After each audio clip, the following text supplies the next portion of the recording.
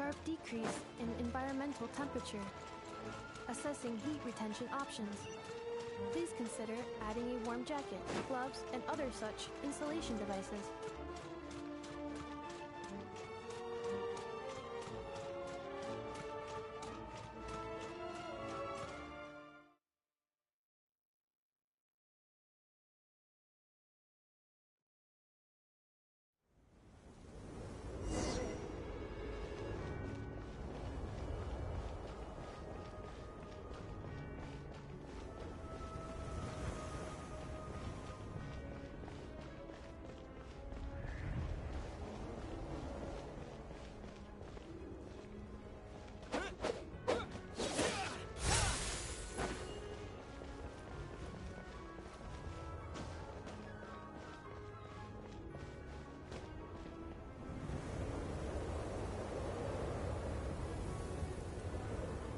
Ooh, it sure is cold today.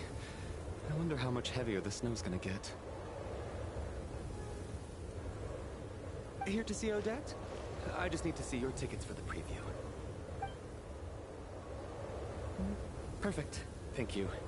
I'll hold on to your tickets. Come on in. It's freezing outside.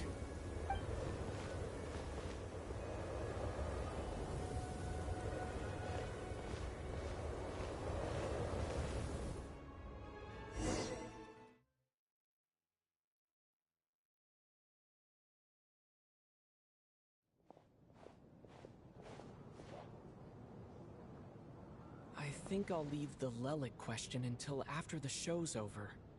Then I'll go find Odette.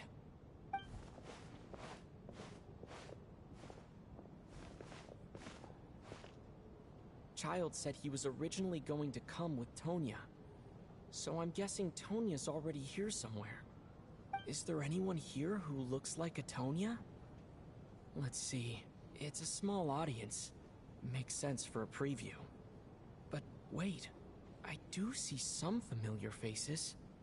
Mr. Chuganov's back again by the looks of it. Oh, and is that Mitya? And that Fatui officer, Valeri.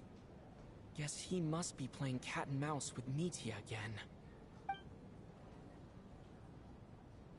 Oh no. It looks like the show's starting and I still haven't found Tonya. Never mind. I'll just have to take a seat for now and see if I can catch her afterwards.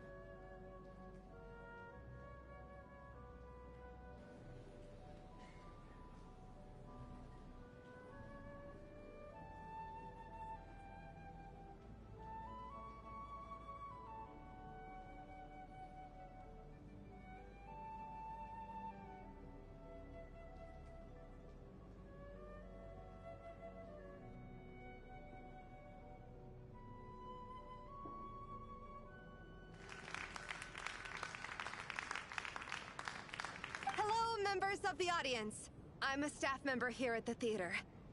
Today's performance was a very special one for us, as it marks the first attempt in a long time to revive the classic Snezhnayan ballet, Spirit Seeker. To commemorate this occasion, we would love to take a group photo of the cast, crew, and audience members present today. Could I kindly ask the audience to please come up onto the stage?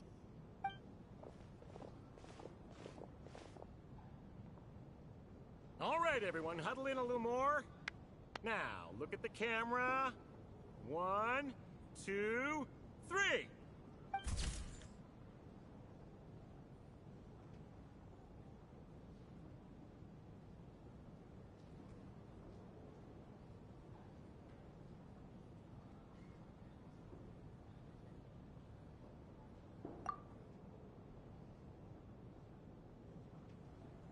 Are you quite satisfied, Mr. Energy Scientist?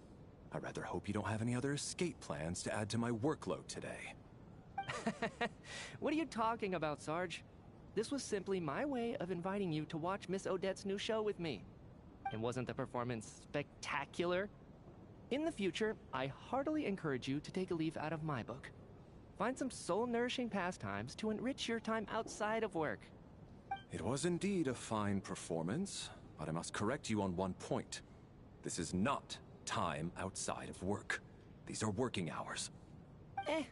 Working hours and non-working hours are just a social construct. Human technology can never advance if we're too rigid in our thinking, Sarge. May we leave now? Already? I mean, I was kinda hoping to soak up the atmosphere for a little longer, but...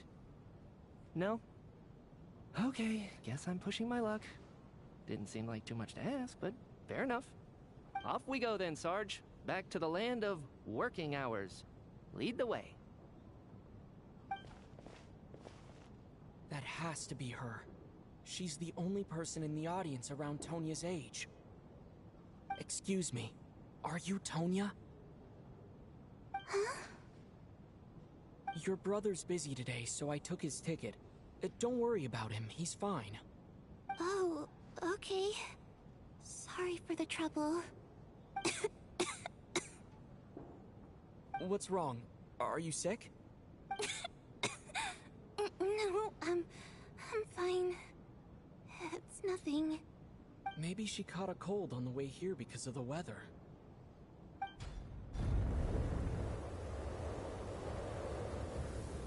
I haven't seen snow like this in a long, long time. It's most unusual. I know. It's completely white out there. You can barely see a thing. I've never seen such heavy snow in my life. Let's wait it out for now. You'd be lucky not to freeze to death in this weather, let alone find your way. Well, look at that. Maybe we shouldn't be in such a rush to get back after all. What do you think? Let's wait and see. Why do you need to take it so seriously? Fate has given us this wonderful chance to take a break. We owe it to ourselves to make the most of it. Come to think of it, there's a small inn not far from here that always keeps plenty of extra blankets on hand for guests. I know the route well. Shall I head over and borrow a few blankets? That way, anyone in a hurry can wrap up warm for the journey back. Just remember to return them next time you're over this way. Sir, there's really no need to go to all that trouble. Hey, it's no trouble at all. Wait here, I'll be right back. What a kind gentleman. Very good. My wife and daughter are waiting for me at home, so I shall be heading back as soon as I get my blanket. So... Are you expecting us to go back to the Armory Palace wrapped in blankets too? Don't worry about that. I made arrangements in advance. Should I not return to the Armory Palace within 3.5 hours after Operation Showtime begins, an armed squad will be sent to collect us. They will escort us back. You are one of our key military personnel, so any weather-related risks must be eliminated. Operation Showtime? So, wait. Every single time you drag me back to work when I sneak out, it's a whole official operation? I gotta say, you've really turned this into quite a moral dilemma for me. It's snowing pretty hard out there. I think you should stay here for now. You seem a little under the weather. Sure. My brother might come pick me up in a bit anyway. Time to get to work. I should head backstage and find Odette. I need to look her in the eye and ask her about Lelik. Excuse me, are you looking for someone?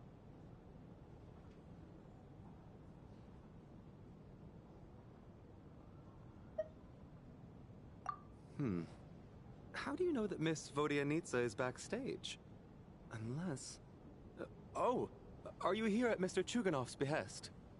Sorry, but that area is currently off limits to everyone except the cast and crew.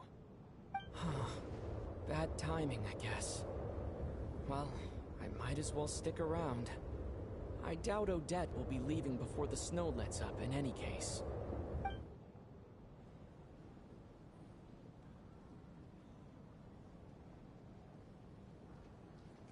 What happened to the gentleman who went to fetch the blankets? How has he still not returned?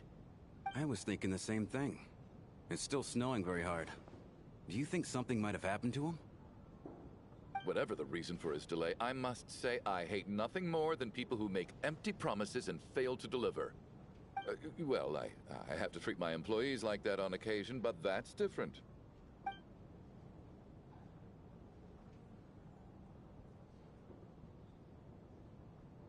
You seem anxious, Mr. Valeri. It's been nearly 4 hours since I left the armory. The army should have arrived to extract us by now. They know how much I despise tardiness and disrupted plans. There's simply no reason that they shouldn't have shown up by now, barring exceptional circumstances. Surely a snowstorm like this one counts as such. Few things in this world can stop the Snezhnayan army, Mr. Mitya. And a snowstorm is certainly not one of them. Why don't you go out and take a look? They might be right outside, waiting for your orders before they dare come in. An absurd hypothesis. I have no intention of leaving your side for even a moment until I have escorted you back to the Armory Palace. This doesn't look like an ordinary snowstorm to me. That guy who left earlier. It looked like he just vanished into thin air. Either that, or my eyes were playing tricks on me. A man-eating snowstorm? Come on. Night hasn't even fallen yet. Spare us the ghost stories.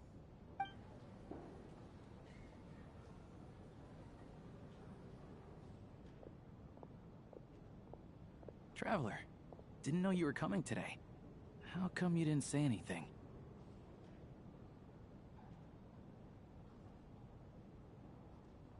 Oh, right. I assumed you were looking for me and Vodyanitsa.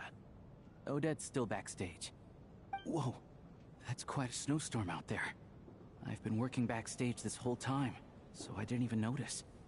No wonder the audience hasn't left yet. Is weather like this rare, even in Snezhnaya? Yeah, snow like this. I'm sure I've seen it out in the wild before, but never in the city. Actually, I take that back. I don't think I've seen snow this bad even in the wild.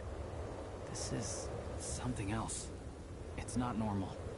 If even Alosha thinks snow like this isn't normal, could it have anything to do with that monster people have been talking about? We can't stay cooped up here forever. Someone needs to go out and take a look. No need. I have plenty of experience with snowstorms. Besides, I work here while you're an audience member. I should be the one to do it.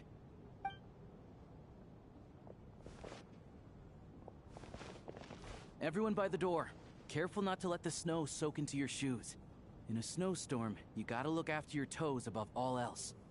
Heading out, my man? Be careful.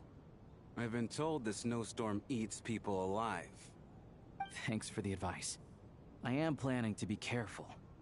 I just want to take a quick look at the situation out there.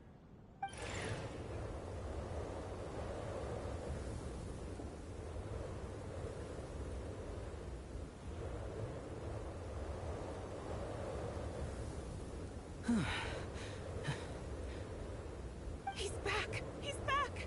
How was it? What's going on out there? Did you see any soldiers patrolling the area? Something about this storm isn't right.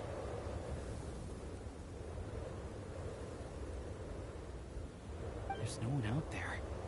I didn't see a single soul. And something in the air gives me the creeps. This isn't your average snowstorm. I suspect it might be related to recent events in our nation. I strongly advise everyone to stay here until the snow dies down.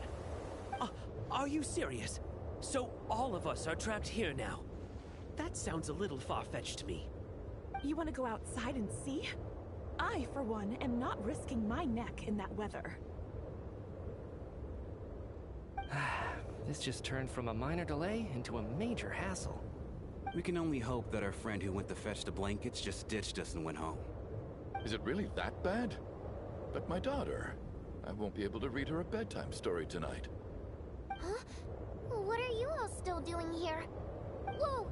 It's snowing hard!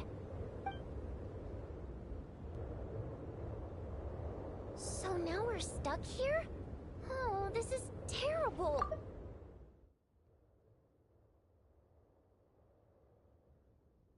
Too many people here.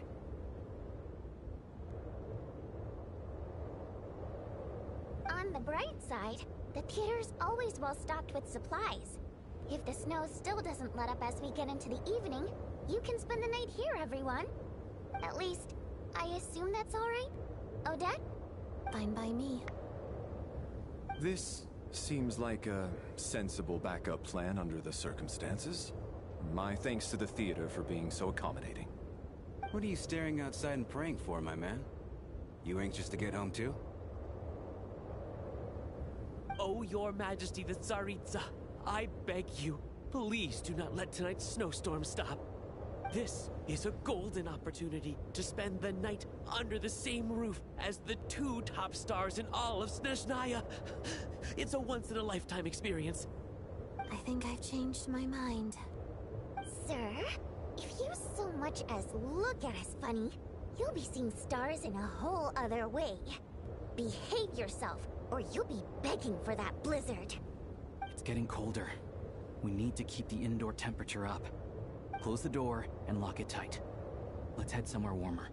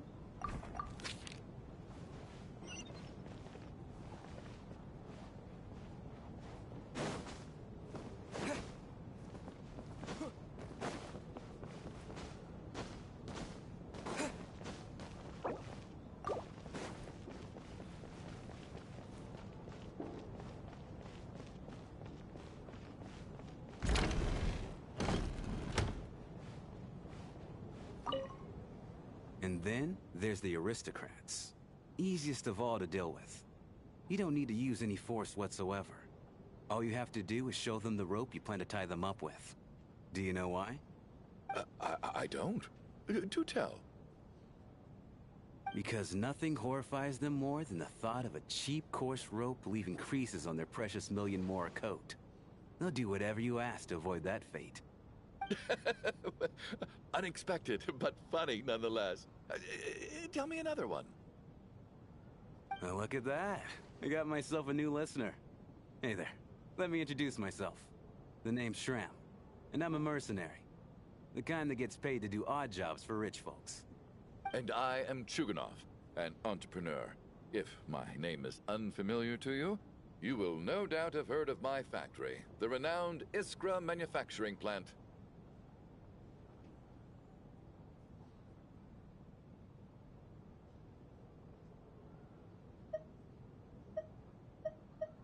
Are you really that famous, Mr. Chuganov? How come I've never heard your name before? Excuse me? Is that a joke? Or are you being serious? Oh, I'll have to ask my rope later. He's probably tied up more entrepreneurs than I've ever heard of.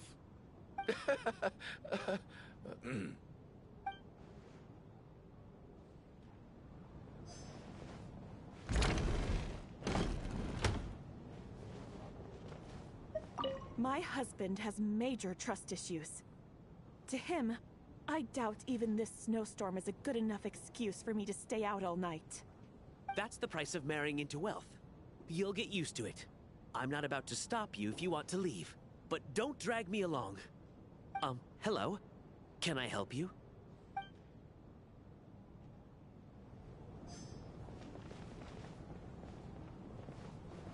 How are you feeling, Tonya? I'm fine. Sorry to worry you. I'm used to it by this point. I take medicine for it. My brother usually helps to get it ready for me. Child must take great care of his sister. He's never mentioned Tonya's illness, though. You know, I actually find this whole thing kind of exciting. Stuck in a strange place thanks to a snowstorm. Having to spend the night with a bunch of interesting characters. It's pretty cool, don't you think?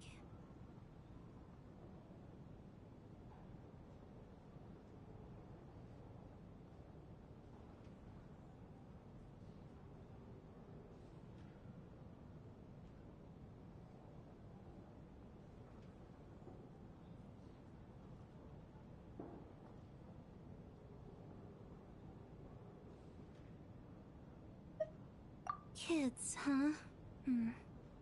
My brother always says I'm not mature enough. Maybe he's right.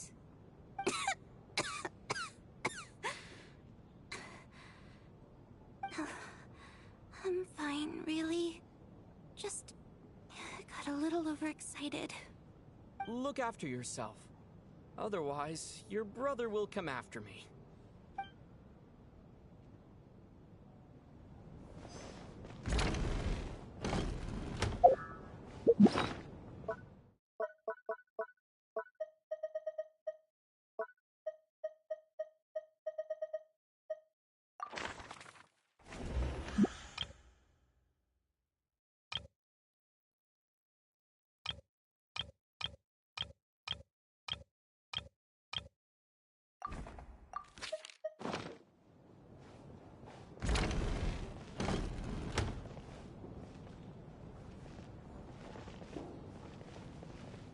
This is highly irregular.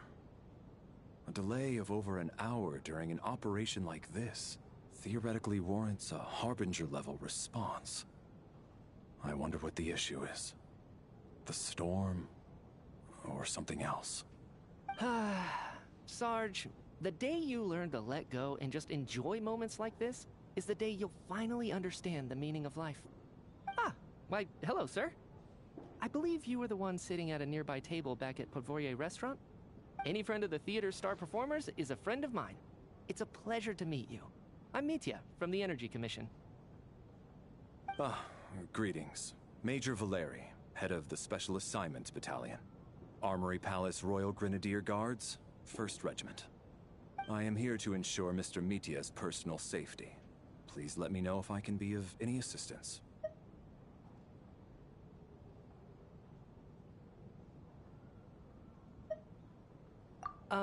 Mr. Traveler, I cannot help but notice that Miss Odette is stealing glances at me. Any idea what that could be about? I've racked my brains, but I can't think of anything I might have done to offend her. Perhaps she noticed me spacing out during her performance? What? You mean I really did do something to upset her? Well, thanks for letting me know. So, Mr. Mitya, is your work related to Project Stuja? Yes, that's right. The higher-ups in the Fatui transferred me from the Energy Commission to the Armory Palace because they wanted me to... Really? I can't even talk about that? Pretty sure it counts as part of my private life. All right, I won't say anything. Sorry, traveler. As you can see, I'm afraid this pleasant chat will have to end here.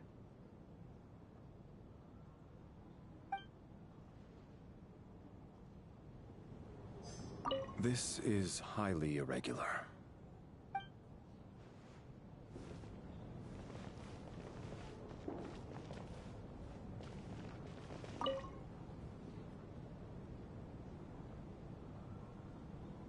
I don't think it's ever been this lively backstage before. I didn't know you were coming today. Hey, have you seen Chuganov? I heard he was coming today. Have you spoken to him at all? I'm with you. This could be just the chance we need. Yeah, I gotta figure out a way to coax some more intel out of him. I want to know why he suddenly changed his stance on Project Stuzha. What exactly happened before the most recent Vecha vote? For the Rokad, or just out of personal interest? Shh!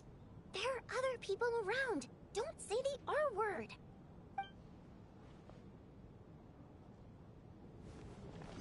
Shh! There are other people around.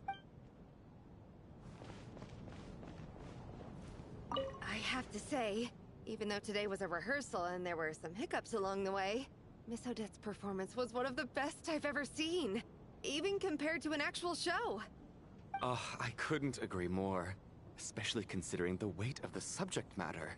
It takes a truly seasoned professional to do justice to a theme like love and regret. Do you think we were coming on too strong? Odette's ignoring us again. What about you? What did you think of today's performance?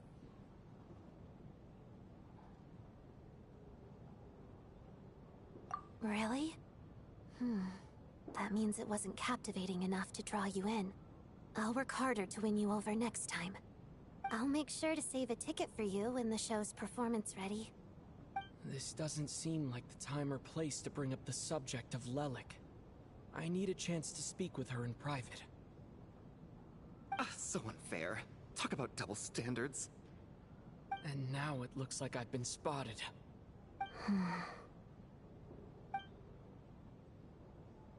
You know Mitya too? No, I don't. I just have a feeling that he might be dangerous.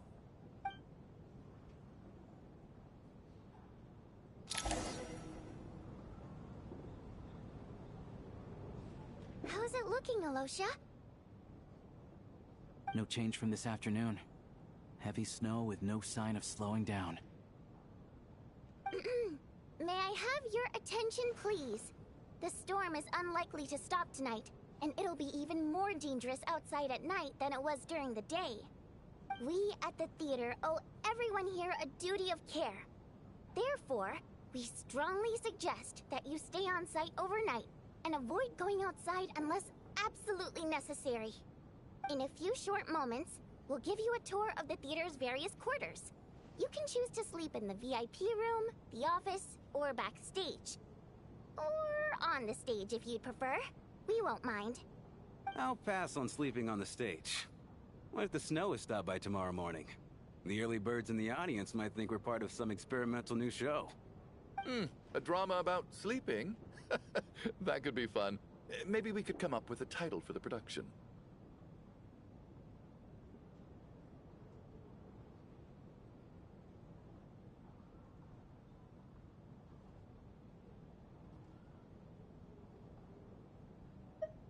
What?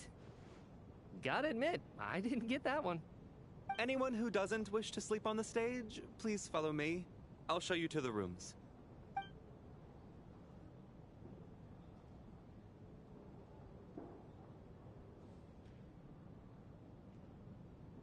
I guess I'll call it a night.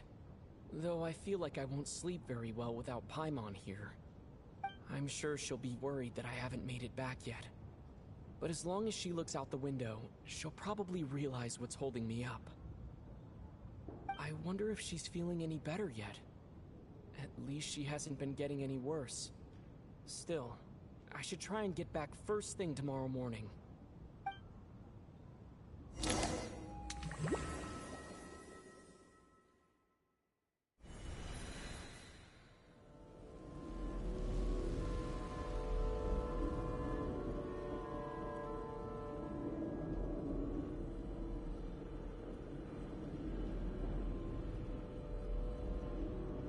Finally!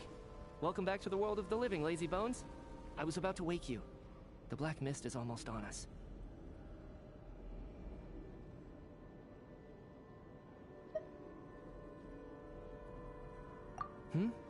Still waking up, huh? You know, the black mist. It's been chasing us from below ever since we were born. You're just dozy. There's no way you've forgotten. Come on, let's keep heading up. Onwards and upwards is the only way to survive. Don't listen to a word those black mist cultists say. Here we go again. That endless march toward survival. What's going on? That black mist down there is creeping me out. And it's rising. Guess I should head upwards and get away from it. The black mist cultists believe that being swallowed by the black mist leads to everlasting peace. If you ask me, they're just lying to themselves. We're the only heretics left. The only ones who refuse to give in. We have to keep going. But how do you actually know that they're wrong? Dangerous question there, Torgov. The moment your faith wavers, you start a chain reaction that ends in the collapse of your will. Put the question out of your mind. Stay strong and believe that the black mist means certain death. Okay, but it's not my mind that's the problem. My body's about to give up on me. It's already starting to falter. I can't do this anymore. I've had enough of being forever on the run. What's the point of it all? All this will pass eventually, I promise. Keep fighting. It will be worth it. You accuse the Black Mist cultists of being liars. But you're lying too. There is no end to this path. It keeps going up forever. There was never any hope to begin with. The cult of the Black Mist has poisoned your mind, Sobolova. Are you thinking of giving up as well? I am. I think I'll take my chances with the Black Mist over this perpetual torture. As much as I detest the Black Mist cultists, I'm just too weary. Then I bid you both farewell. Let me put my personal opinions aside for a moment and say, I hope that you both find peace within the Black Mist.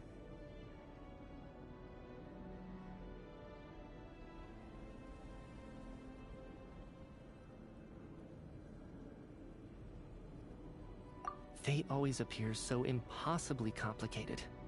But at moments like this, its raw simplicity is laid bare. Their fate was sealed from the instant they entertained doubt. From then on, the outcome was both inevitable and irreversible. Let's go.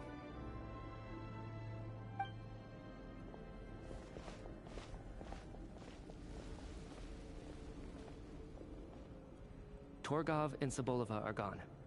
I never thought the day would come when even they would be swallowed by the Black Mist. It's just you and me now. Yes, it looks like it's satisfied. For now. This happens from time to time. But it won't be long before the Black Mist starts chasing survivors once again. No one knows how to stop its advance for good. Well, we should make the most of the precious moments of rest that those two bought for us.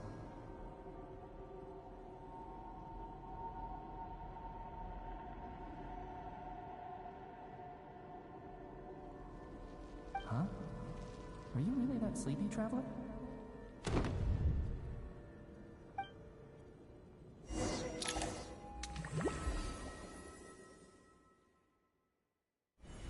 Help! Somebody, come quick! What is it, Chuganov? What's wrong? Huh? Is it morning already? What's all the commotion?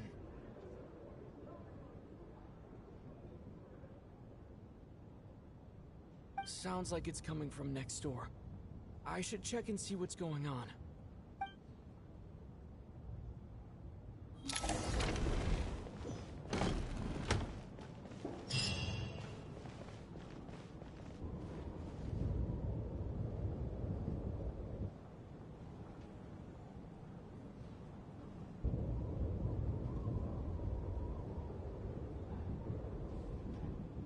Don't look, Miss Tonya.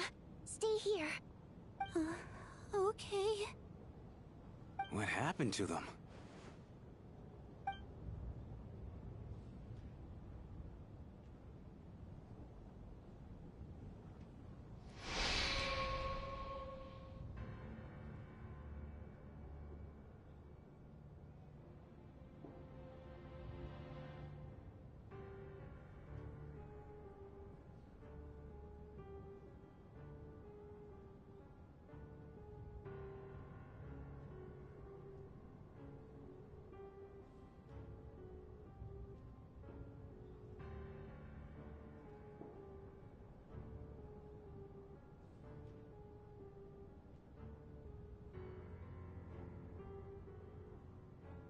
These two people have passed away. And the strange thing is that somehow, I knew this was going to happen. I knew that they would be the ones to die. Have I seen this moment before? Or did I have some kind of premonition? I can't remember what it was. Let me take a look.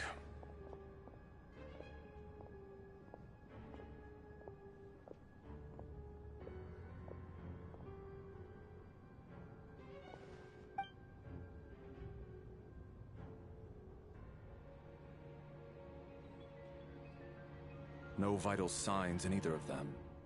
They're dead. The cause of death, however, remains unclear. No wounds on the bodies, no signs of a struggle, and no skin discoloration caused by the buildup of toxins. But just last night, they were chatting and joking away. This is so sudden. Could they have had pre-existing medical conditions? Even then, the odds of them both dying of sudden complications on the same night are extremely low. It's hard to believe that they died of natural causes, nor does this appear to be a suicide.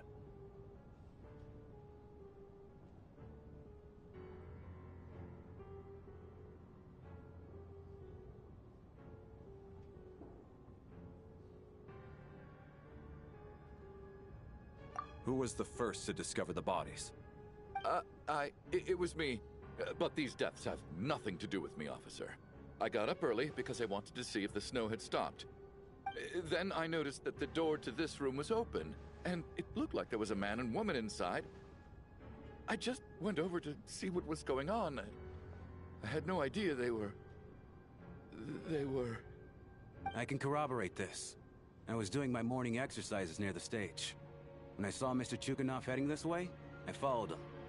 I can also confirm that I didn't see a single person approach that room before him. The snowstorm was raging all night, and it's still going now. There's no way someone could have come in from outside, correct?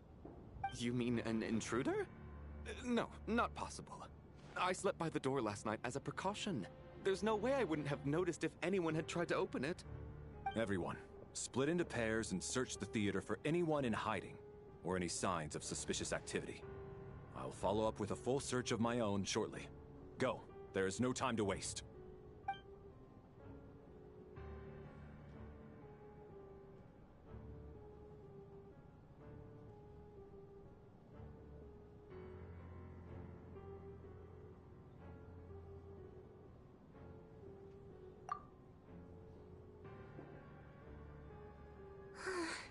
Nothing on your end either? Backstage is clear. No signs of suspicious activity. We checked the basement. Also clear. I don't think there's anywhere here that a living person could hide.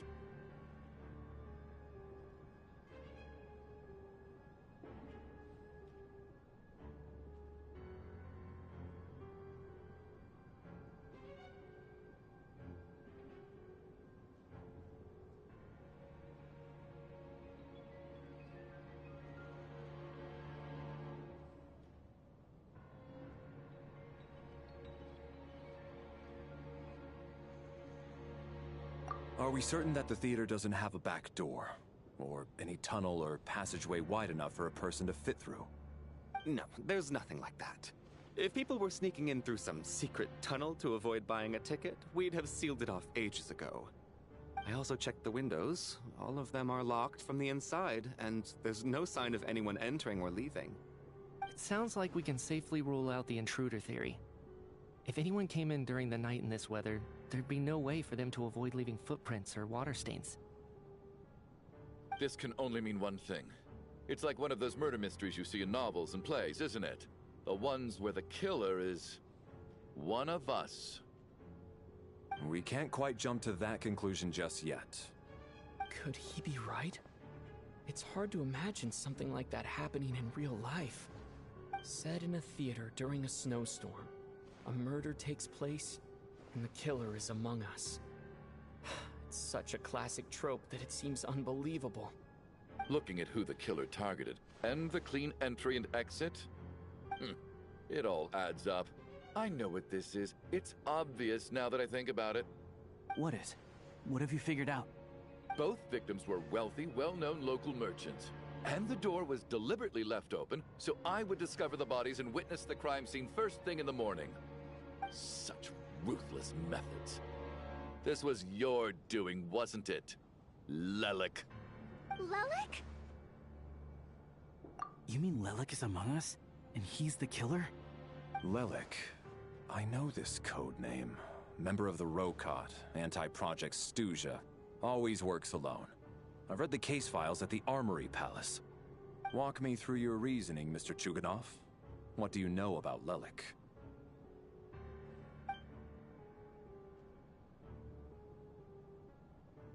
What now, huh? What now, Lelik? What more do you want from me? I already voted against Project Snezhnaya at the Snezhnograd Vecha. You snuck into my house the other day while I was asleep. Left a threatening letter. And I did all that you asked. But Project Snezhnaya cannot be so easily shaken. Not with the rooster in charge.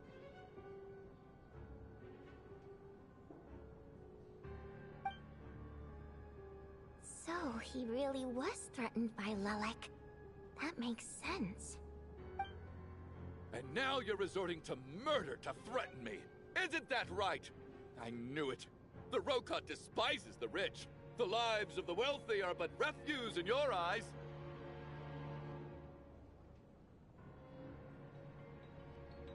Show yourself! Which one of you is Lelik, Tell me! I'll do whatever you want! Just stop playing these mind games!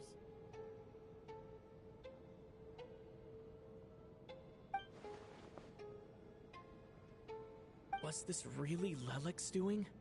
Would Odette really do something like this? If Odette really is Lelik, this seems out of character. But then again, how well do I really know her? I'm probably the only one here with a compelling theory about Lelik's true identity. But if I reveal it now, I'll be putting Odette in the line of fire. What should I do? I don't think it's likely that Lelik killed anyone. At least from the stories I've heard, he's never killed anyone before. And his name has never come up in connection with any murder cases. Besides, even if Lelik did want to threaten you, why resort to such an extreme and roundabout method? It's not his style at all. Vodyanitsa doesn't know that Lelik might be Odette, but her assessment is pretty much identical to mine. Miss Vodyanitsa, why do you suddenly feel the need to speak in Lelik's defense? Defense? Oh, no, it's just...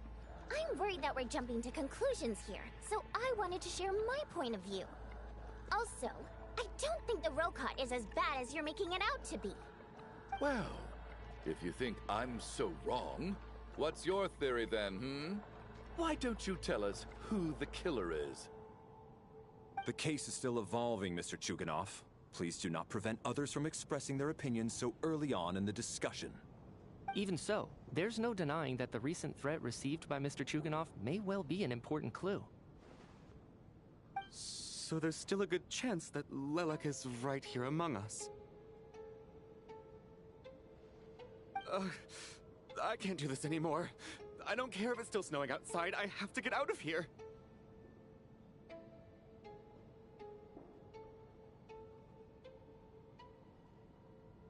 Whoa, take a beat. We all know it's far too dangerous out there. Even the soldiers couldn't get to us. Go out that door, and you might not live to tell the tale. And whoever this Lelik is, they're surely not going to murder anyone in broad daylight. Be sensible, my man. You're safer inside. As much as I regret having to say this, I'd like everyone to cooperate and refrain from exiting the premises until further notice. Because as things stand, every one of us is now a suspect. Unless anyone has further information to share, let's adjourn for now. Feel free to keep searching for clues, but make sure you don't go off alone.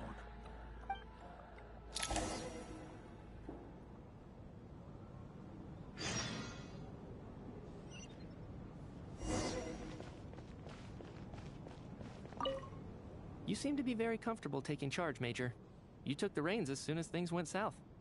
I simply made an executive decision that someone needed to take control of the situation on the military's behalf. Does this offend you? No, quite the opposite. We feel much safer for it. By the way, what does Major mean exactly? Is it a pretty high rank?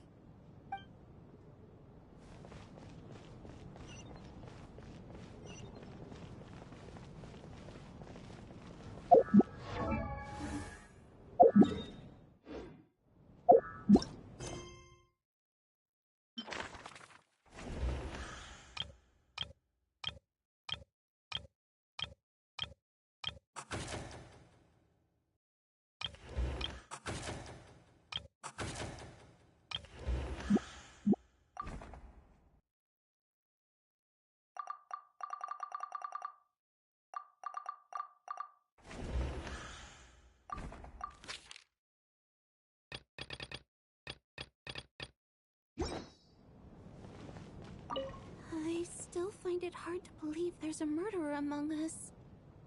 Just last night, I imagined we were like classmates out on a hiking trip. There's no guarantee that you can trust your classmates. Especially not when you're locked up together.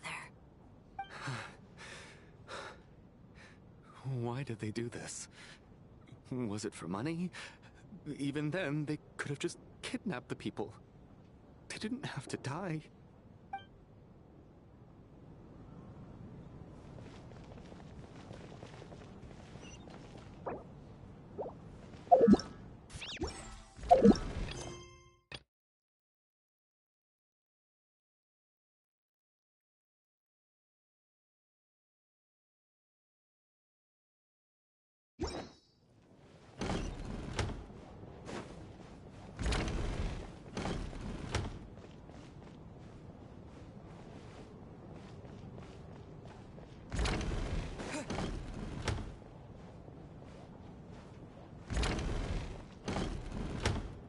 You're right. That was my bad.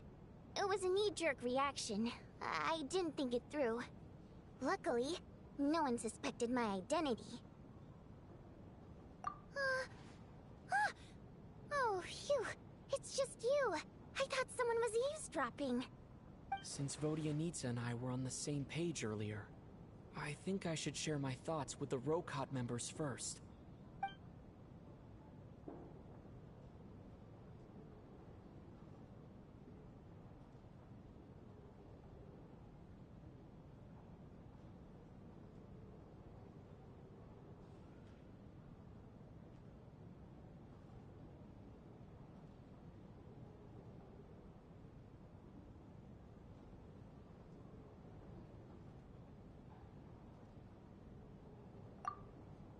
Whoa, whoa, whoa.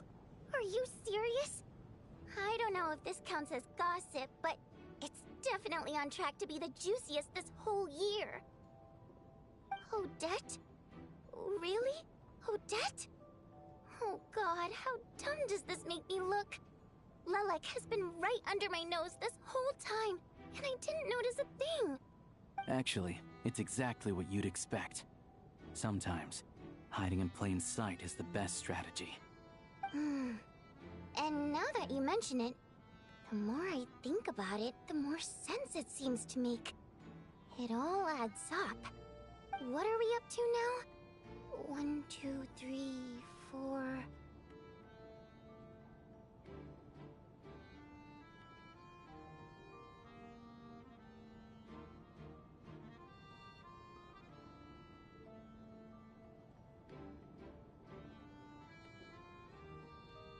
Odette's identities. She's my coworker, specifically a ballerina, and also a Fatous, a member of the Rokot. Now, Lelek. It must be so exhausting. I just want to give her a hug. I guess since I've always known her as a member of the Fatui, it never even crossed my mind that she could be involved with the Rokot, let alone be Lelek. I don't understand. If she's with the Fatui, what reason could she have for being so opposed to Project Stusha? Probably best if you ask her that in person. Well, since you waited until now to bring this up instead of announcing it to everyone earlier, Does that mean we're all on the same page here? Yeah. Lilac may not follow orders from the Rokot leadership, but as far as I'm concerned, she's never crossed the line. If anything, her actions benefit the poor. We need to confront her face to face. Do you think she'd really admit to being Lilac? I don't know. We'll have to see how it goes. For now, we'll work on the assumption that she didn't kill anyone, and see how much she's willing to tell us.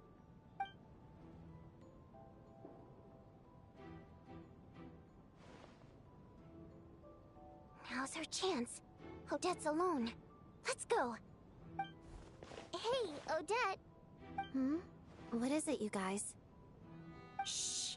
Keep your voice down. We need to talk. So, you're Lilac, aren't you? Alright, fine. You don't have to say anything or explain yourself. Just hear me out first. None of us believes you kill innocent people. Whoever murdered those 2 people last night, it wasn't you. The Traveler was the first to figure out your identity, but he kept quiet during the discussion just now. Still, it's clear where the group consensus is heading. Everyone believes Lilac is the culprit. If your identity is exposed, you'll be in a really bad spot. We're your colleagues, and we know what kind of person you are. I don't want anything bad to happen to you. So, can you clue us in? Tell us everything. The more we know, the more easily we'll be able to cover for you. Alright. Yes, I'm Lilac. And no, I'm not the murderer. And thanks, but I don't need you to cover for me. Actually, I'm planning to reveal my identity. Huh? You're gonna reveal that you're Lilac? Here? That's right. I'll admit I was surprised at first when Chuganov guessed that I was here. It was just a lucky guess, but it caught me off guard. But after taking some time to assess the situation and confirm where everyone stands, I don't believe I have anything to worry about. Are you sure you don't need a second opinion? Given the circumstances... Mr. Valeri! What?!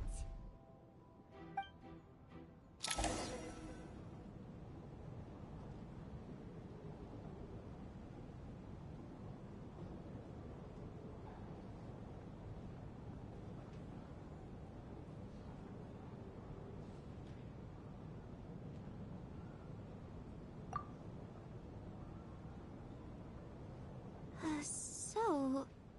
Odette is Lilac? I don't know what game you're playing, but you've got a lot of nerve. It's just one identity. So what if it's exposed? I can disappear and adopt a new identity anytime I please. I made my peace with this when I chose to become Lilac. But more importantly, I promise I am not the murderer. Which means that someone else is. So, if anyone still insists that I did this, you'd best produce the evidence now. Otherwise, I suggest that you bite your tongue. Because if you really believe I killed 2 people without making a sound or leaving a trace, pointing fingers at me would surely only make you my next target. Is this really the truth, Miss Odette? That's confidence, all right. I believe you. A real no-nonsense attitude. I can see why Marionette said that she's on track to inherit the title of the Fair Lady. Are you seriously buying this? Hey, officer! She just admitted to being Lilac. Aren't you going to do something about this? I do have one question, Miss Odette. Why have you chosen this moment to come forward and reveal your identity? If I didn't say anything, everyone would be focusing all their efforts on finding Lilac. And that is exactly what the real culprit wants. I don't want to be the scapegoat who lets the murderer get away with this crime. Despite all the accusations, she made the smart choice. A remarkable display of rational thinking under pressure. Clearly, Odette's talent extends far beyond the art of dance. She thought so far ahead. Ugh, why do I always feel like I'm one step behind her in everything? You've convinced me. Dealing with the murder case remains the top priority right now. Let's put the name Lelik and all related incidents aside until further notice. Nevertheless, the group still considers you the prime suspect. I assume you have no quarrel with that, Miss Odette? I understand. You're welcome to keep an eye on me around the clock. I have no objections. Mr. Chuganov? For my wife and daughter's sake, I'll let you off the hook for now. But don't think you're forgiven for breaking into my house and threatening me. Just wait till we get out of here, Lelik. We'll settle the score then.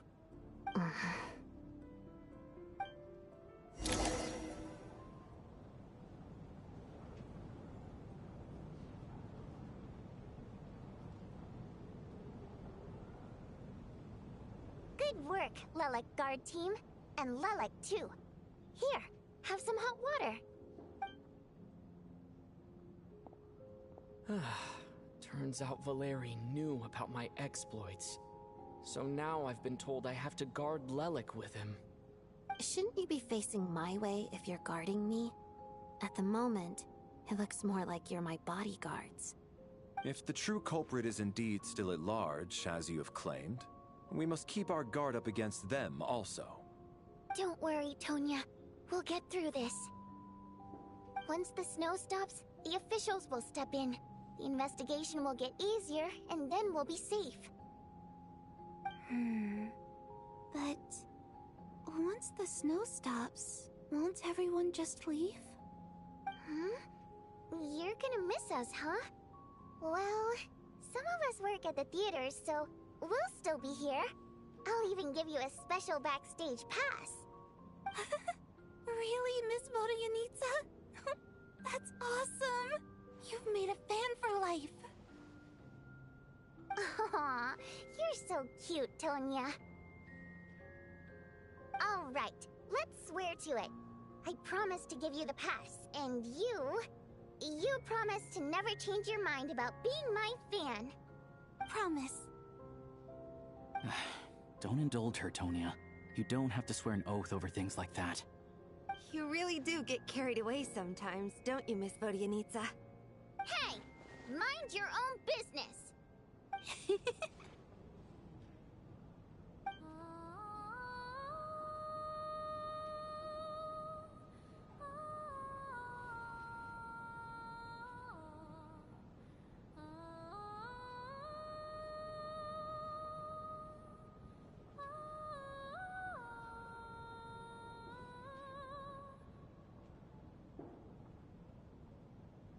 Don't be nervous, Miss Water Imp. Everyone's here. There's nothing to be afraid of. Excuse me? Do I look nervous? Don't be ridiculous. No. You sound nervous, lass. Oh. Wait, but how... Okay, plenty of people know that I'm a water imp, but still... How come you understand our primary mode of expression? Primary mode of expression. I've not come across that concept before. Do enlighten me, Vodyanitsa. Well, it's just... We water imps tend to communicate our emotions to each other by singing, rather than facial expressions. The emotions we convey through song take precedence over our facial expressions. So, we think of it as our primary mode of expression. I'm impressed, Shram. I didn't take you for a man of culture, but you're clearly rather learned. It's not about being cultured or not. The thing is, this mode of expression can usually only be understood by other water imps. It's not a simple case of a song sounding happy or sad. And yet, you're clearly human, Mr. Shram. It's really not the big deal you're making it out to be. I think I just have a knack for it. Plus, I have a... very close friend who's a water imp. A delightful lady. But keep that a secret. Anyway, we spent so much time together that before I knew it, I noticed I could understand her expressions. Oh, I guess that makes sense. Still, the fact that you have a water imp friend is even more surprising. I'd better watch what I'm singing when I'm around you from now on. Hey, what are you implying? You're not secretly insulting the audience in your songs, are you? Heavens! Why would I do a thing like that? It's getting late. We should discuss our sleeping arrangements for tonight. To guard against the killer, someone needs to keep watch. I suggest that we don't sleep in separate quarters tonight. It will be safer if we all stay together. As long as someone keeps an eye on Lelik, I'm quite sure we won't have any trouble. Are you saying that you wish to bet your life on Miss Odette being the killer? Nonsense. Of course not. Then I propose the following arrangement for tonight. The Traveler, Odette, and I will form the Night Watch. We'll sleep in shifts, but 2 of us must be awake at any given time.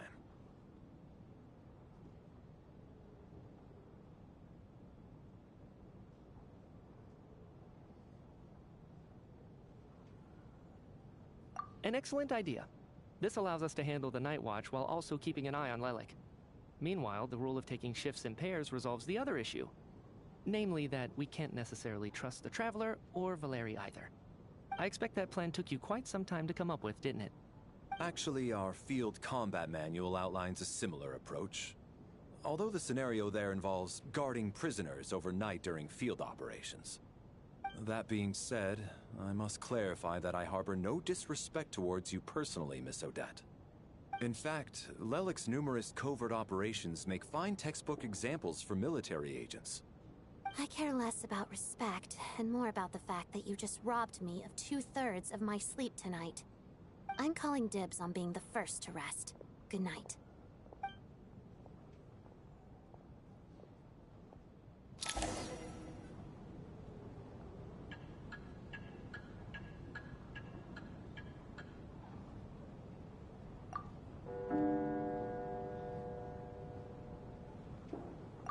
It's almost time.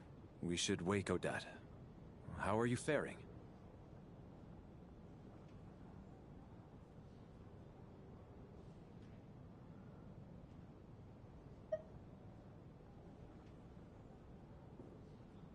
Oh, not going to argue with that. I'll take a quick nap. If you start to feel sleepy, wake me up anytime. It's finally time for Odette and I to share the Night Watch. I should wake her up.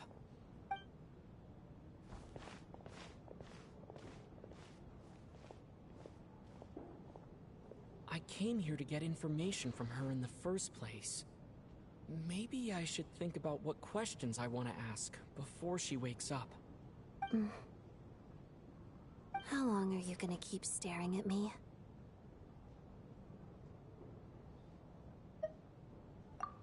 Couldn't sleep. My mind's been running haywire. Plus, there's something I've been meaning to talk to you about.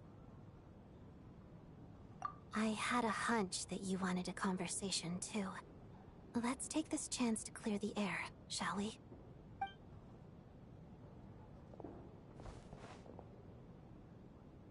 I just had a simple question for you, really. It's, Rosaline. In her final moments, did she have any last words or anything?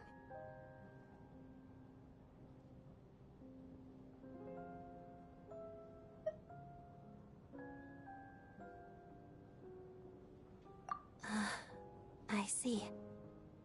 Well, that was all. I have no other questions. No. She was utterly ruthless in pursuing her goals. That kind of person should be hard to miss.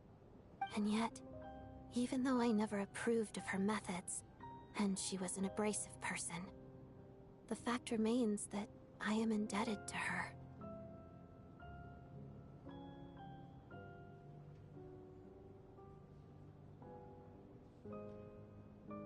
Oh, she told you.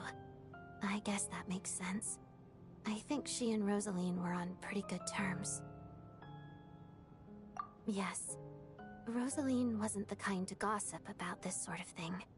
Not that it's any huge secret to me, though. When I was a child, I had to join the Fatui for the sake of my mother and me.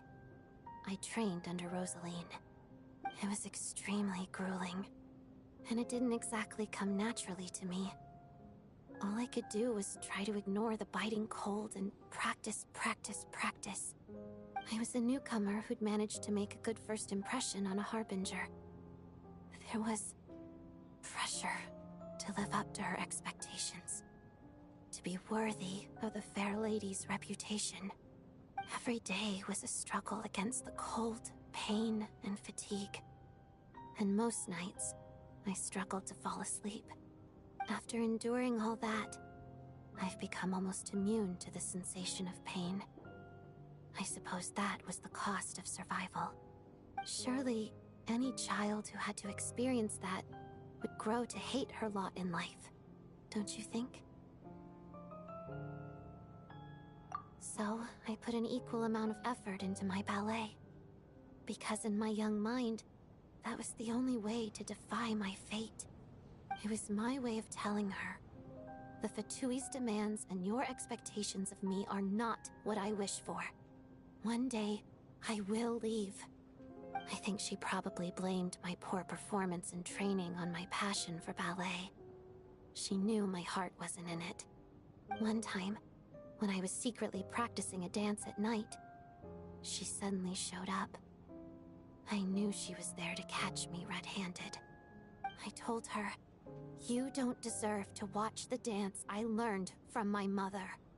She looked stunned. I guess she was surprised that I lashed out first, before she had the chance. But strangely enough, on that occasion, she wasn't fierce with me like she was during training. Instead, she fell silent for a moment, and then left.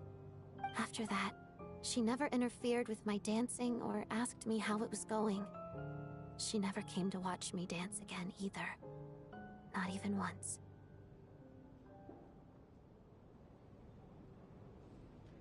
She was. But even now, whenever I take out this core Ignis, I can't help but think of that night. Of the look on her face.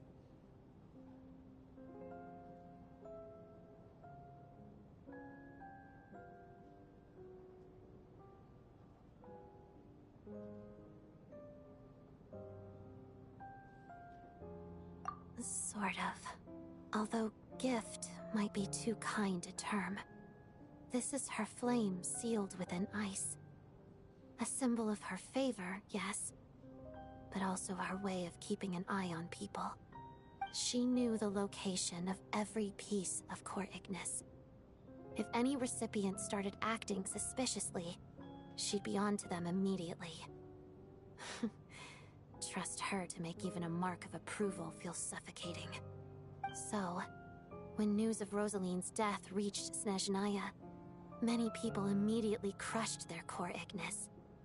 It gave them a profound sense of relief, like they'd broken free from her shackles. But I kept mine. With my sensitivity to pain being as dull as it is, the warmth from this core Ignis is one of the few things I can still feel clearly. I still wonder, did she really come to stop me that night? I wasn't sure, but I was scared, so I said some really awful things. I guess she didn't leave anything behind. Not that I expected her to. It's fine. It's just a bit of a shame that we couldn't settle our differences before the end.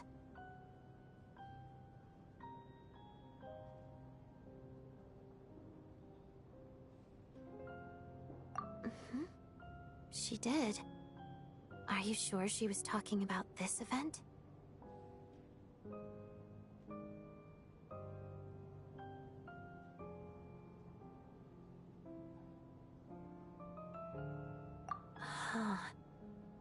No, she didn't. I didn't even find out that she'd gone to Mondstadt until a while after she'd left. Wait, in that case... Okay, I will. Thanks for letting me know. There's something I'm trying to figure out. I'm beginning to suspect that Paimon's mystery illness is being caused by the energy research behind Project Stuzha. Paimon's very important to me, so I have to get to the bottom of this. I figured that since you're Lelik, you might know something about all this. The ultimate goal of this energy experiment is to create a weapon for the final battle.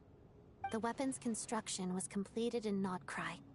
Now, all that remains is to arm it with a sufficiently powerful energy.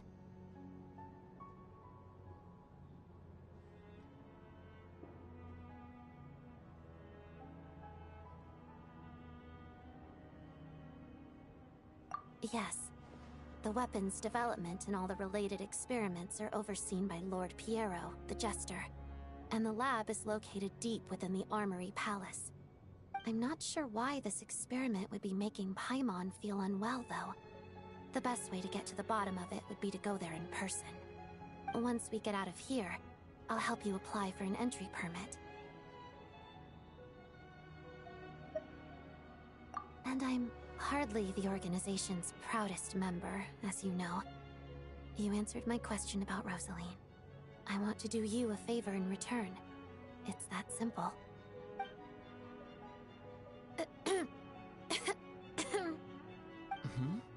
What's wrong? Are you not feeling well? You two seem to be hitting it off.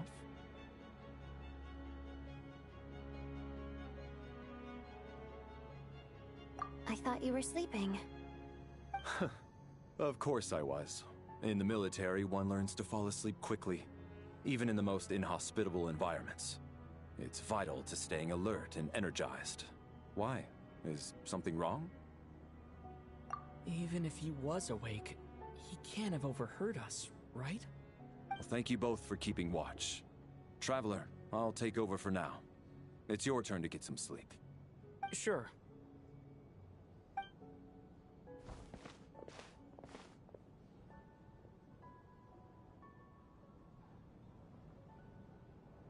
This is our second night here, but at least I've found out a little more about Paimon's condition.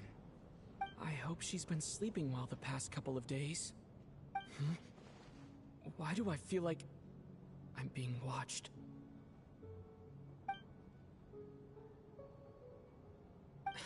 Seriously? Is this payback for when I stared at her earlier? But I thought she was asleep.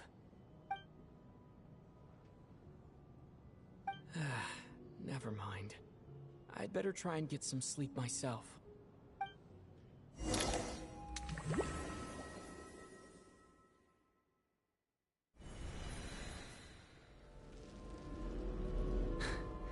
Hey, what are you spacing out for? Are you reaching your limit too? How long have we been walking for? Do you remember? Time's lost all meaning. Ever since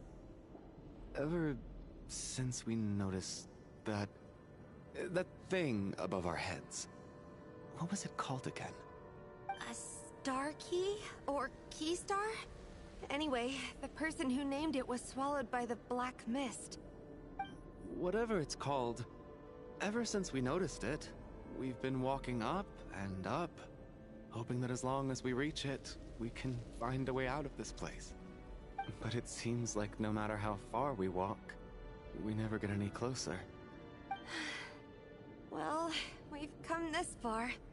You never know. Maybe we're almost there? Come on, enough moping. Let's go. The black mist is catching up.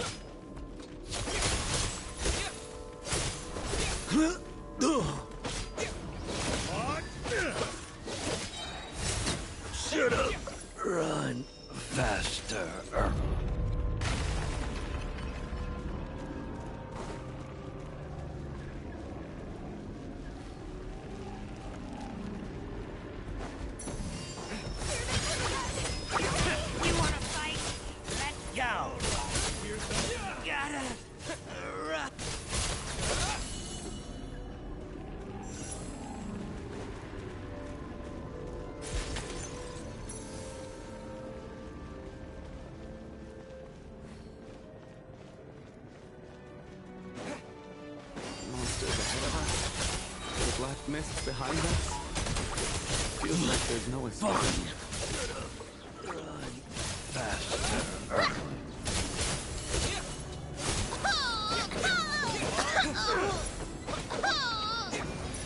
Backup is here.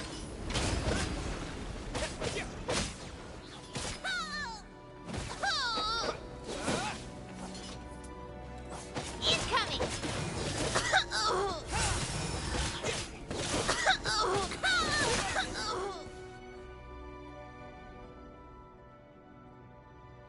Are you hurt, Coolish? No. I'm fine. It's just... Suddenly I don't want to walk any further. I get you. In fact, I reached my limit a long time ago. Sometimes it feels like there's hope where there shouldn't be. Yeah. The hope that the star gives us is the only thing keeping us going. But I'm not sure it's real at all. It may just be a collective illusion. Otherwise, why would it always be out of reach?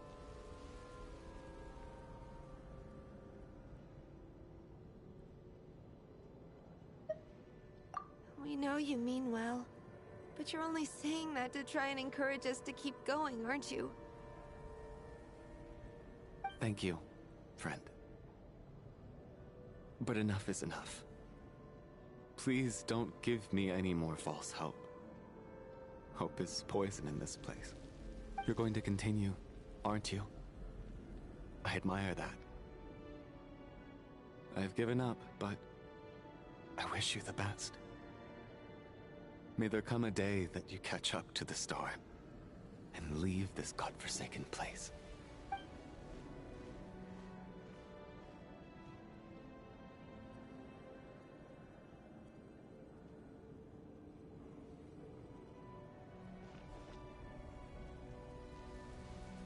It's not an illusion.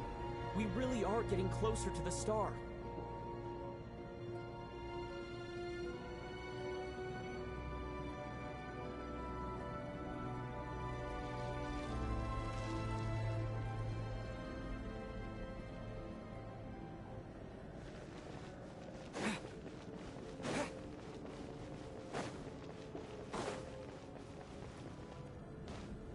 Congratulations.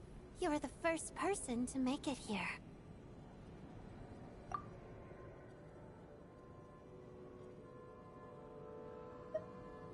I'm the star's envoy. The black mist has stopped rising. Its hunger is satisfied for now, having devoured your two companions. This is a good opportunity. I'll let you get some rest before we continue.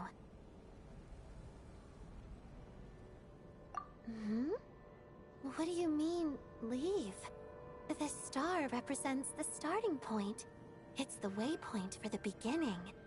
Congratulations on reaching the starting point. Once you are ready, we will head out and walk upwards. I will be right by your side the whole way.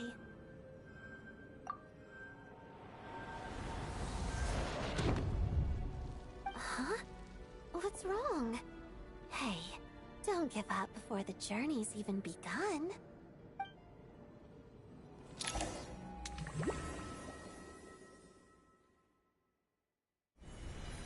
Rampana! Rampana! Is that Vodianitsa's voice? What happened? Coolish, wake up! Please wake up!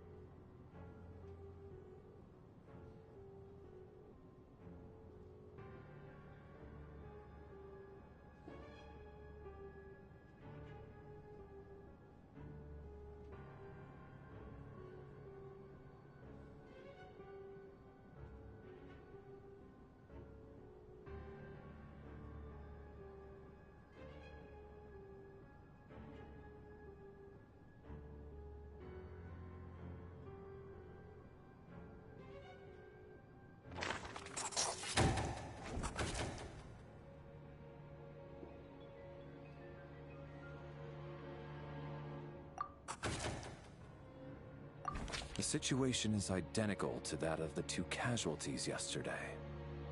We cannot ascertain the cause of death. At least there are some elements that we can rule out this time. They slept on the stage with everyone else.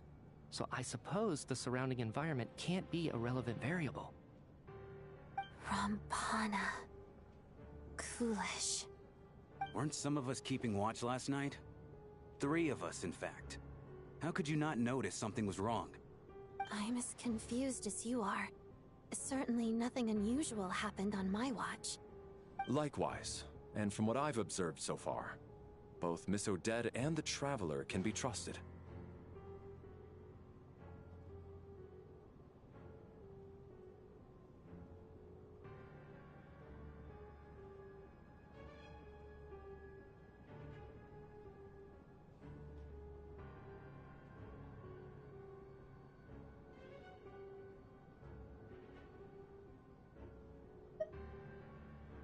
To be honest, I didn't get a wink of sleep last night. I couldn't help but think I was the target, so I just laid there with my eyes closed. I heard the Traveler and Lelik chatting, but otherwise I don't recall hearing any commotion during the night. Me too. I didn't want to wake everyone up, so I was concentrating hard, trying not to cough. I hardly slept at all.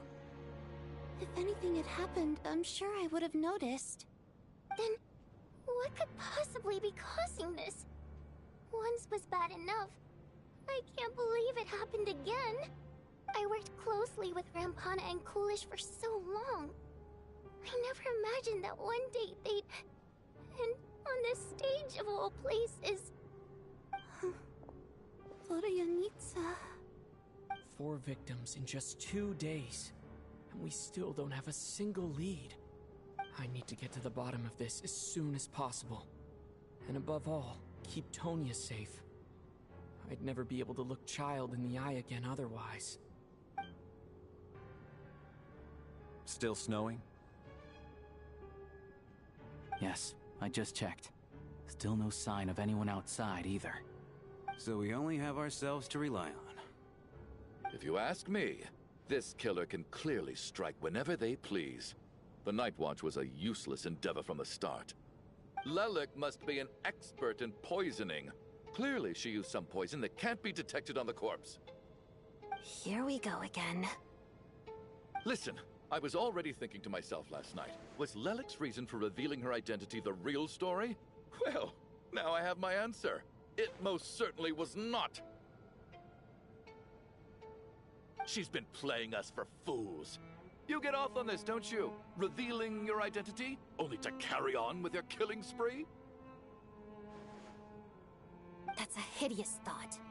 One that only a hideous mind like yours could dream up. How dare you? That's enough! Yesterday, you named Lelik as a suspect because the victims were both wealthy merchants. Lelik might have had a motive then, but today's victims were just ordinary people. Not to mention that they were colleagues of Odette and mine. What reason would she have to murder them? Let me guess. Just to scare you? Who knows? Maybe you don't know her as well as you think.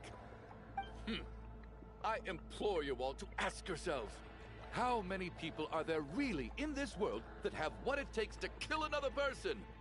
Not many, I'd wager. Lelik is well known to be a ruthless operator, and now she has revealed her identity. How could it be any more obvious? Everything you've said so far is still just conjecture, which doesn't constitute a concrete lead. You need to back up your claims with some evidence. How can you defend her, officer?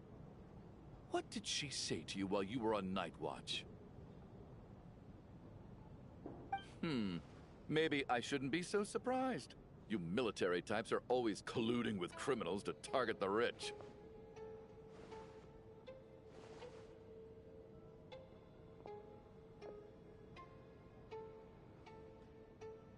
All so you can get your grubby paws on our hard-earned fortunes, then tell us to fall in line. The Fatui, the Druzhna, and the Rokot. Thugs, the lot of you.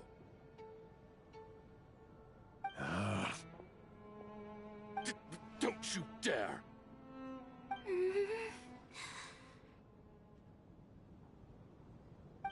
sure, but you were the one who told us not to stop other people from expressing their opinions yesterday. 4 people have already died. Only yesterday I was chatting with Mr. Coolish. Then we woke up in the morning and he's... Turning against one another is the last thing we should be doing right now. Little girl. Even if Mr. Chuganov is a puffed-up, pig-headed windbag who doesn't have a clue what he's talking about, he's still one of the victims here, isn't he?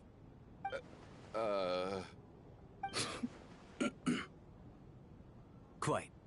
I had no intention of resorting to violence. But you're right, Miss Tonya. I ought not prevent him from speaking his mind. In any case, I believe Mr. Chuganov has calmed down a little now. We may resume our discussion. I don't think there's any need for that. What is there to discuss? Nothing about this situation is normal.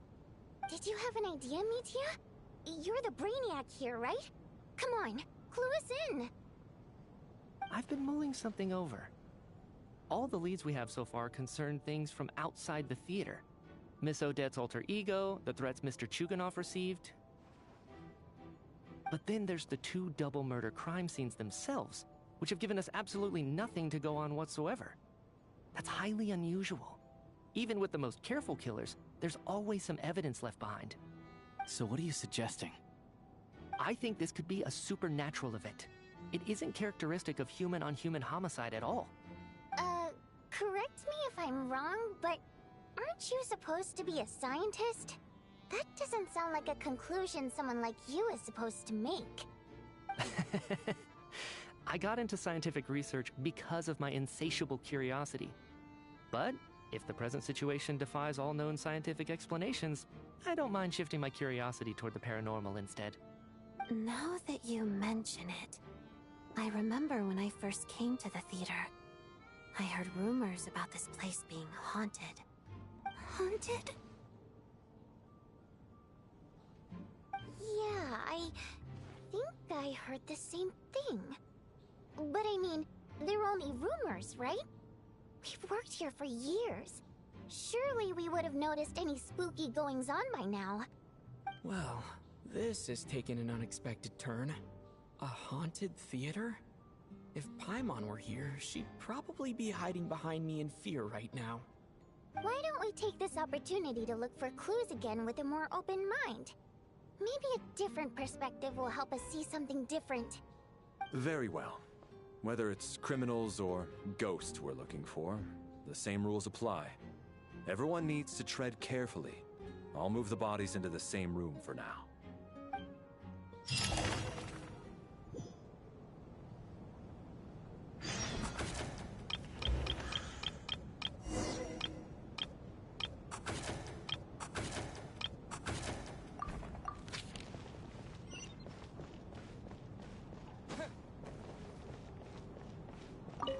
I need to think very hard about whether there's anything that ever needed hiding. After all these years, there must be some things even I've forgotten about.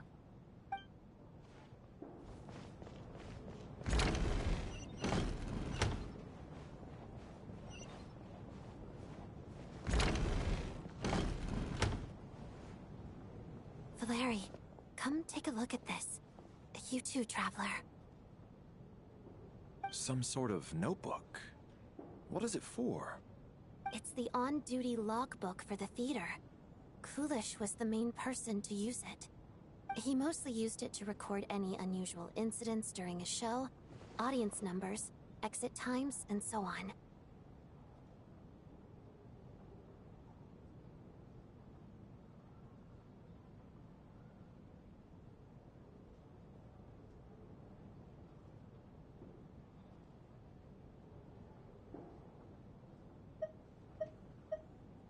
Yes, he'd always have this logbook with him when he checked tickets at the entrance.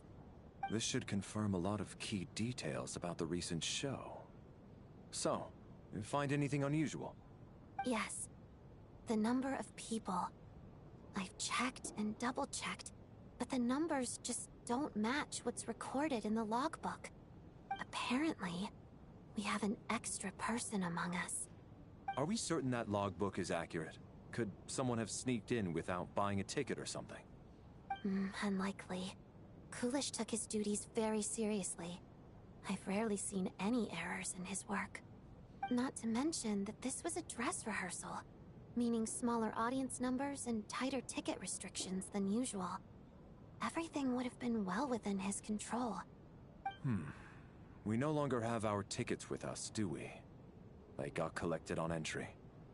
I assume there's no way we can check them again. Unfortunately not. The theater recycles tickets.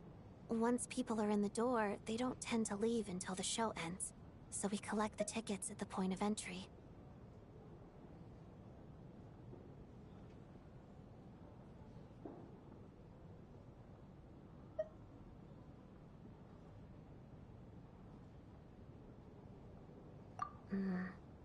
Still, I'm inclined to believe that this discrepancy in the head count is significant somehow. Did an extra person just materialize out of thin air?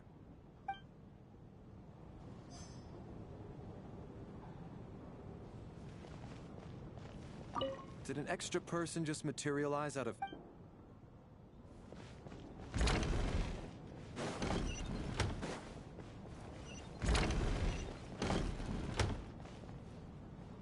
Tonya, did you find anything? Not yet. Still looking. So... Are we supposed to be looking for something paranormal? I think I'd prefer teaming up with you than looking around on my own. This looks like somebody's notebook. Shall we read it together?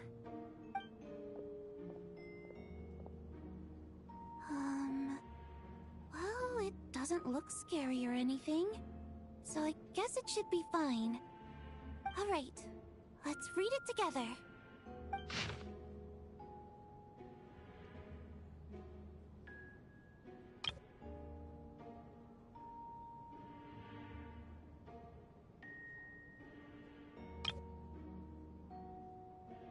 Huh. This has to be Vodianitsa's writing, surely. Maybe it's a little rude for us to peek at this.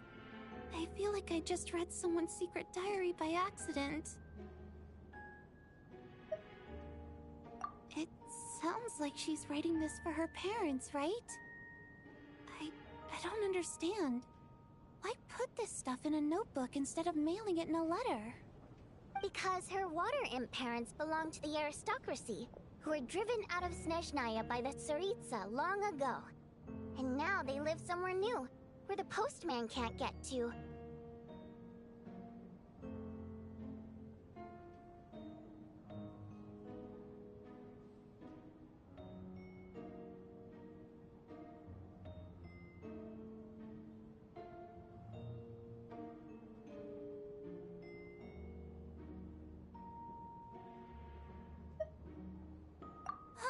We're sorry. It's fine. My fault for not storing it properly. I can't leave things lying around and expect them to get ignored when everyone's scouring the place for clues. Alright, give me my notebook back. I'll take over the investigation in this room.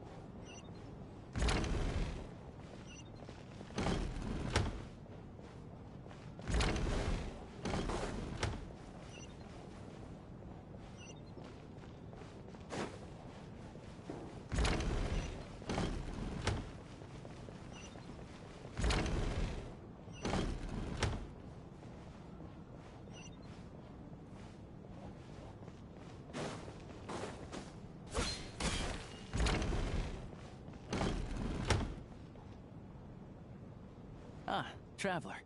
Since you're here, come take a look at this. Alosha found it. We're both curious to hear your perspective. It appears to be well, an investigation report. And the focus of the investigation was the rumors of haunting we heard about earlier.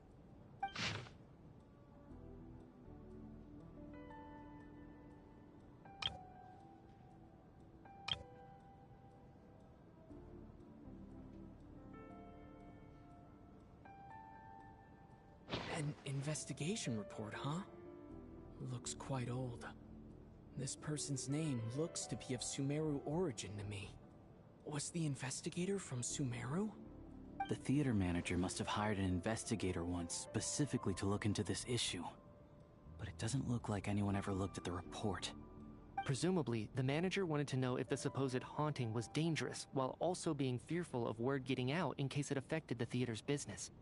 Anyway, the bottom line is, the haunting is actually real after all. It's caused by an obstruction in the ley lines. Is there any chance this is the key to finally making some progress with the murder cases? Ley line problems are pretty unexceptional to me by this point. And while it certainly offers an explanation for the ghosts, it's hard to imagine what connection it could have to these two murder cases. Some of the language that appears at the very end of the report caught my eye. Angel civilization, ley line renovation?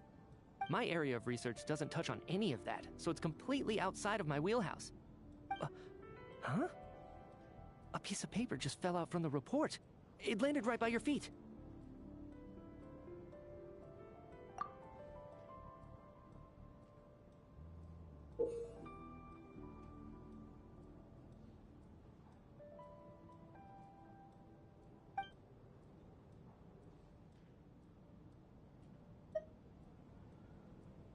How unnerving. It was tucked inside the report, so it must be a note left by the author. Death is near. Is that supposed to be what's going on here? With us, in the theater? But if so, how did the author foresee it? Could he predict the future somehow? Maybe things are more complicated than we thought. No, wait a second. If we take the report and the note at face value, they completely contradict one another. The report definitively concludes that the hauntings in the theater are harmless and cannot affect the real world. But the note seems to be warning of potential danger. The question is, what exactly does the note mean by death?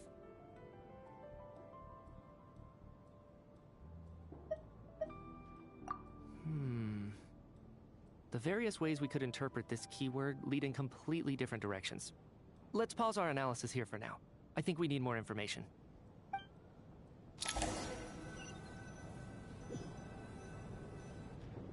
If we take all this together, it's not impossible, is it?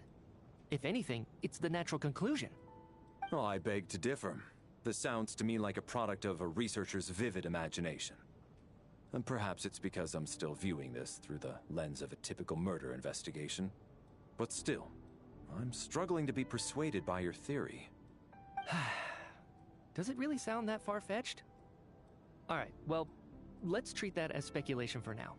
I do agree with what you've said, so let's go with your idea for now. Good. Okay, now that we finally have some meaningful leads, I think it's time to reconvene. Let's get the others.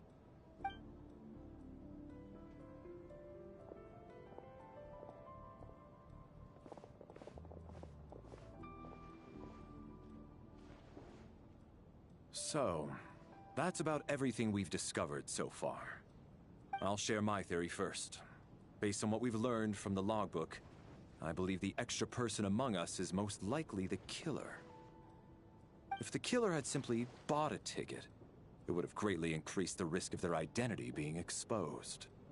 I expect he or she either hid in the theater ahead of time, or found a way to slip past the ticket inspection. They then blended in with the group and waited for an opportunity to strike. What about the note found in the investigation report?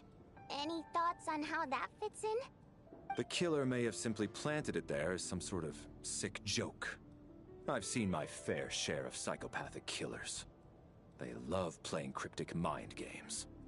So, it has nothing to do with the haunting of the theater after all. This theory makes sense to me. If we have an audience member unaccounted for, chances are they didn't come here to watch the show. Could it really be that simple? So, in other words, all we have to do is find out who got in here without a ticket, and all our problems will be solved? Then let me make one thing clear. All the theater staff should be well aware that I came here for the rehearsal legitimately, yes? There's no way I'm the one who didn't have a ticket. It's true. I hear you used every trick in the book to get a hold of that ticket, too. Everything short of throwing a temper tantrum and rolling around on the floor at the entrance. I most certainly did not degrade myself in such a way. Probably a stupid question, but I might as well ask. Did anyone here get in without having their ticket checked?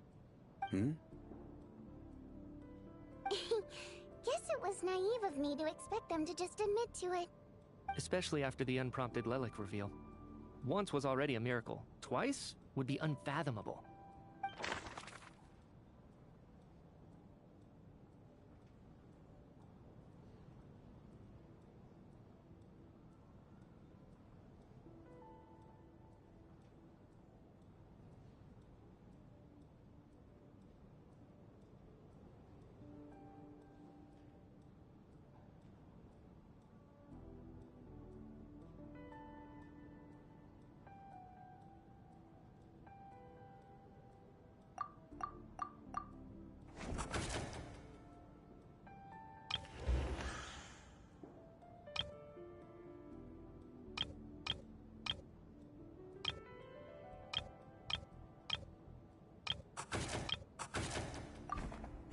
To catch this extra person, even if only for the victim's sake.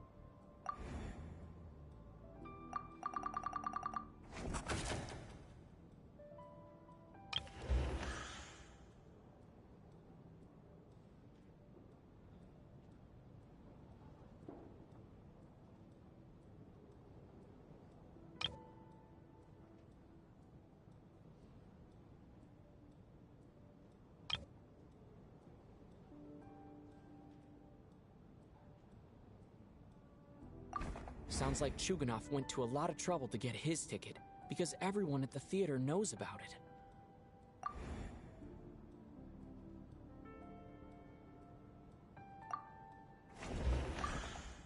I don't believe any of us here knew Shram before all this. If no one can verify Shram's identity... Mr. Shram, did you really go through the ticket inspection to get in here? Huh? Me? Why am I being singled out, my friend? Do I seem that suspicious? It's not that you stand out as suspicious. More that everyone else has been ruled out as trustworthy. Okay. Well, we spent the best part of 2 days together now, so I'm sure you can all tell what kind of person I am. I'm a true gentleman. I never dream of doing something like sneaking to the theater without a ticket. Yeah, I have no doubt that you're a good person. But the problem is, none of us here actually know you, so no one can say for sure that you are who you claim to be. Although, actually, what was it you said last night? Yeah, you're friends with that water imp, which is why you understand our primary mode of expression. Last time I checked, there were barely any of us remaining in Snezhnaya, since most of the water imps left. Could you tell me a little bit more about your friend? There's a good chance I actually know her. And I suppose it's also kind of a way for everyone else to get to know you a little better.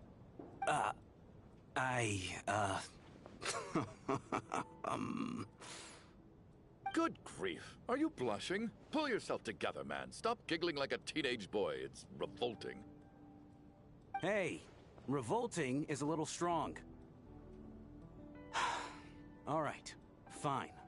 I'll admit it. That water imp friend of mine, the truth is, we're dating. I was just the bodyguard hired by our family. But the stars must have aligned, because sparks began to fly between me and their daughter. Never in my wildest dreams did I think I'd get so lucky. We don't need details. Just get to the point. Okay. I'm just a little hesitant to reveal her name, that's all. You know how it is. These are delicate times. Even with me to protect her. If word gets out that she's dating a human, both the Fae and human factions will give her a hard time. Really? Wait, no. That can't be. Huh? Shram, what the devil are you talking about? Hmm? Why is everyone looking at me like that? Surely you can understand where I'm coming from. Delicate times? Factions? Yes?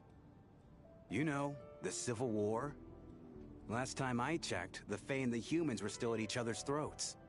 If I'm not mistaken, the last significant civil war in Snezhnaya history was over 400 years ago, when Her Majesty the Tsaritsa had just taken the throne and was consolidating her reign. What do you mean, 400 years ago?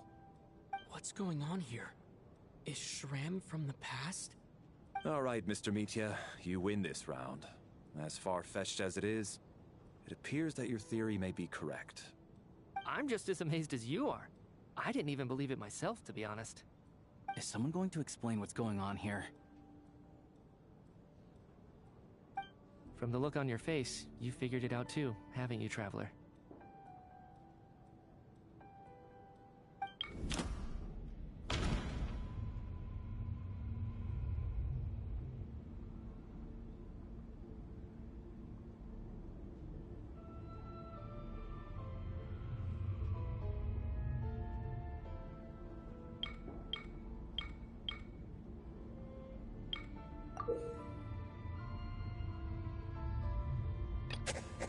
That seems to be the case.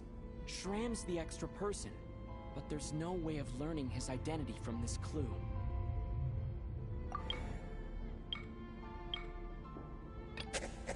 Vodyanitsa's private letter touches upon the history of the Water Imp aristocracy's exile, but reveals nothing about Shram's identity.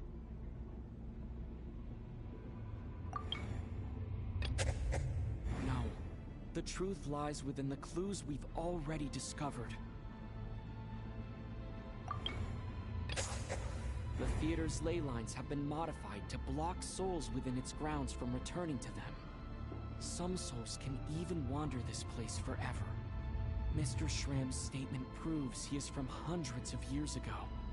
And according to the investigation report on the theater hauntings, Mr. Shram is very likely a lost soul wandering the theater.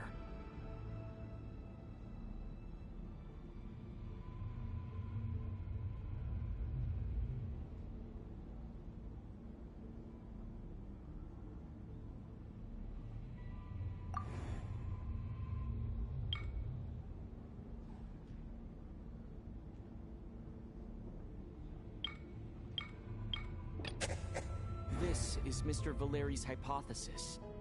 If there is no supernatural element to this incident, it's very likely to be true.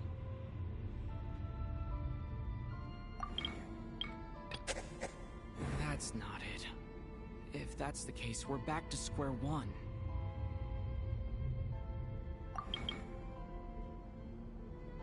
For some unknown reason, the soul that has been wandering the theater due to the ley line issues has joined our group and blended in. Yeah, that must be the immediate reason why the ticket count doesn't match the number of people present.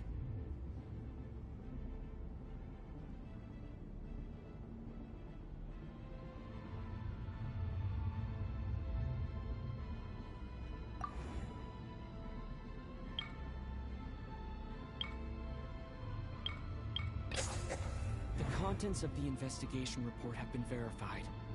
There are indeed ley line issues and wandering souls in the theater. Death likely symbolizes the deceased. Mr. Shram, for instance. Death is near. That must mean that there's a dead person in our midst. That's the truth, isn't it?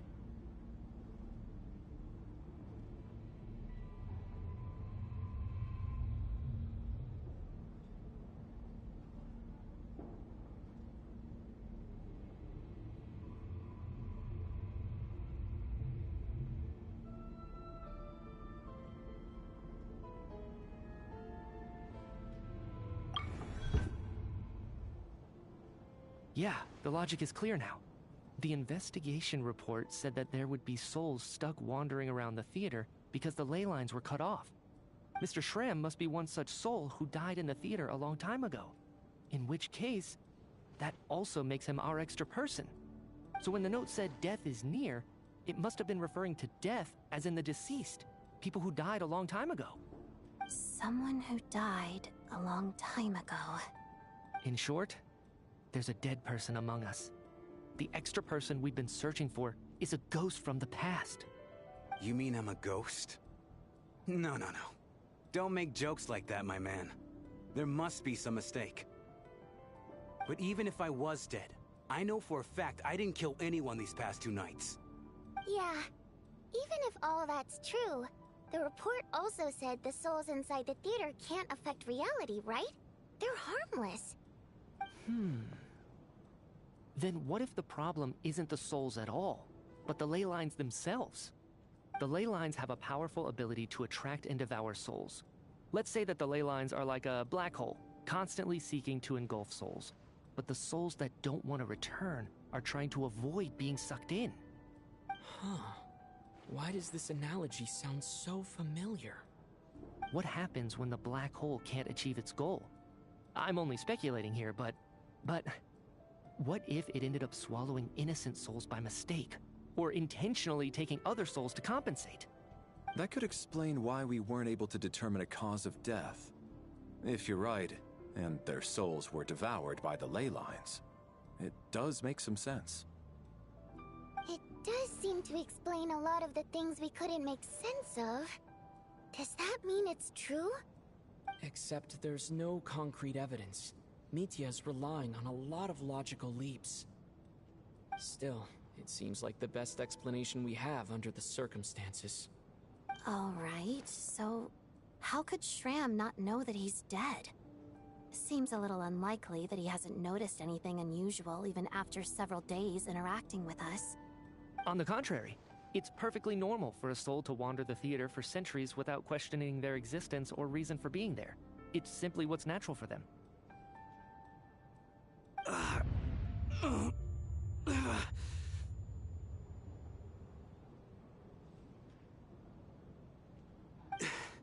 You know what, Mr. Brainiac?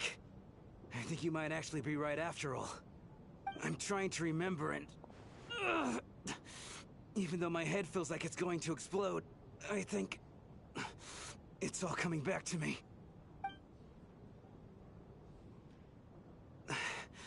I was the one who didn't want to remember my own death, so I forced myself to forget. Well, I'm sure those are painful memories. My lady and I snuck out to go on a date one day. We bought tickets for the theater. It wasn't really my thing, but I was just happy to be together. All of a sudden, a group of people burst into the theater, shouting for all the water imps to get out, performers and audience members included. It was clear the conflict between humans and Fae had reached a boiling point. This time, the extremists were even coming after the water imps who had nothing to do with the war. I thought I could pull one over on them, so I took off my jacket, draped it over my lady, and tried to sneak out amid the chaos. But I got caught. They started shouting, calling me a traitor to humanity. But I was going to do whatever it took to buy our chance to escape, no matter how many people stood in my way. I had to, both as their bodyguard and out of love. It's all right, friend. You can stop there if you want. You don't need to dig all that up again. It's just... even now, I'm still struggling to accept the truth. How could I be dead? I'm sorry, everyone. If I'd known I was a dead man walking, I wouldn't have dragged you down with me. If I'm the cause of all this death, then punish me however you see fit. But, Mr. Shram... No. I refuse to be a burden. I know what I have to do. You said I've been wandering the theater for centuries, right?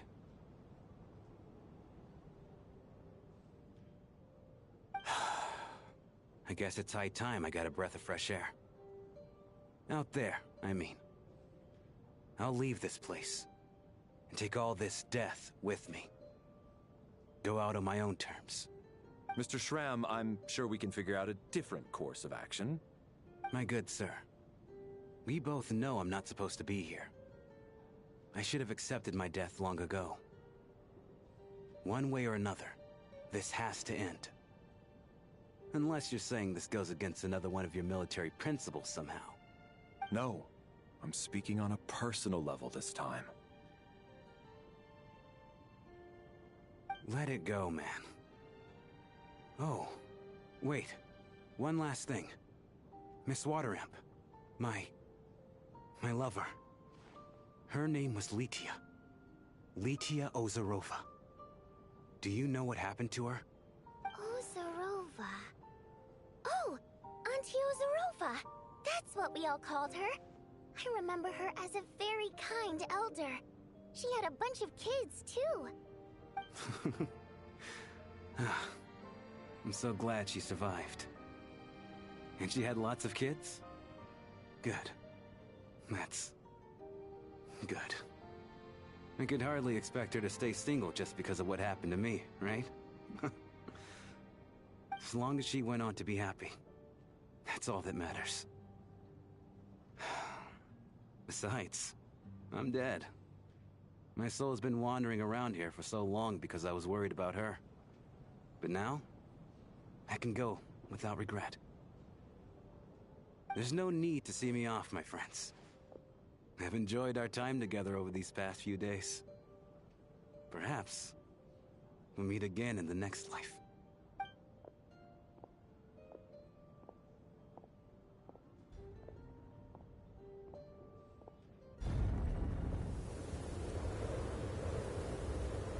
Take care, my man. I knew Mr. Schramm was already dead, but I still feel so sad. Death is cruel, no matter how we might try to make sense of it. So, was the conflict between Fae and humans really that bad back then? I was only little, so I don't remember much. It's terrible to think that so many innocent people had their lives turned upside down. Even the historical records about that time period don't say much about it. All people know is that the Tsaritsa founded the Fatui, drove out most of the Fae aristocracy without explanation, then used her terrifying power to suppress the humans. It seems to me like the Tsaritsa chose to make herself the enemy. She downplayed the conflict, directing whatever animosity both sides had for each other at herself instead.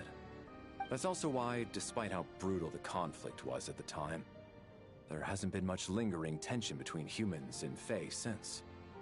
Things have been fairly harmonious for the past few centuries. So, the Tsaritsa banished the Fae to protect the Fae living in the city? She offered herself up to be hated in exchange for peace. Maybe it's not quite as bad as it sounds. I don't think Her Majesty is too concerned if mortals hate her or not. And besides, there are very few who truly do. All this time, I had no idea. All right. If Mitia's theory is correct, then I think we can consider this matter settled. Let's all take a break.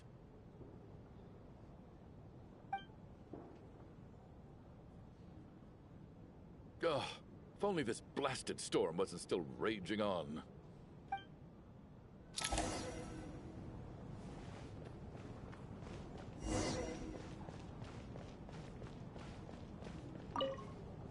At least the lingering regret that kept him here has been put to rest. That's not necessarily a bad thing.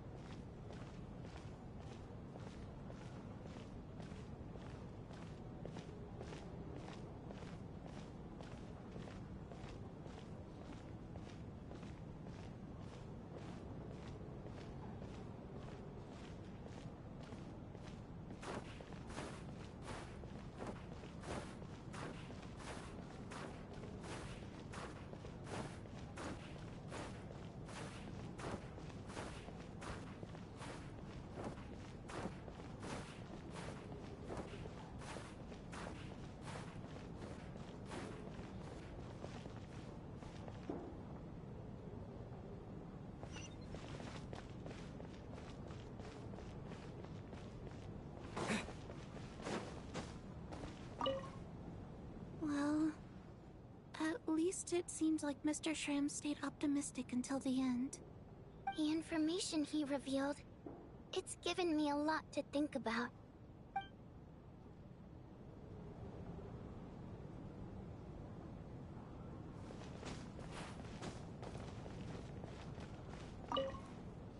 Even though Shram was already deceased, his decision to walk into the snowstorm was still a sacrifice, and a very brave one.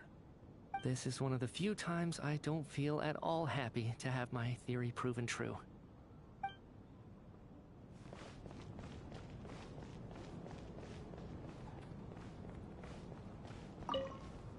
I was actually planning on hiring him as my bodyguard after we got out of here, you know. Oh, poor guy.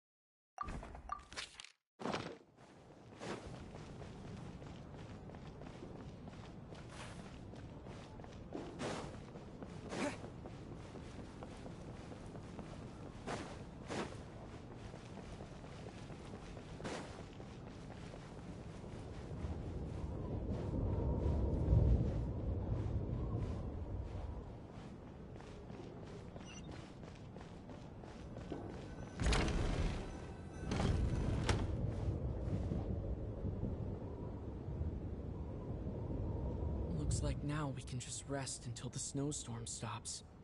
I still can't believe Shram turned out to be a ghost who'd been in the theater for hundreds of years. To think he was dead this whole time.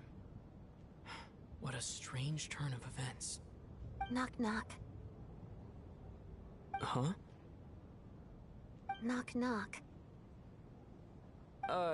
You know the door isn't closed, right? You don't have to knock. Think of it as a signal then. When I'm entering someone else's room and I knock, I'm here as Odette. If I don't knock, it's Lelik.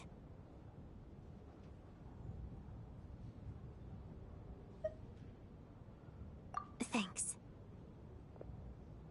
So, why did you come to find me? Is there something I can help with? Vodyanitsa said you knew about my secret identity from the start. But when everyone was discussing who Lelik could be, you were worried that revealing what you knew would be unfair to me, so you kept it to yourself, right? Yes, I'm extremely grateful for that. It's nothing. I mean, you didn't hold what happened with Signora against me, so I should thank you for that as well. Actually, there's something else as well.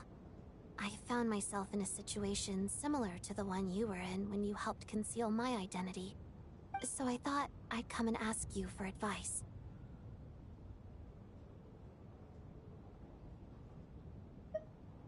It's about Mitya.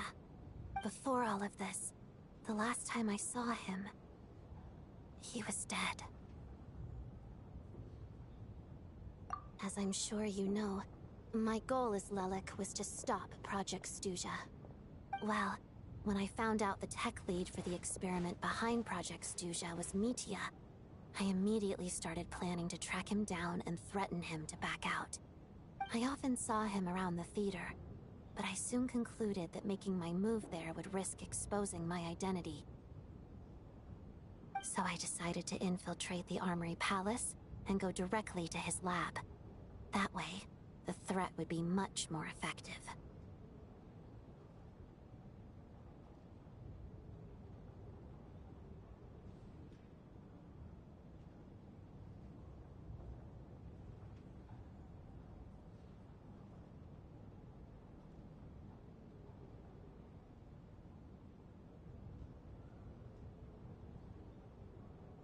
Well, I suppose there was a bit of luck involved.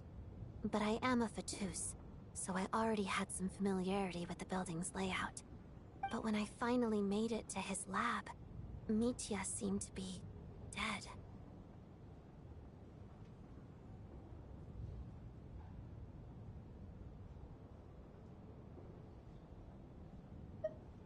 I checked his breathing and his pulse. He had no vital signs whatsoever. I'm certain of that. I thought maybe another anti-Project Stuzha activist had beaten me to it, and chosen a much more brutal method. So I made myself scarce. That's why you were so on guard around Mitya that first night here. Yes. When I saw him sitting in the audience during the performance, I could barely contain the shock. To me, it was a miracle. Somehow, he'd come back from the dead. But then, the murder started happening and things got so complicated that it wasn't really at the front of my mind. That is, until Mitya himself said there must be a dead person among us. Then, I couldn't ignore it any longer. And yet, you thought that bringing it up right away would single Mitya out. Just like when everyone was suspecting Lelik.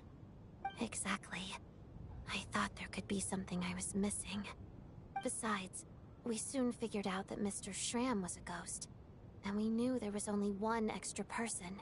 So we thought he had to be the one.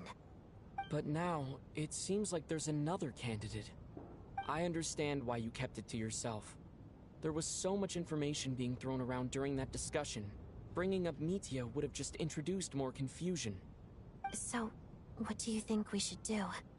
Let me confirm one thing first. When was it that you found Mitya dead? Around a week ago. Sometime in the afternoon. A week ago? That's earlier than I thought. I saw him just a few days ago at a restaurant. That definitely would have been after you found him dead. He seemed completely normal to me. Chatting with Vodyanitsa, trying to avoid Valeri. So he was definitely alive on that day. Huh. Well, all I can say is I know what I saw. Here's a thought. The reason we even suspected a dead person could be among us was because of the problem with the theater's ley lines. But Mitya's death happened inside the Armory Palace. The ley lines affecting the theater shouldn't reach that far. You're right. I guess he doesn't fit the profile of the person we were searching for. I think the chances of it being him are very low. Surely he can't have died for real in the Armory Palace. Unless... Unless what? Unless he really did come back from the dead. You're right. Do you think we need to disclose this to the others? Huh, what's this? A private meet and greet? Where do I line up? That's not what's going on here. Well, I was just making the rounds. Thought I'd try to lighten the mood a bit. Vodyanitsa's handing out food if you're hungry.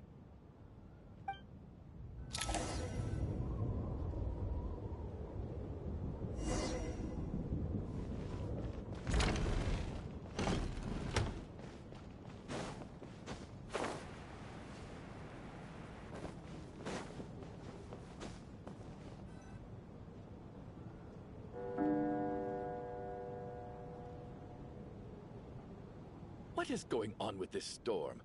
Could it be connected to that monster that just arrived in Snezhnaya? I almost hope it is. Her Majesty the Tsaritsa left to vanquish that beast herself. We just need to wait for her triumphant return. Do you think people still feel the cold after they die? I'm wondering about Shram. Oh, maybe we should have given him a coat before he went out there. Death itself is cold, isn't it? I'm sure the storm will embrace him. Well, I hope he has a safe journey. I'm going to miss him, I think. It's not like we can blame him for Rampana and Kulish's deaths. Thinking back on it, we barely made it out alive ourselves. Once we get out of here, how are we going to explain what happened to their families?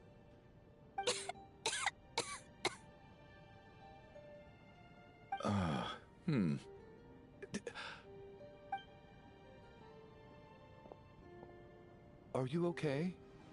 Here, take this. I've never used it.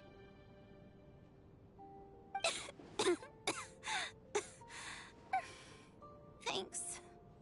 Look who's Mr. Nice Guy all of a sudden. Is it because Tonya stood up for you this morning? At least you know how to return a favor. Yeah, without Tonya, who knows how badly he would have been hurt. I told you already, I never intended to resort to violence. Duh. Bunch of rascals. Little girl? I was rather surprised when you spoke up for me this morning. I didn't think I had many admirers here, so, thank you. Oh, no need to thank me. I said some bad stuff about you too.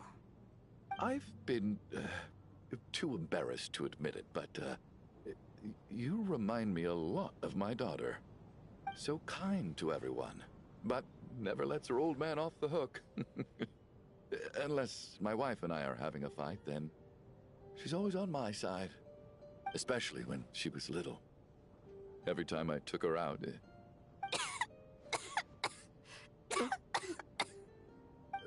All right, easy now. How long have you had that cough, Tonya?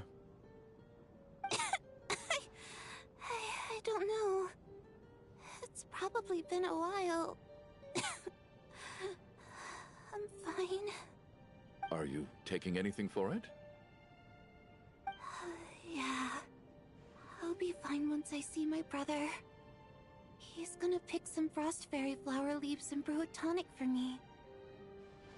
I'll feel much better once I drink that. I see. That's good to hear, then. We should probably discuss arrangements for tonight. Now that the deceased has left our midst, there shouldn't be any more incidents. However, out of an abundance of caution, I'll keep watch. Shouldn't we take shifts? I can take one if needed. No need. I managed to get a nap in earlier, so I have plenty of energy right now. After all the tension of the past few days, everyone else should just focus on getting a good night's sleep.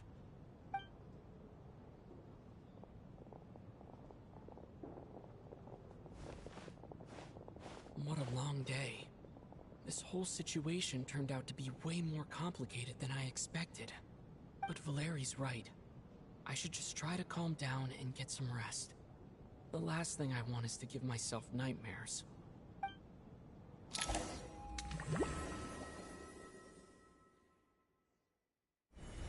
He's awake. He's awake! Get over here, you big lug, and take a look! If you must call me something, call me Mr. Door. The Black Mist is coming. You need to go.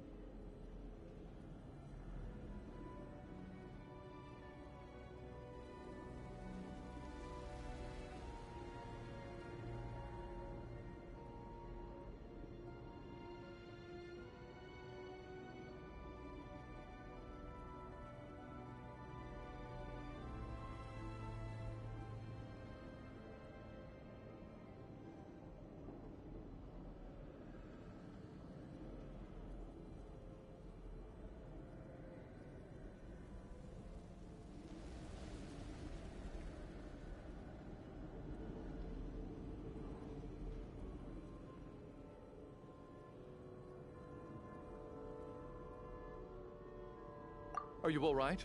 Can you walk? We just got attacked by monsters on our way up. That Mr. Door fellow protected us. He just seemed to come out of nowhere. Not much of a talker, but when it comes to taking down monsters, that man doesn't hold back. Curses! The black mist is catching up to us. We need to keep going. Mr. Door, I don't believe I've ever seen you around here before. Why is that? There's no need to try to get to know me. I'm just Mr. Door. I have to find Mr. Door! Looking for trouble? I can just push these ones off. Oh, well, anyway, we're lucky to have you here. Thanks for staying, sir. No need to thank me. This is where my duty lies. Get a load of this!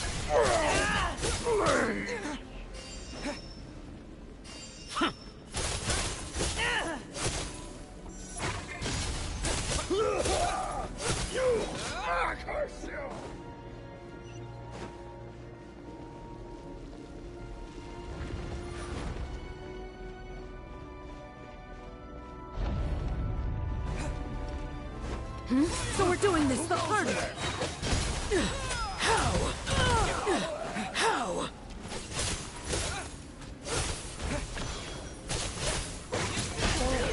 Remarkable work, Mr. Door. Oh, if I had your muscles, I'd do the same.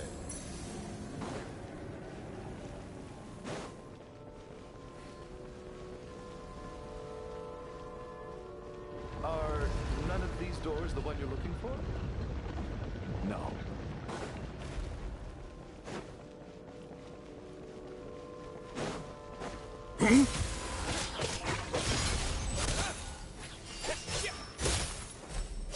Frost! Surge!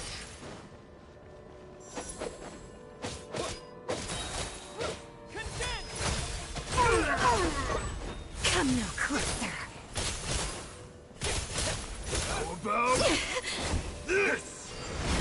By my How command. could this be?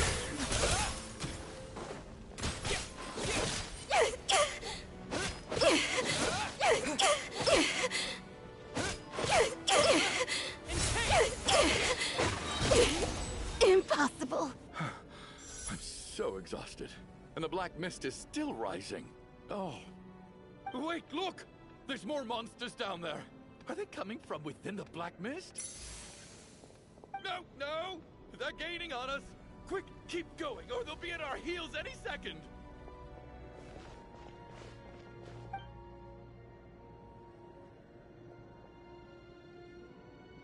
Mr. Door, what are you doing?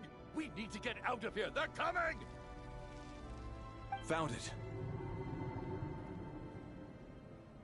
This is my door. What? You mean you're going to stay here? I am a door. This is where my duty lies. No! You saved us. We can't leave you behind. You must keep going. A door can only keep things out for so long. You must make haste. But... Oh, you're right. Let's go. We can't let Mr. Door's sacrifice be in vain.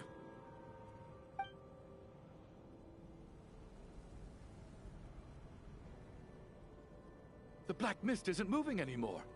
Looks like both the monsters and Mr. Door are gone.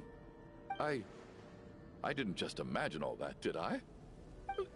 Surely I wasn't so scared out of my mind that I hallucinated a door as a human being? Oh, okay, good. There's no way we both hallucinated the same thing. Getting sleepy? Well, looks like we're safe for now. Go ahead. Let's get some rest.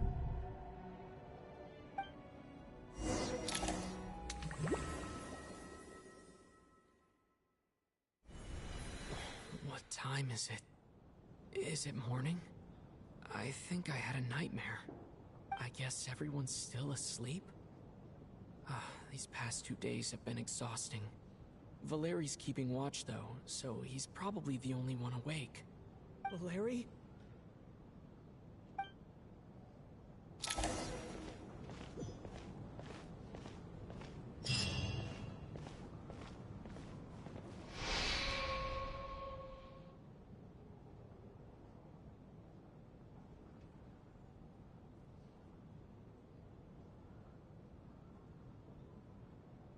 Wake up! Everyone needs to wake up!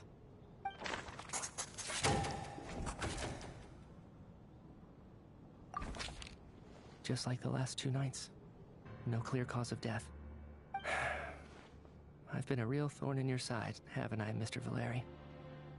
Now you can rest in peace. But for me, life will be all the duller for not having to run away from you, my friend. How's Tonya? Is she okay? I just checked on her, and it doesn't seem like anything serious. She's just exhausted from the past couple of days, and she's still recovering from her illness. We should let her sleep a bit longer. That means Valeri was the only one who died last night. If Valeri was awake and keeping watch, it would have been impossible to kill him without waking everyone else up. That much is certain. This is so frustrating. Why has nothing changed since yesterday? I thought we already dealt with the dead person causing all this. Actually, one thing has changed. There's only 1 victim this time, not 2. Does that mean...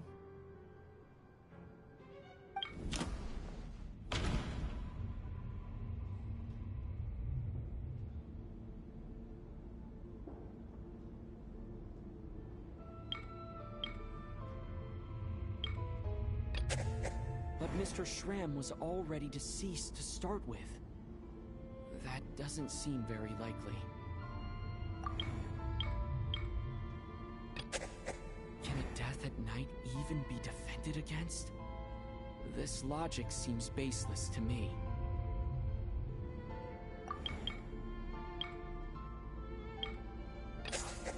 After the deceased Schramm left, there was 1 less victim last night. That more or less tracks.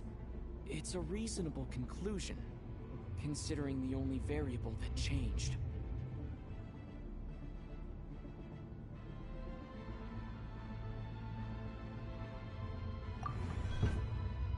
The number of people who die each night is equivalent to the number of dead among us. That's your theory, right? Exactly. We identified Mr. Schramm, and the night after he left, the death toll dropped from 2 to 1. By that logic, there must be 1 more dead person left among us. Another one? But there was only 1 person unaccounted for in the ticket checks, right? The head count should match up now. Having an extra person was definitely a cause for alarm, but being 1 person short isn't nearly as unusual. Someone could have left in the middle of the show, or made it out before the storm hit. 1 more dead person among us. If Mitya's theory is right, then what Odette told me seems a lot more relevant. It's just, at the time, we had no reason to think there was more than 1 dead person. If only we'd taken it more seriously as a possibility, maybe this could have been avoided. I'm sorry. This is my fault. I had information that could have been helpful, but I held back. I should have brought it up right away. I'm partly to blame as well. I was too quick to dismiss Odette's concerns. What is this about? What have you two been getting up to behind my back? Sounds like there's some big news you've been keeping from the rest of us. Well, we're all ears.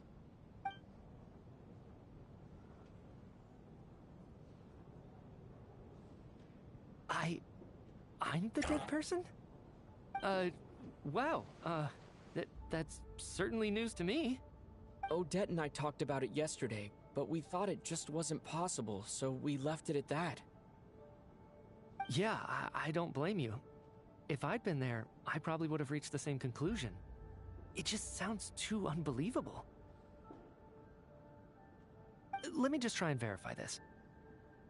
I just scoured my memories trying to think back to the afternoon Miss Odette mentioned. But I honestly have no recollection of dying. That's where I'm different than Mr. Schramm. Having seen Mr. Mitya a few days ago myself, I also find it hard to believe he could be the other dead person among us. Well, if it isn't Mitya, then who? Do we vote on it? If you don't mind me asking, Traveler, I believe you mentioned that you know Tonya's brother. Had you ever met her before all this? No, never. Wait, are you saying... Now just 1 minute. I know where this is going. You can't just randomly point a finger at anyone you want. You're in the hot seat, and all of a sudden you want to divert our suspicions onto somebody else? Trying to pick a fight, Mr. Chuganov? Whenever you open your mouth, all you do is attack people, and I've had enough of it. If you don't want to engage in a civil discussion, you can shut up. You little brat! Did Mitya ask about Tonya because he suspects her?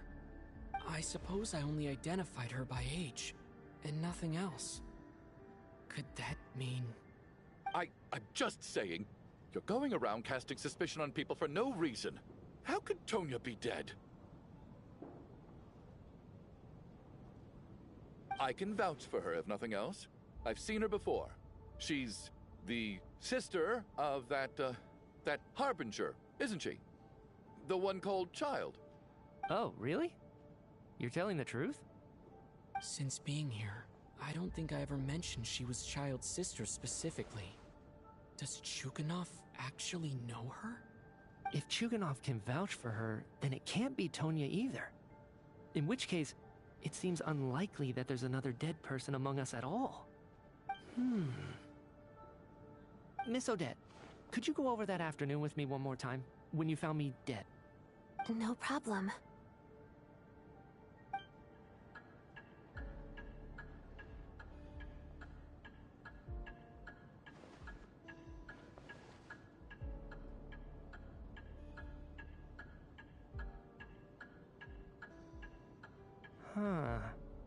No matter how hard I try, I just can't remember anything about dying. But I do remember something else. Miss Vojanitsa, during our last meal together, I told you how some of the researchers were suffering from temporary memory loss. Do you remember that? Oh, yeah. You said it was hindering the progress of your experiments. You thought they were just under too much stress or something. Right. And even though I don't remember dying that day, I'm pretty sure I experienced something like amnesia. Some of my memories from that afternoon are missing.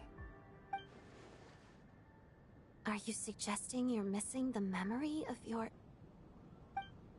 Of course. How am I only just realizing this? Humans aren't necessarily aware of their own death. You mean being silently assassinated, or dying in your sleep? Situations like that? The researcher's amnesia. Suddenly it all makes sense. I must thank you, Odette.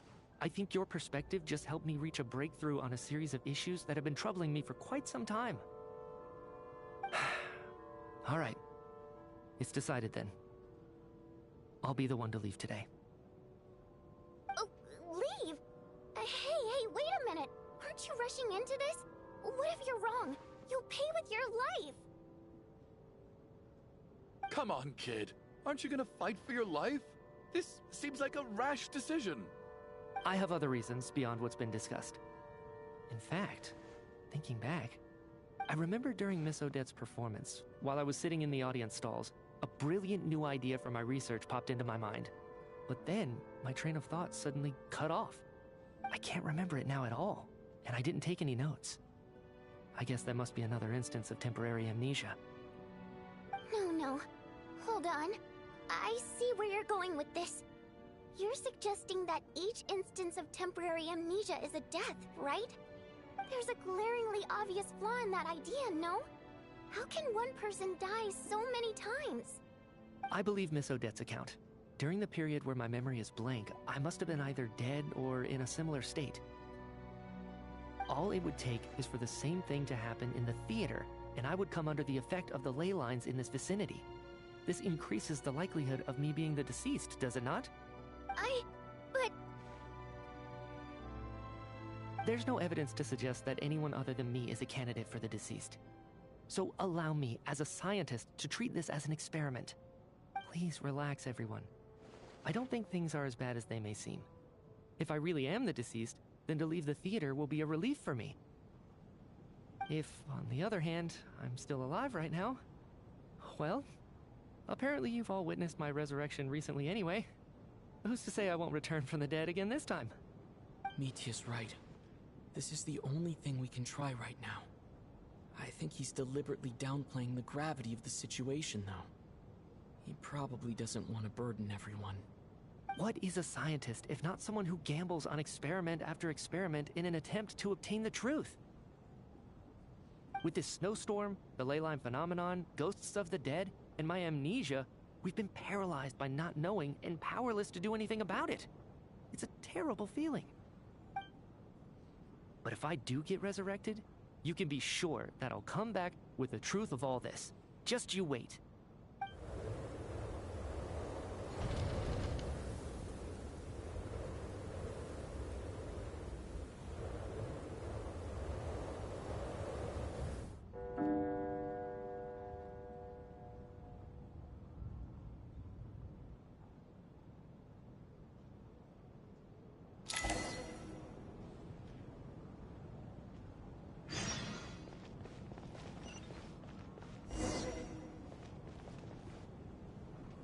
Poor Mr. Mitya.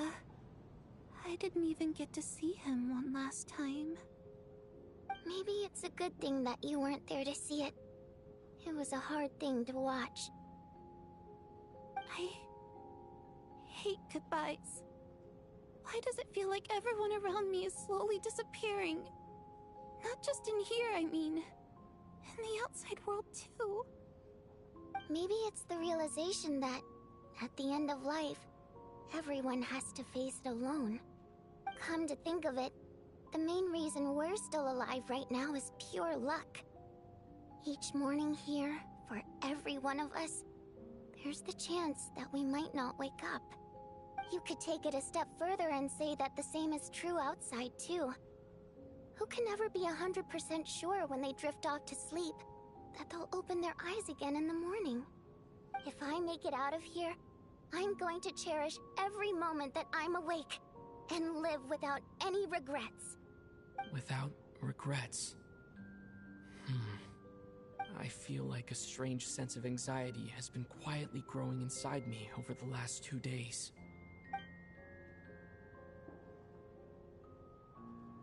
Are you okay? You look really glum. If something's bugging you, let's talk about it. There's only a few of us left here now. After everything we've been through, what's the point in keeping things bottled up? I have a travel companion named Paimon. Alosha and Odette have met her before. She's been feeling unwell recently. You're worried about her, aren't you? That makes sense. We've been trapped in here for days. To be honest, I used to feel like I was just a spectator in this world, watching everything that happens from the sidelines. Maybe it's because I'm a descender. A descender? But with Paimon by my side, over time, I slowly felt my connection to this world growing stronger. She loves eating, sleeping, and having fun, but she's also a great guide. It's her authenticity that makes this whole world feel more real for me. Over the last few days that we've been apart, I've often caught myself wondering, what would Paimon say if she were here right now?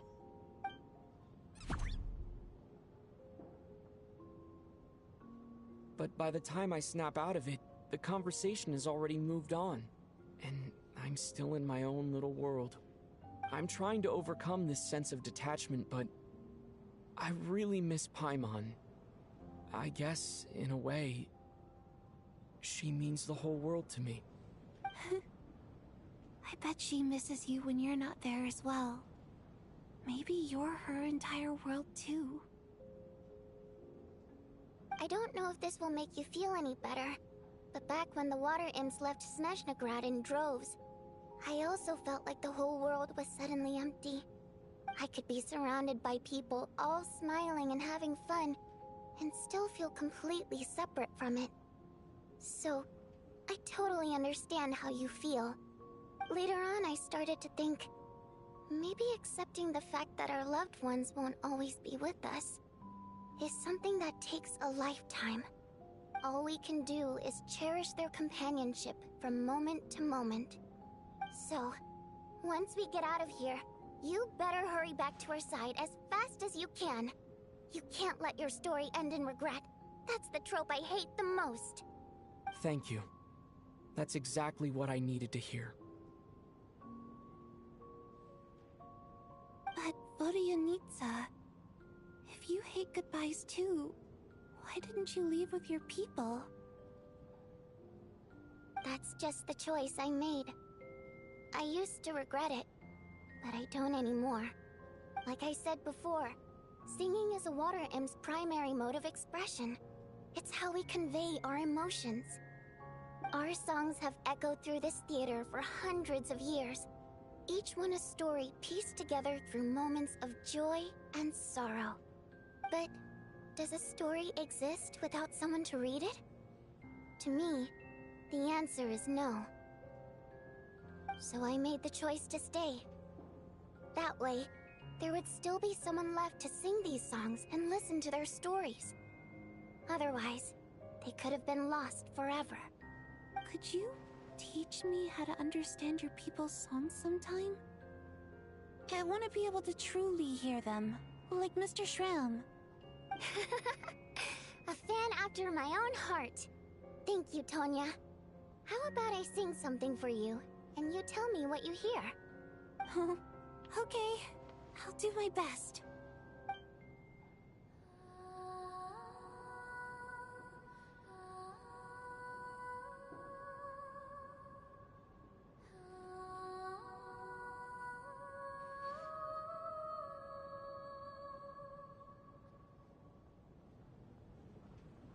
I've never heard that one before. I feel like I can hear a sense of longing somehow. I wonder why that is. Color me impressed, Tonya. You're a keen listener. Most people can only tell if a song is happy or sad. I didn't think you'd be able to pick up on such specific details. So, what's the song about then? Come on, tell me! I've actually never performed this song in the theater before, because it has more of a ceremonial purpose for our people. It's not meant for the stage. It means something like, "May those we have lost watch over us, and follow this song back home in the night, so that we might be reunited once more."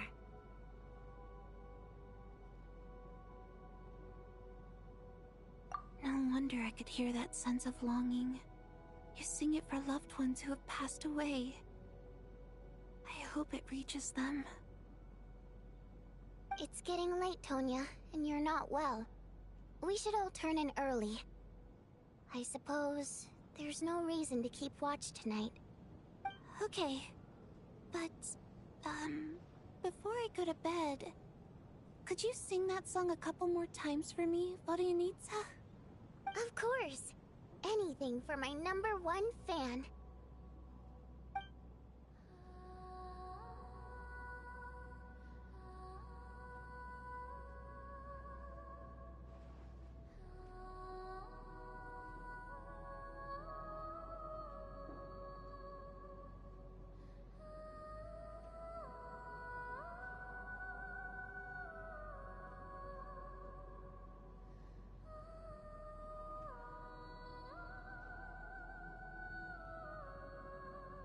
Once I get out of here, I definitely don't plan on ever coming back.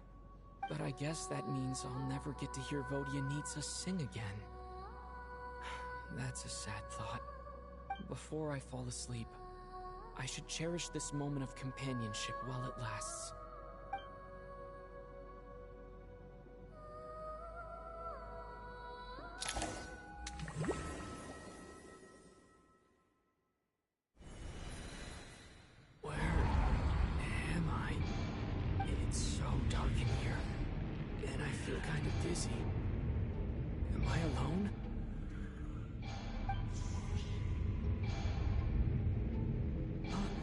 What was that noise?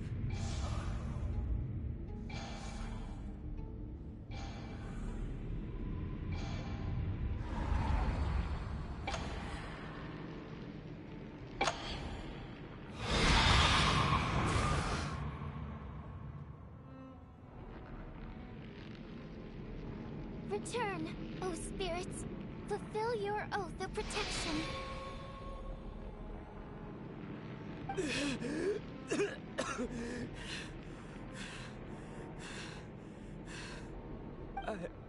I'm alive? What just happened? No time for questions. Quick, over here. Turn on the switch. We need to bring back the light.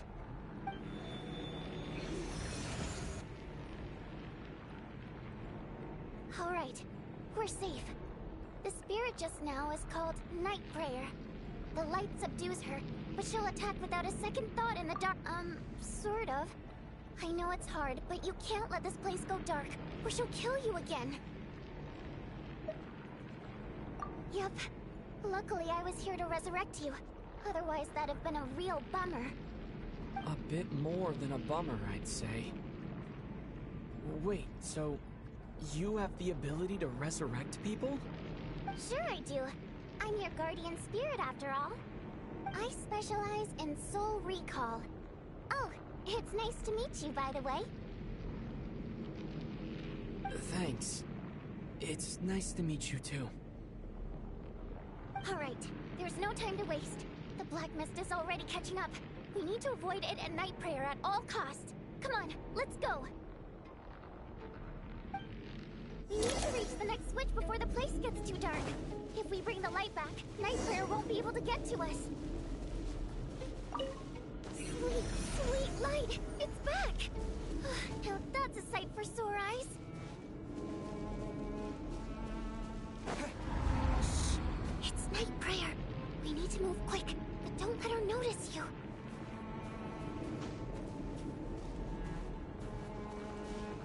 Look out!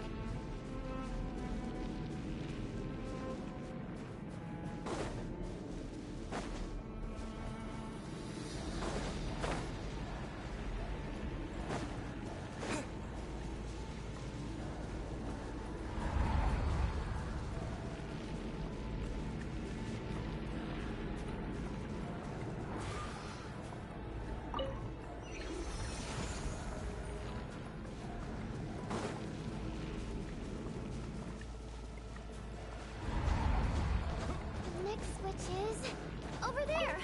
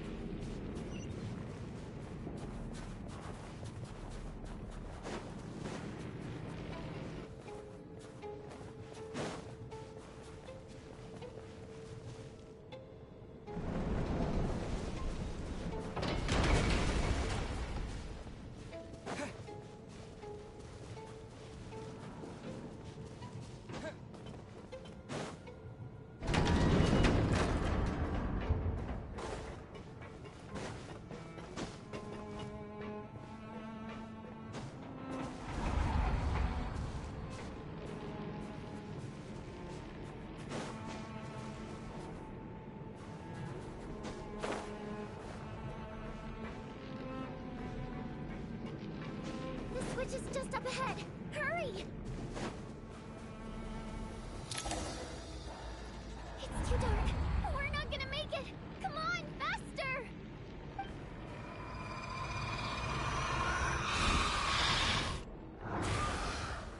Traveler! I won't let you die like this.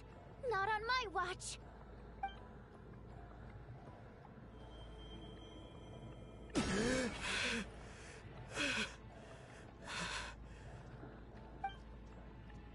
Even though it's not permanent, dying is definitely not a pleasant experience. Great. You're back. Yeah, thanks to you. Time for you to get out of here. Quick, before the light runs out. What about you? You're not coming with me? I can't. I've already been used up. A guardian spirit's skills are finite. I can only resurrect someone so many times. I might not look any different, but my essence has been exhausted. Now, I will slowly start to fade away. I can go no further. The black mist is where I belong. It's okay. Why didn't you tell me sooner? Because it wouldn't have changed anything. That knowledge would have just burdened you. And a guardian spirit's role is to protect. But... Go. Now, before it's too late. I already hear night prayer approaching.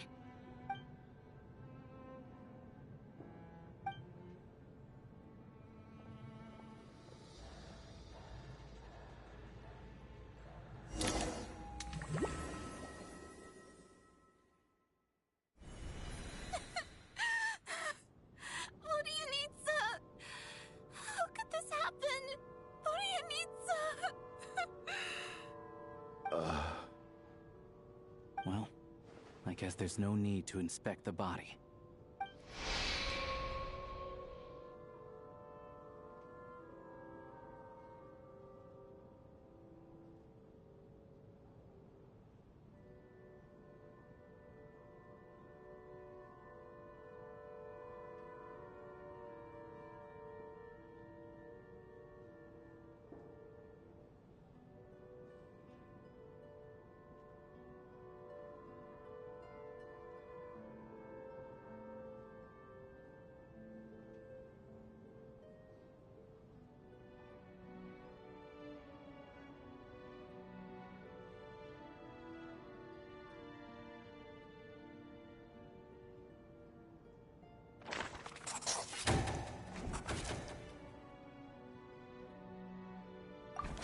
Wasn't supposed to happen. You lied to us, didn't you, Chuganov? You've been lying from the start. Take a long, hard look at yourself before you go around accusing other people. I suspected you on day one, Lelik, and now look where we are. By some strange coincidence, you've never been targeted. You just happen to have survived this long? No, you should be the prime suspect.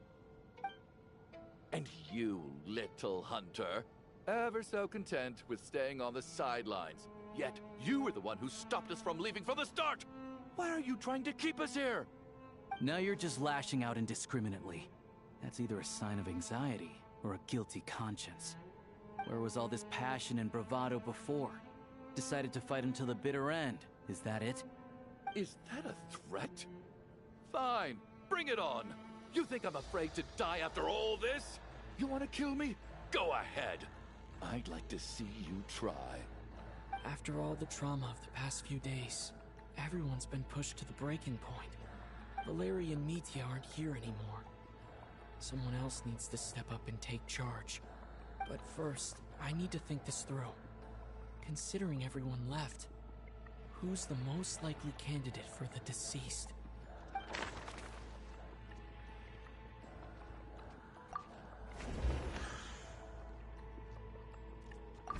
He's arguably the first friend we made after arriving in Snezhnaya. While he works at the theater, we've also met him outside of it, so he can't be the deceased.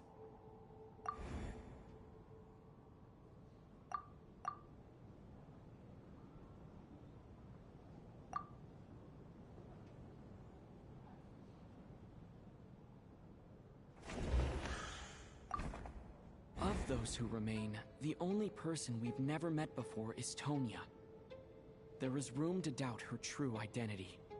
People are easily misled by first impressions. Now that I think about it, Child's sister was in fact a label I imposed on her due to my own assumptions. But Mr. Chuganov vouched for Tonya's identity yesterday, with basically no other possibilities left. Could it be?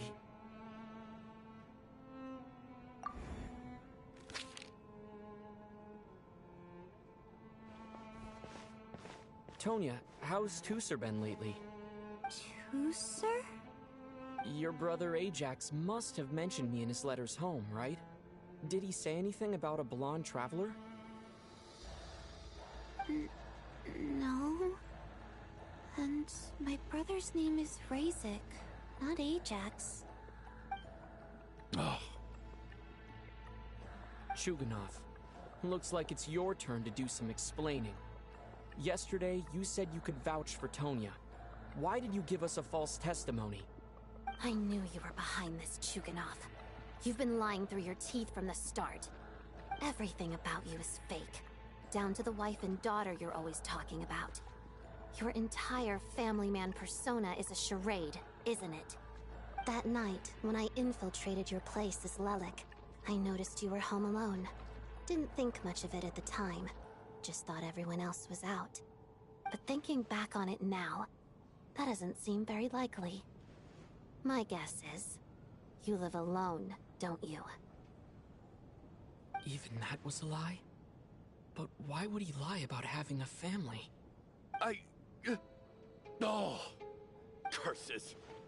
Oh! Why is there no end to this blasted snowstorm? If it would just stop! If it would just stop. I think I remember now. I know how I ended up here. It feels like a distant memory. But at the same time, it's just like it was yesterday. The reason I'm always coughing is because I got sick with frostbite. The locals usually call it the snow cough. It's not a very common illness. It's partly genetic and partly caused by the cold climate, but it can be fatal. They sent me to the hospital as soon as they found out I had it, and I spent so long lying there in that hospital bed. After a while, I felt myself growing weaker and weaker. Nothing seemed to be working anymore. Neither the treatment that the doctors were giving me, nor the medicine my brother was brewing from frost fairy flower leaves. So one day, I told my brother that I wanted him to take me outside for once, so things could be like they used to, just for one day. I wanted to meet loads of friends, experience new things. He agreed. He snuck me out of the hospital, and we escaped. We got to the theater, bought tickets, and went inside. Oh, it was all so exciting. I remember the show very clearly. It was amazing. But I found myself getting sleepier and sleepier. Oh, Tonya. When I woke up, I couldn't find my brother anywhere, so I guessed he'd already left. But there's no way he'd leave me behind. So I decided to stay here and wait for him. At the time, I figured he'd probably gone to brew some more medicine for me. I was planning to chew him out for abandoning me when he got back. Tonya, it sounds like by then, you'd already... Yeah, I know. I understand now. Dead, aren't I? This cough and the feeling weak, it's probably just my body's memory. After all of that, it turns out I can't blame my brother after all. I was the one who abandoned him. I'm sorry, everyone. I realized this much too late. It seems like death skewed my perception. And now I've dragged you all into this mess. Your name probably isn't even Tonya, is it? Didn't that ever strike you as odd over the last few days? Well, when I was little, my brother and I read a storybook, and Tonya is the name of one of the characters. When we escaped from the hospital, our family and the hospital security were looking everywhere for us. So when you first approached me and said my brother had sent you, and called me Tonya, I thought he must have chosen a fake name that only the two of us would know. Because he was afraid of getting caught. Now, it seems like that was just wishful thinking. At least your memory of death isn't painful. That is a small comfort. Now it's your turn, Chuganov. Talk to us. I believe no lie is ever told without a reason. You're right. I was lying. I happen to know that the Harbinger child and his sister Tonya managed to get tickets, so I lied to you and pretended I knew them. And yes, I was lying about my family too. The truth of the matter is, I lost them a long time ago. I just refused to accept reality. And now I've spent the second half of my life living a lie. I'm a joke. My daughter's name was Iskra. And before you ask, yes, Iskra, as in Iskra Manufacturing Plant. She also died from the snow cough. She was just 6 years old. If she were still alive today, she'd be around the same age as little Tonya here. After Iskra passed, my wife couldn't bear to face those memories either. So she chose to start a new life without me. One day when I came home from work and saw the empty room, I felt like I couldn't breathe. Subconsciously, I started to imagine that they were still there.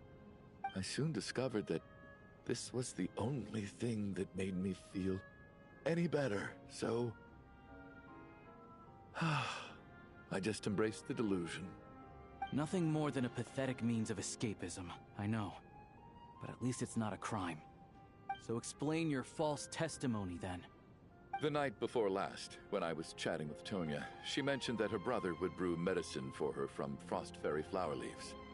Combined with her various symptoms, I suddenly understood everything, including the fact that she was deceased. The snow cough used to be an incurable illness. I would pick frost fairy flower leaves to brew medicine for Iskra too. It took hours and hours on the stove. But the year after my daughter passed away, the Jester of the Fatui announced that a cure for frost blight, also known as the snow cough, had finally been developed. It turned out that all previous treatments were completely ineffective. No better than random concoctions. That was the final straw for me. I just couldn't take it anymore. Just one more year. One more year, and everything would have been okay. So, more than anyone, I know full well that in this day and age, no one in their right mind would still be using frost flower leaves to brew medicine for the snow cough. Poor Miss Tonya, therefore, had to have been from an era when snow cough was still a terminal illness. So, you projected your daughter onto her? Even though you knew she was one of the dead?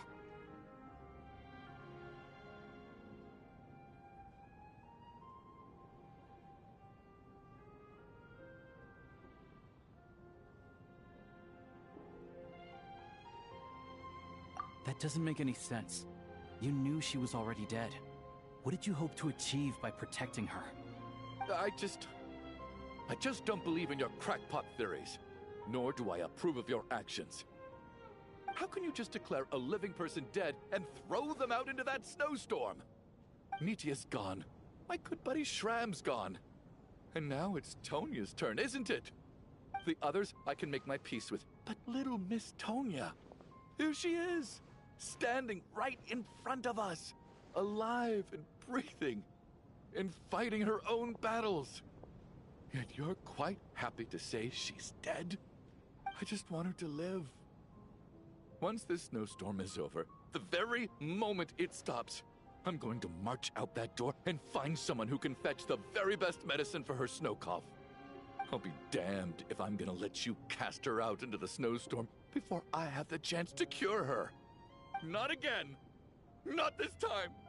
Not when the cure is right within our grasp! I'd never be able to forgive myself. Mr. Chuganov, stop. I can't let you do this. Tonya? By the sounds of it, you've known I was dead since the night before last, right? I really liked Mr. Valeri, Mr. Mitya, and Miss Vodyanitsa. And now they're all dead because of me. I'm not happy about that. The reality is, you've been trying to fight your own demons through me. But all you've really done is trap me inside your delusion along with you. No! Listen to me. I want to save you. I do! Well, at this point, I'm quite sure that I'm dead. I don't need to be saved. The time I got to spend with all of you is more than enough for me. Despite all the bad things that kept happening, I got to meet so many interesting people and spend so many days and nights by your side. Since the day I escaped that hospital until now, this has been an adventure I never even dared to dream of. I'm very fond of you all. If it were only possible, I'd trade my soul to bring back the ones who died. If it meant things didn't have to end like this. And that's why I'm not fond of you at all, Mr. Chuganov. I'm sorry. It's them that you owe an apology to, sir. Not me. Well then, I suppose this is it. It's time for my adventure to end. I've caused enough trouble. You're leaving already? It's still early. Don't you want to stay a little longer? No thank you. Oh, and by the way, my name is Patashka. It was nice meeting you all. Feels strange that we're only being properly introduced now that it's time to say goodbye. Tashka?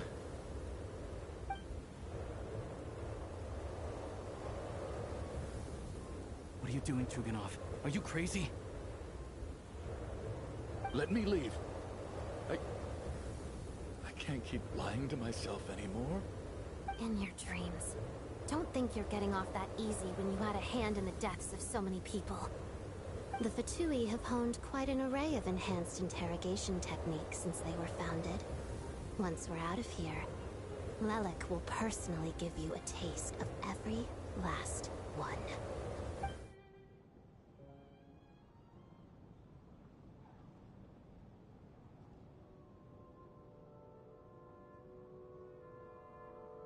I think we should leave. I doubt this snowstorm is ever going to stop. For all we know, this storm might have destroyed all of Snezhnaya by now. Maybe even the whole world.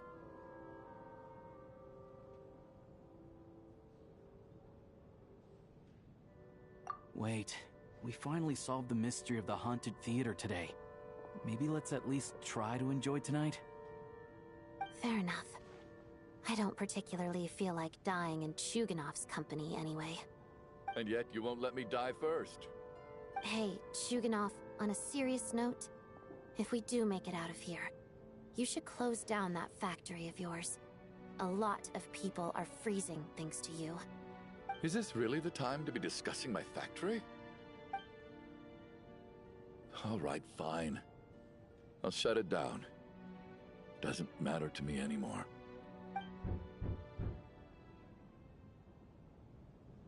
Am I hearing things? Or was that a knock at the door? There it is again. But I don't understand. The snowstorm hasn't stopped, has it? Should we open the door? Is this it? Is this nightmare finally over? If the last few days are anything to go by, I probably shouldn't be getting my hopes up. Whatever lies beyond that door at this moment, it could be something even more terrifying than everything we've been through so far.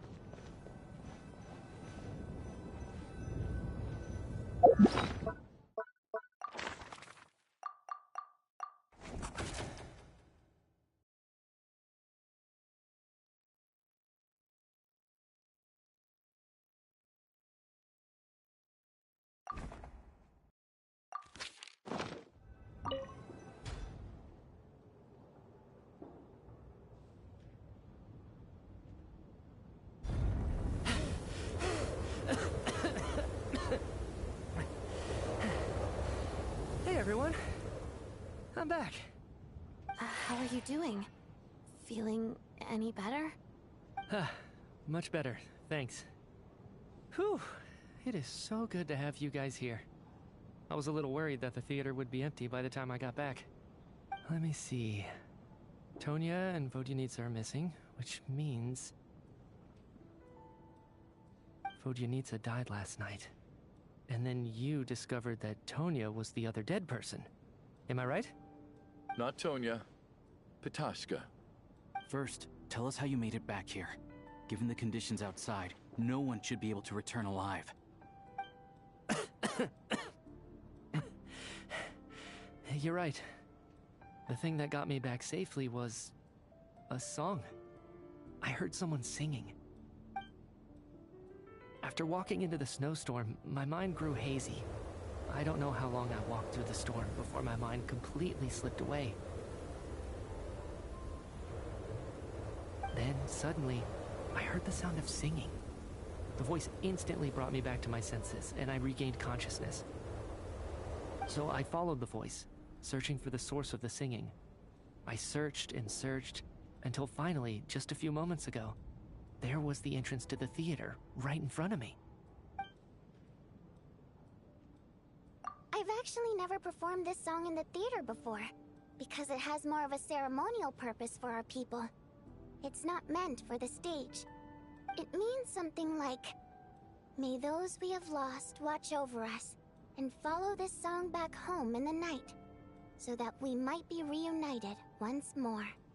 That must have been Vodyanitsa's Requiem. Who knew it actually worked?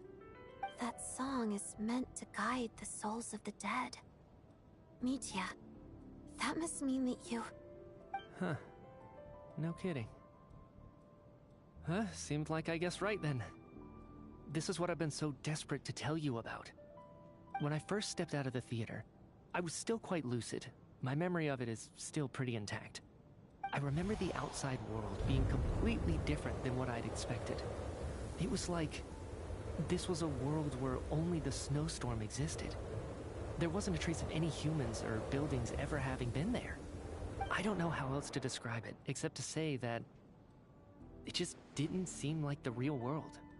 And as for the Requiem, if I was guided here by Vodyanitsa's song, it can only mean that I must already be dead. And this is my soul, not my body. But I didn't experience a clear moment of death while I was out there. Nor do I feel any different now than before I walked into the snowstorm. You don't seem any different to me either. In fact, this is something I've been wondering about for a while now. If souls aren't physical, shouldn't they lack tangible form? Both Shram and Pitashka were clearly deceased, and yet their souls didn't look or feel like ghosts at all. They were visible, tangible, no different than you or me. This raises a truly terrible thought. Is that really what Mitya is suggesting?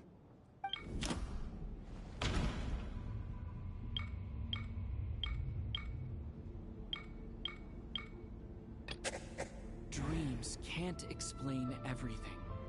And this isn't the Sub-Zeru's festival.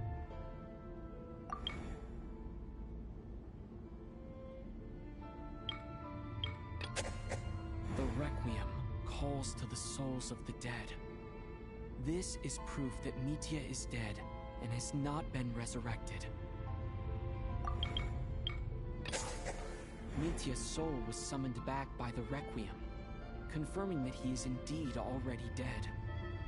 And yet, he looks no different from us. Of course, if even the long-deceased like Mr. Shram can blend in with us undetected, then maybe we've all been dead from the very start. And all of us are now souls wandering the theater.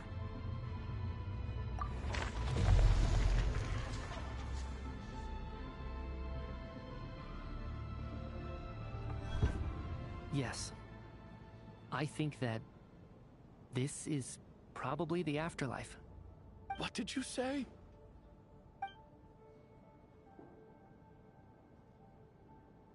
You heard me. We died in the theater. All of us did. But due to an obstruction in the theater's ley lines, our souls are trapped here. while an endless, infinite snowstorm rages outside. It's ironic, really. All that time, we were working so hard to figure out who the deceased among us were, when the truth was, we were all deceased. The only difference being some of us died more recently than others. Do you remember that note, "Death is near"? Seems like we misunderstood what it meant after all. Death was nearer than we wanted to think all along. The note simply meant that all of us were already dead. So all our attempts to survive, our search for the deceased, it was all for nothing? Hard to say. At the very least, we hope 2 lost souls find clarity and go to where they belong. The presence of those 2 is probably what caused our souls to be drawn in by the ley lines. In which case, the deaths we've awoken to over the past few days were just souls returning to the ley lines for good. If what you're saying is true, doesn't that make us the lost souls now? Huh, no wonder. This afternoon, when I was moving Vodyanitsa's body, I noticed that the other bodies in the room hadn't decayed one bit after all these days. That's further proof that those aren't physical bodies at all, but merely our shells here in the afterlife. Am I really dead? This doesn't feel real to me at all. No, that's impossible. This cannot be how it all ends. I still find it hard to believe that all of us are dead. How exactly did we die in the real world? None of us have any memories of dying, right?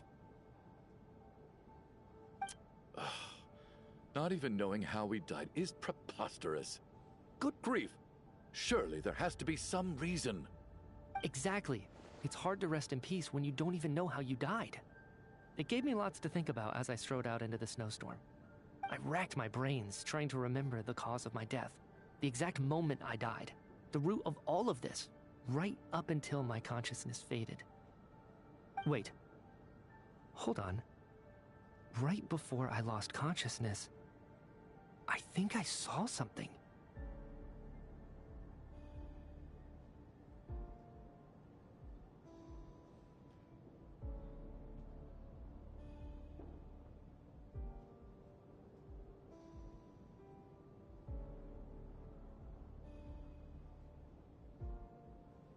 I can't remember.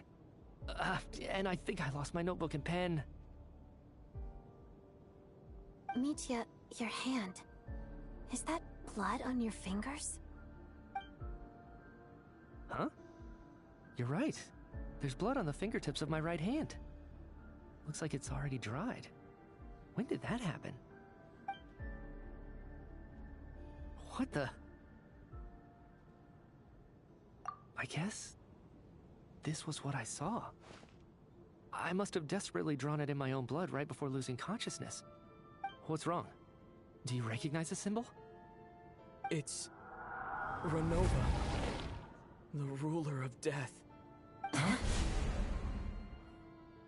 Alosha, do you still remember that Snezhnayan folktale you told me about? It was about the Grim Reaper. When someone's about to die, he appears as an incarnation of someone familiar to guide their soul into the afterlife. And as soon as you recognize his face, your life is over. I heard a similar tale when I was little. You think the Grim Reaper in this story refers to the ruler of death you mentioned? That's right. In which case, death is near could also mean that the Grim Reaper is here disguised in a familiar form. Death, the deceased, and the Grim Reaper? So it's a triple entendre. When I first saw this note, I thought it contradicted the investigation report. But now it seems like that was the whole intention. So the Grim Reaper deliberately misled us. Then, we started suspecting each other and searched for the deceased while they hid in plain sight. By that logic, the one person most likely to be the Grim Reaper incarnate is...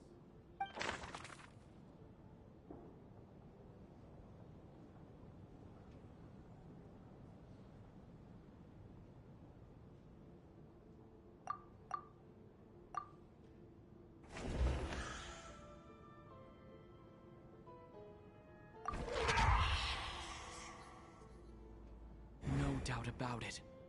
It's Alosha. Looking back at how everyone has acted over the past few days, Alosha is most likely the Grim Reaper lurking among us.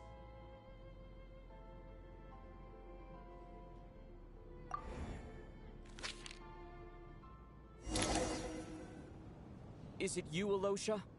You were the first to discover the investigation report, and you had plenty of time to slip the note inside to mislead us. So? Surely you can't suspect me based on that alone.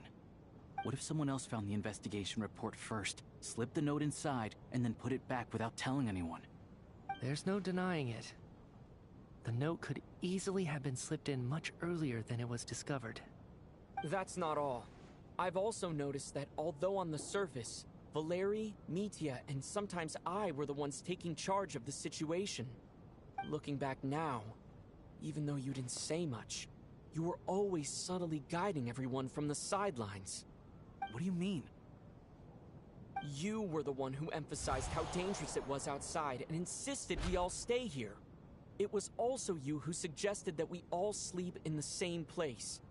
And earlier today, you tried to convince Patashka to stay.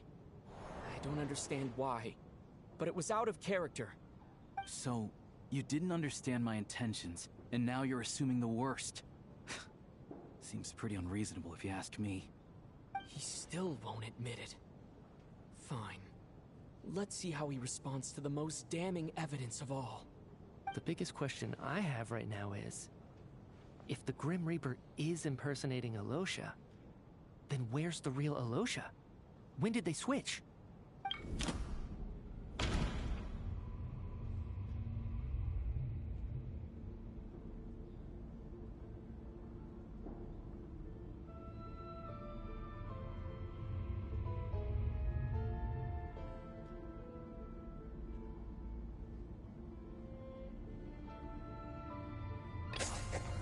That's right. This was the moment. Right at the start. Before any victims had even emerged, Alosha was switched with the Ruler of Death while everyone's guard was still down.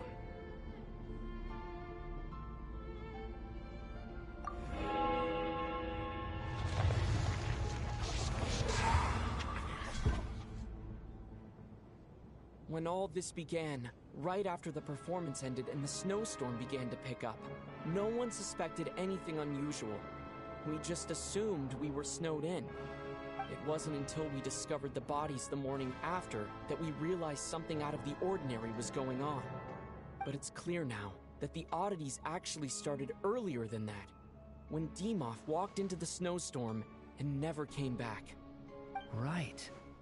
So Mr. Dimov was the first victim, not Sobolova and Torgov. And if we pinpoint that moment as the beginning of this incident, then one thing becomes clear.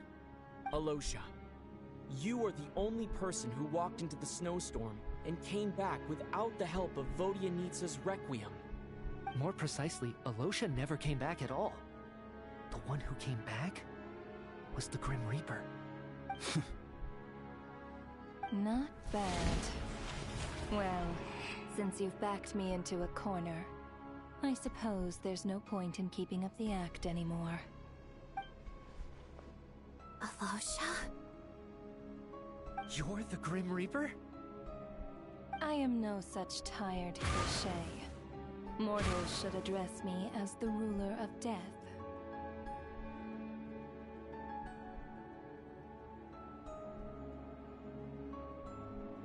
Before being wiped out for good, you identified the two deceased, and even sensed my presence.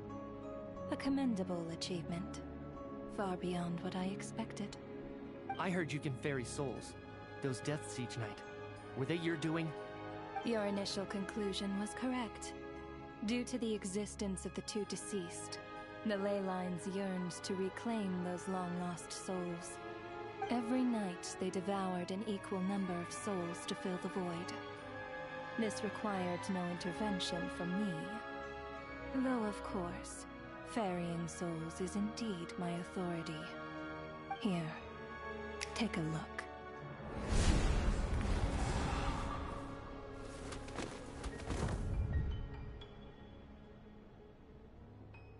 What are you doing? That takes care of today's two. Don't get so worked up. You are already dead, and your souls must return to the ley lines. I know we're already dead. You murdered us, didn't you? Murdered? No.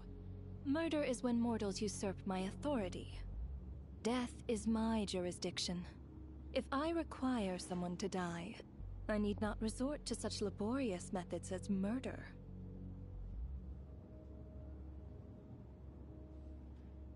You simply met the criteria to trigger my curse of death. I know about the curse of immortality. So there's another death-related curse too? You cursed us? When? And why would you do such a thing? So often, humans pray to me, begging to know when their death will come, and what form it will take. But few people ask why. If you must have an answer, know that death comes simply because one's time has come. So you're not gonna tell us the truth? Hold your tongue. By all rights, you shouldn't even be allowed to speak with me. Those angels from the past are to blame for the reckless renovation of the ley lines here. It's made my work on this occasion infuriatingly complicated. Work?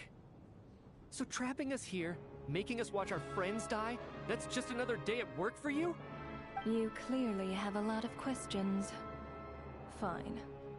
As a reward for your remarkable accomplishments over the past few days, I shall answer a few of your inquiries, provided they aren't too unreasonable. After the physical body dies, the soul must return to the ley lines for that person's death to be considered complete.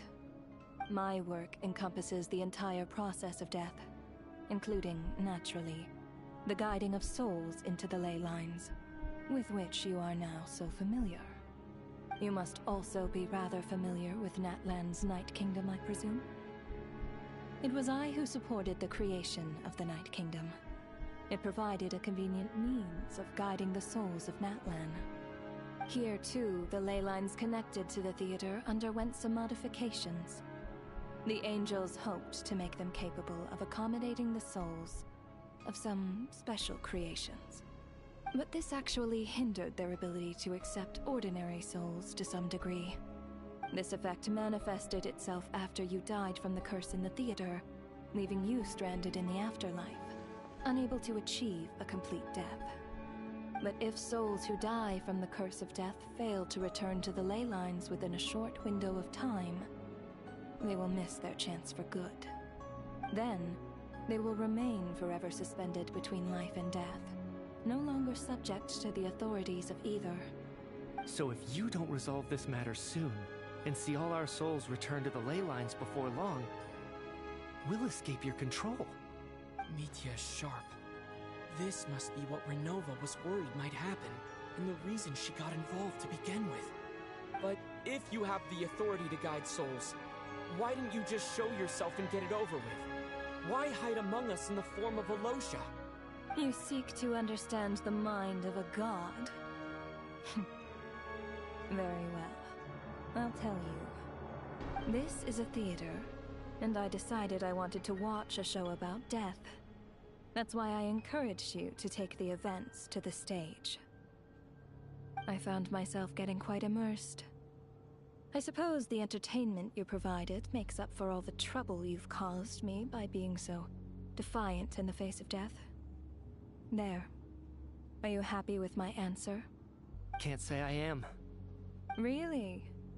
But it fits the stereotypes you humans have about gods.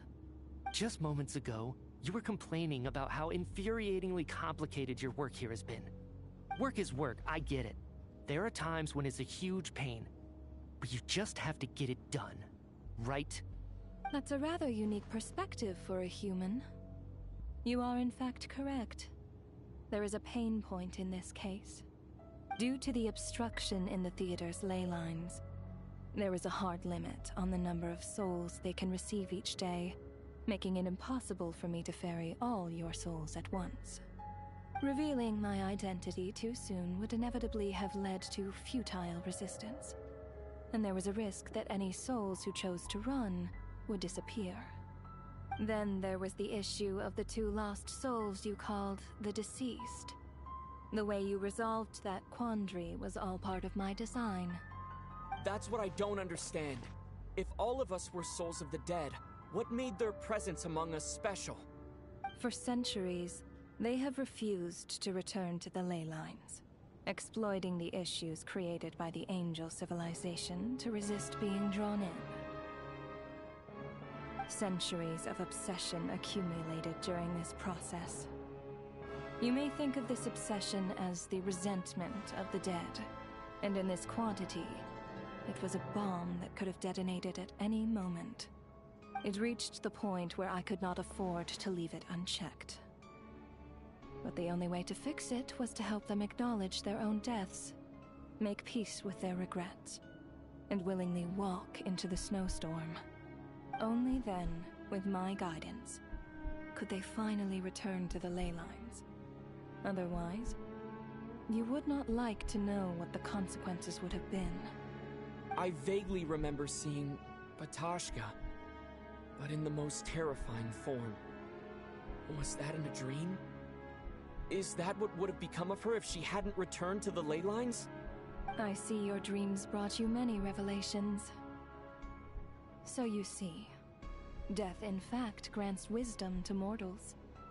Souls connect to all things in the world and see the chain of cause and effect between them. It's nothing unusual. Anyway, giving psychological counseling to lost souls is not my strong suit. That is more of an angel's role.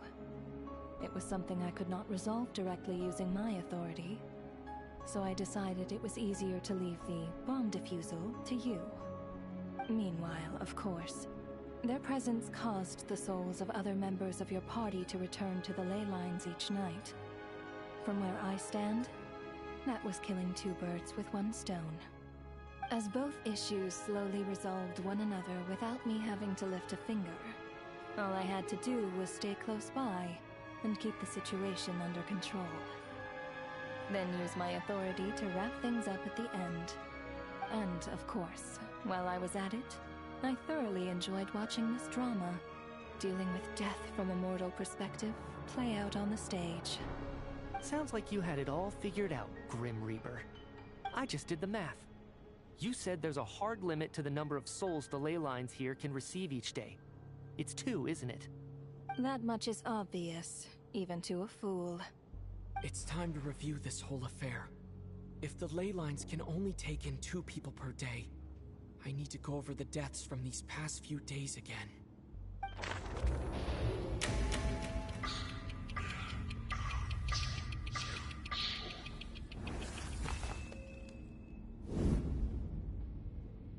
Looking back now, none of us had the faintest idea at the time.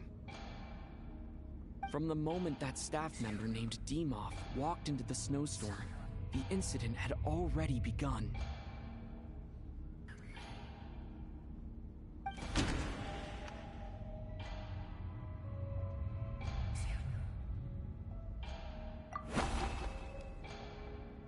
No. Let me go over this again.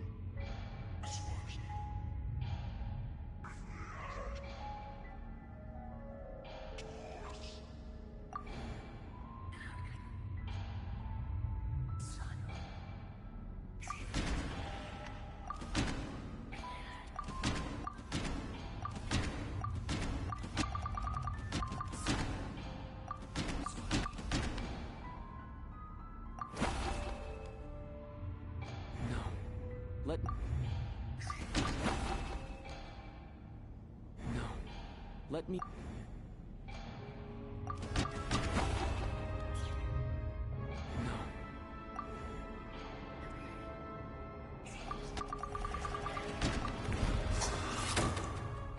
Alosha was the second to walk into the snowstorm after Demoff to investigate. During this process, the ruler of death assumed his identity, making him one of the victims.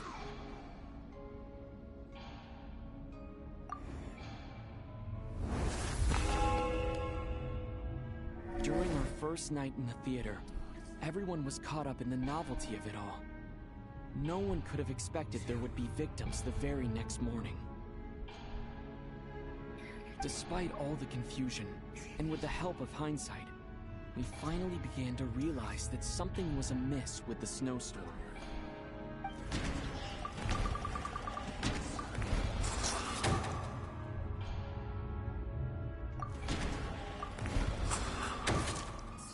The ley lines devoured Torgov and Sobolova on the first night. At the time, we thought this might be a murder case connected to Lelik.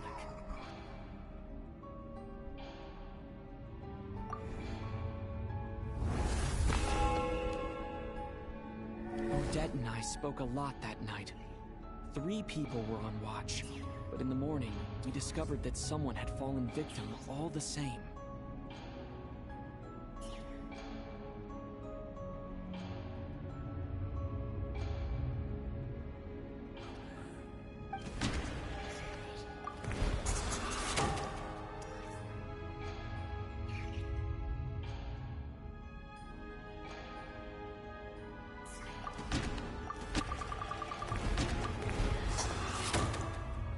The deaths of Kulish and Rampana caused everyone to stop suspecting Lelik. Unexplainable phenomena occurred one after another, leading Mitya to suspect that we were caught up in a supernatural event.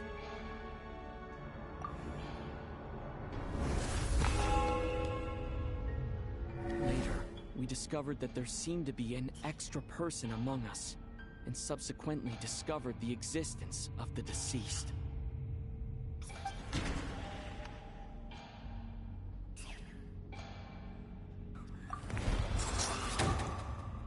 Mr. Schramm realized he was the deceased and walked into the snowstorm to return to the ley lines of his own accord. It turns out there really was a dead person among us.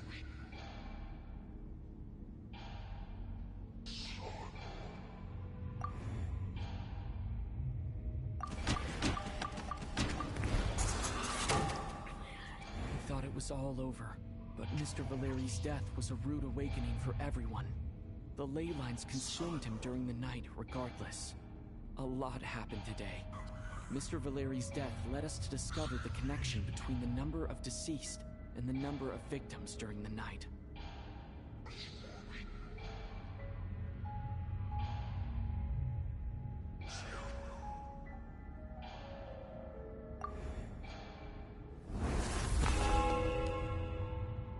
The fact that there was more than one deceased seemed to bring us back to square one. Odette revealed some information she had been keeping to herself.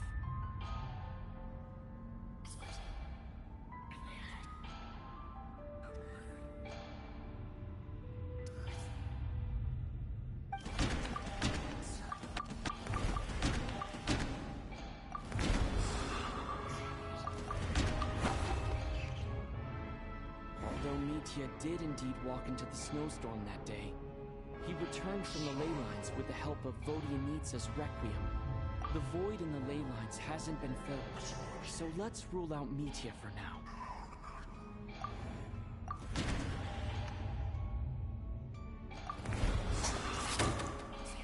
Vodyanitsa was swallowed by the ley lines in her sleep, but the Requiem she sang before falling asleep was quite a game changer.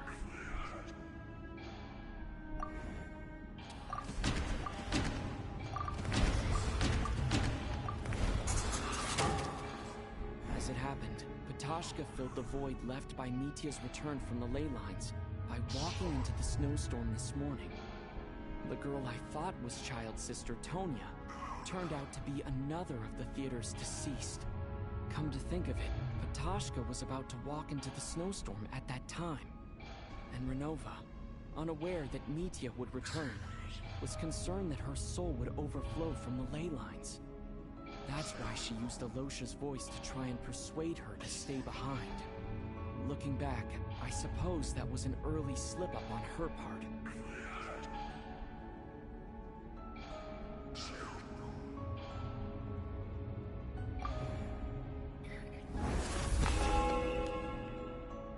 No one could have expected anyone who walked into the snowstorm to return. But just after nightfall, Mitya returned, bringing crucial information with him. various truths began to surface, including that all of us were already dead, and that the ruler of death was here among us. Then, after revealing her true form, Renova callously claimed 2 souls.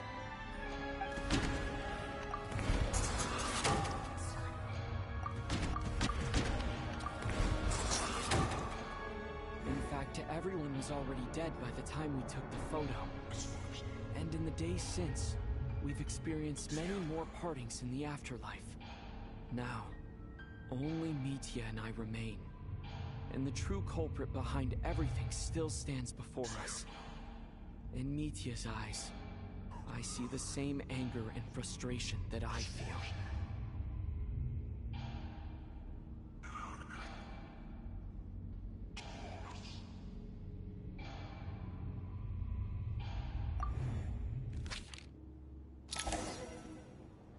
That covers everything. It's all clear now. Your work isn't finished here yet, is it? The Traveler and I are still standing here, safe and sound. The water imp's song threw things off a little, but it is of no consequence. The ley lines have already anchored your soul, and the first ray of light tomorrow morning will take you back. I, meanwhile, need to review my attitude towards the water imp race. So the reunion in the night that Vodyanitsa mentioned, I suppose that was never meant to be a permanent reunion. That just leaves you, Traveler. My power only allows me to temporarily separate your soul from your body. The ley lines of Tevat would not accept you, and your soul is firmly anchored to your body by your will. For a descender like you, who is not bound by Tevat's rules, your death can only be brought through the most violent of means, such as directly destroying either your body or soul. I have no interest in involving myself with Descenders, for now. Although, this may change if Asmodee remains missing, or you insist on interfering with our affairs. One last question then. All our struggles and sacrifices here, they were meaningless from the very beginning, weren't they? Death abides no reason. Besides, what you call sacrifice is merely a concept created by humanity. To me, it is nothing more than a self-indulgent charade in the face of death. Mere mortals fantasizing that their actions could reclaim something from my grasp. A truly laughable idea.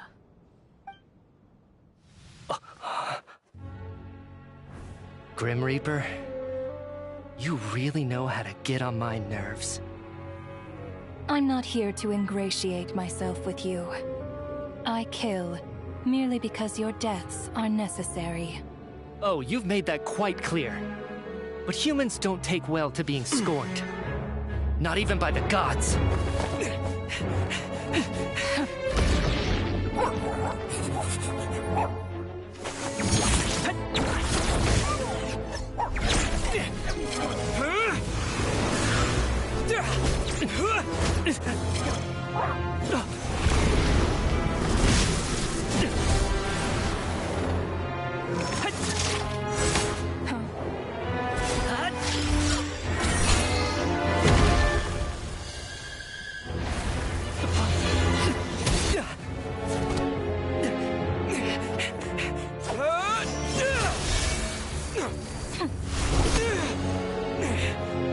This is futile.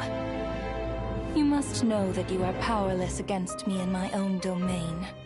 I suggest that you save your strength. For what? Maybe we can't change anything. But if nothing else, we can at least teach you to have some respect for the dead. Audacious.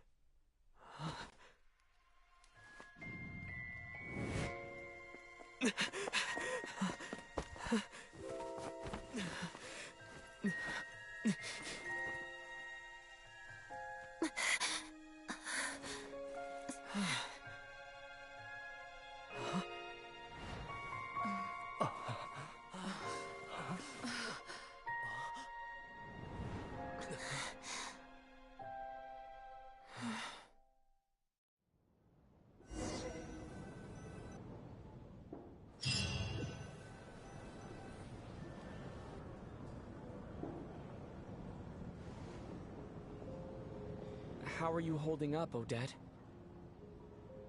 What happened to me? How much do you remember? What do you mean? Is the performance over? I can't seem to recall what happened. Has Odette already forgotten?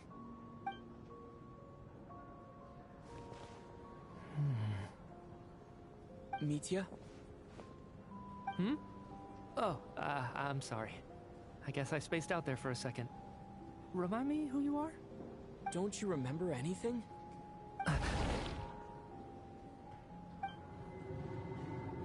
Yeah, I remember now, comrade. Looks like we guessed right. Just like me when Odette found me at the Armory Palace. For some reason, everyone killed by the Ruler of Death eventually came back to life. Just with one catch. They forgot what happened while they were dead. Odette and the others have already forgotten everything. Why were you able to remember this time?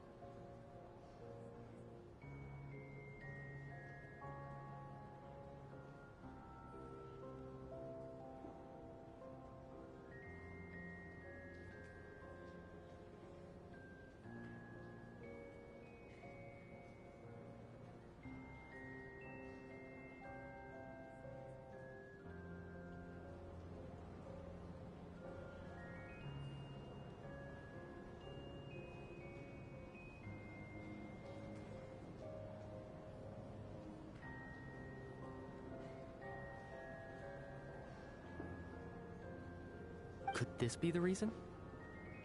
You said this is the ruler of death's symbol, right? I don't see anything there. You don't? Huh. Okay, I guess that makes sense. I carved this into my hand in the afterlife, so it's not visible in the physical world. Does that mean I carved this symbol into my soul? What an unsettling thought. Still, at least I get to remember what happened. I suppose it's a blessing in disguise. What about you, though? The ruler of death mentioned that you're a descender? Is that why you can remember?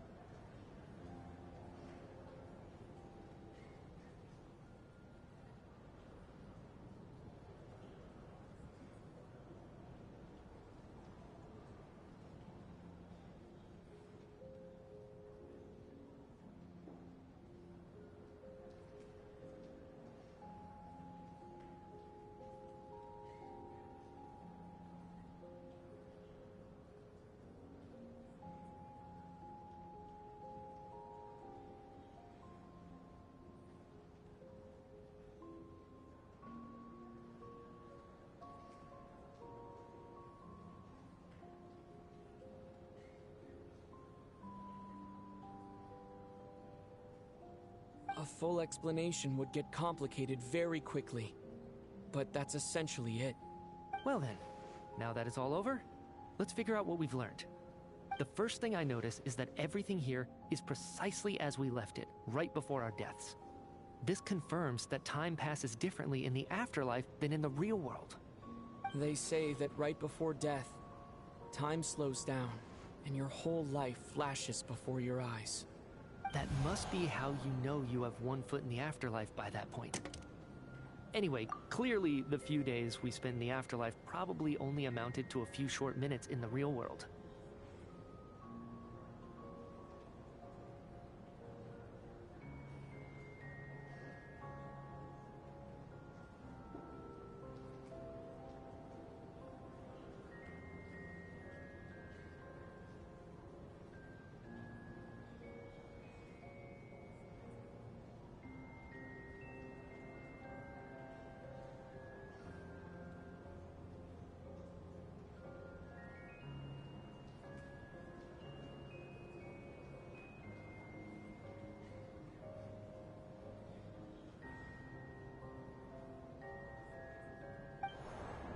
This also aligns with previous reports of widespread temporary memory loss among the Armory Palace personnel.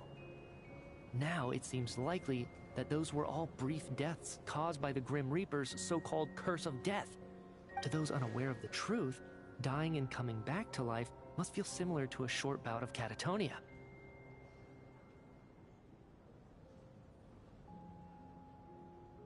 This leaves me with a couple big questions. What are the conditions that trigger this so-called curse of death? And why are we resurrected after we die? If nothing else, I think it shows that killing us wasn't her ultimate goal. We still don't know her true reasons for subjecting us to death. Right.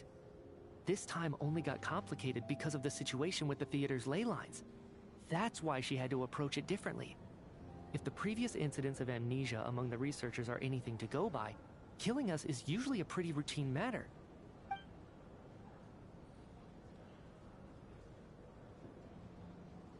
Come to think of it, wasn't I about to note something down before I died? I can't remember what it was, but I think it was something related to my research project. Sorry, Traveler. I'll catch up with you again later. Right now, I have to make a trip back to the Armory Palace. Sir, if I may, no one of your description has ever shown up in my investigations into Mr. Mitia's friends. Yet, you two seem very familiar with each other. Could you perhaps tell me where he was in such a rush to get to? And, by the way, have we ever crossed paths? Forgive the presumptuousness, but I feel a vague and indescribable sense of familiarity about you. I can explain everything. Could you help me gather everyone in the theater in one place?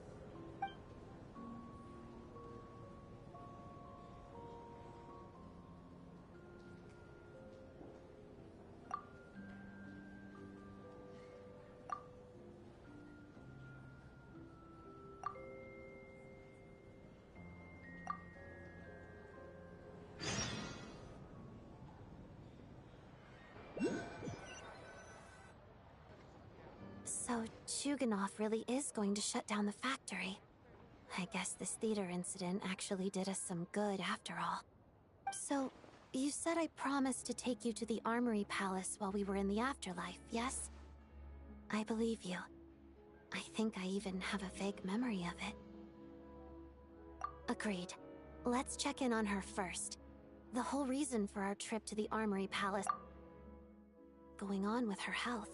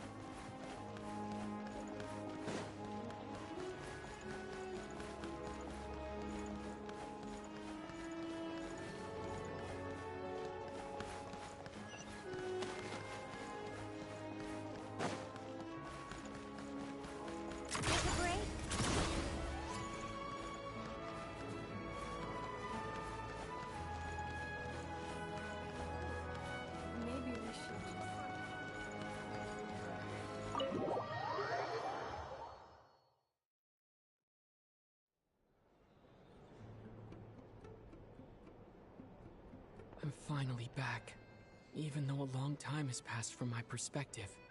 As far as Paimon's concerned, I probably just went out to watch a very short show. I should keep my emotions in check when I see Paimon again, or it'll seem weird. Wait. The atmosphere here feels off. Shh. Stay quiet. Let's go inside and take a look. Have we still not been able to notify Child yet? We need new orders. What if that person comes back again?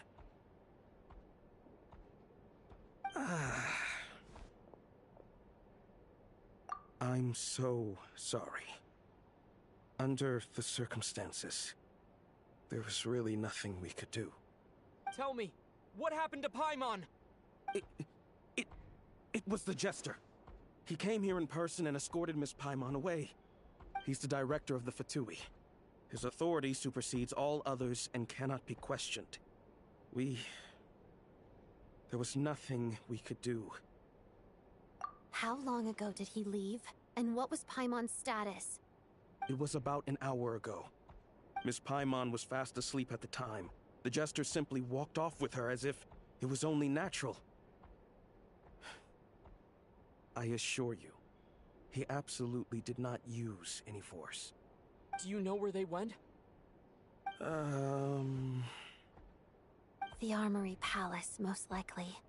Lord Piero, the Jester, has been overseeing the experiments there lately, keeping a close eye on their progress. Everyone in the Fatui has heard about it by now. I'm surprised he came in person. Whatever his reason for taking Paimon, he'll most likely return to the Armory Palace first, which is exactly where we were headed anyway. Then lead the way, Odette. Okay, let's go.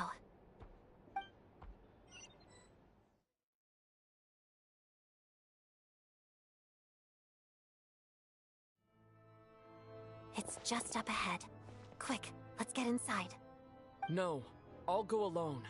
You know I'm planning to force my way in. You're with the Fatui, so you should stay outside. I was hardly planning on taking you through the official channels anyway. I'm here to force my way in, just like you. I may be a Fatus, but I'm also Lelek, enemy of Project Stuzha. Paimon's safety is paramount right now. With me around, you'll have an extra pair of hands. There might be devices inside that are easier for an insider to deal with. If you say so. Let's go. There's no time to hesitate.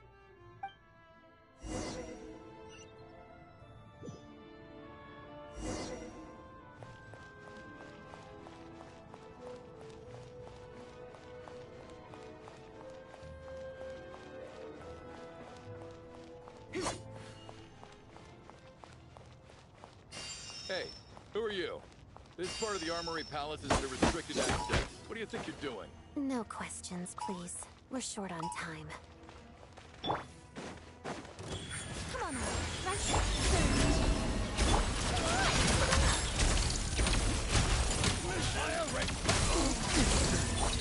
Shadows.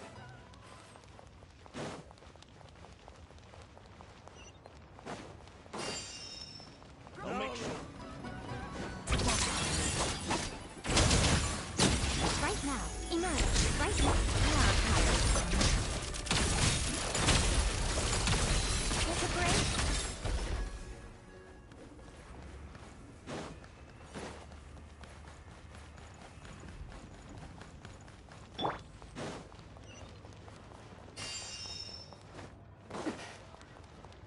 Fear the coming storm. Sure, right here. Remember, I'm always right. Right now, enough. Settle right now. Prepare yourself. Behold your magic. Can't run from death. Still.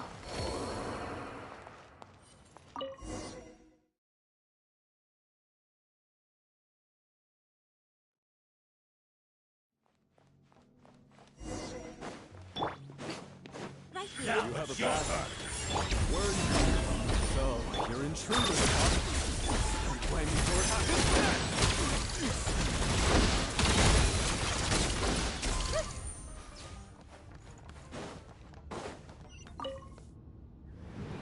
The Armory Palace is hidden this deep in? This place is much bigger than I imagined. They're conducting top-secret research, after all.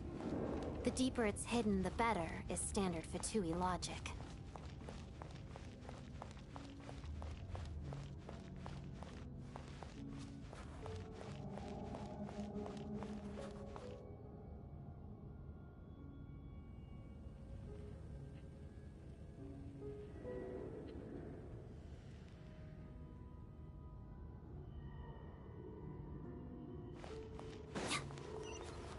The style doesn't really look like the Fatui's handiwork, though.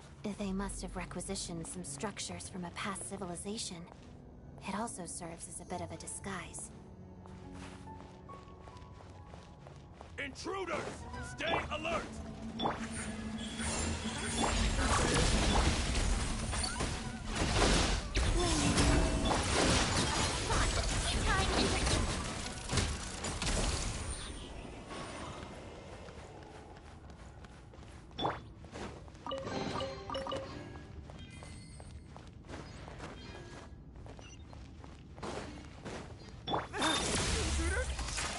Don't come any closer!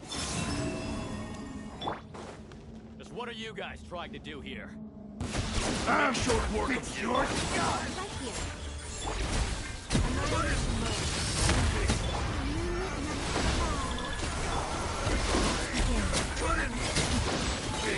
No one in her head Jester's work.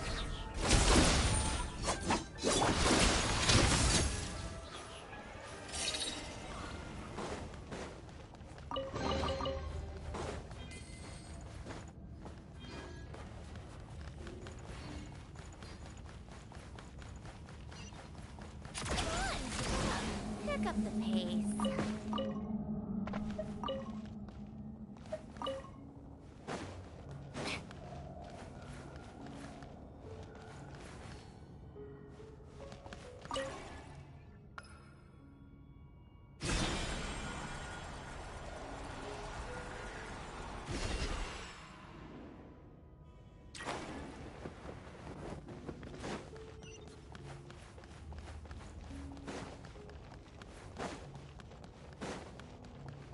Looks like no one's guarding this place. There's something off about that decoration over there. Look out! Let's deal with these before we move on.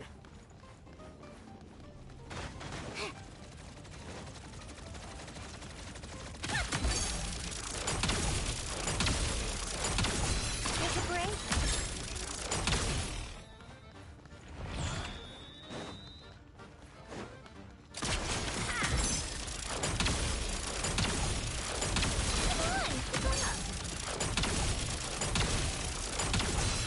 How tired.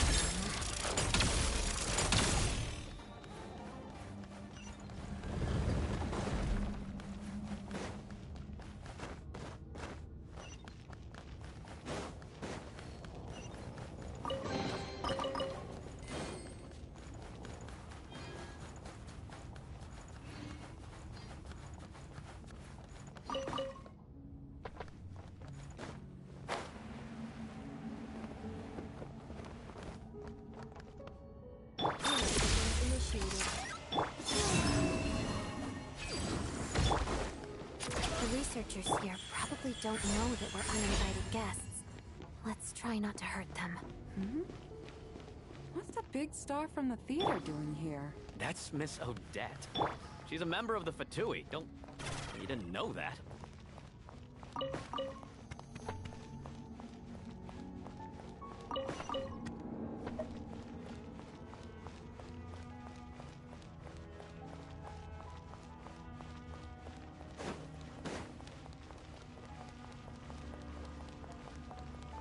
Was the whole reason for Project Stuja to support the research here at the Armory Palace? Just what are the Fatui and the Tsaritsa planning?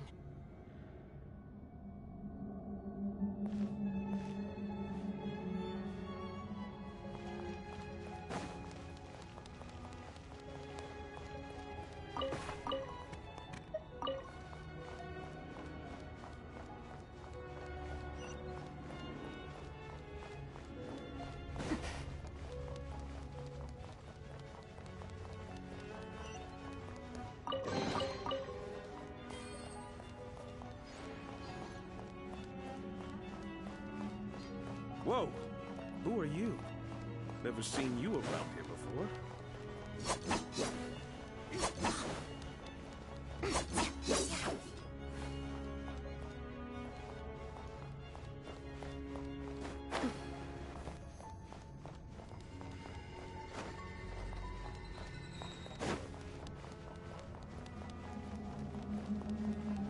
Looks like there's no way through here. Maybe using the power of this prism could help?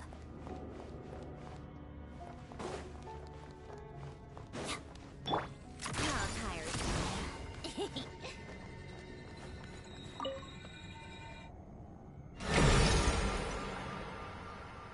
I think I see some images. It's the prism's power at play, causing images of the past to reappear, albeit only as illusions. Let's... Paimon. And the Jester. Is this another scene from the past? Yes. It looks quite old, though. I don't think it happened in the recent past.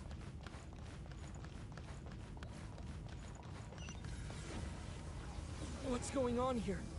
What happened? The source seems to be the Armory Palace.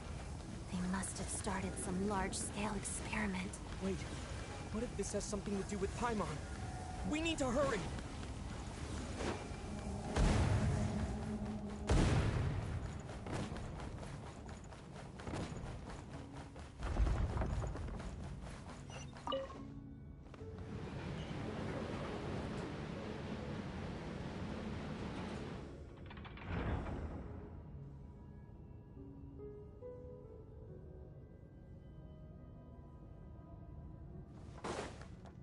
We're almost there.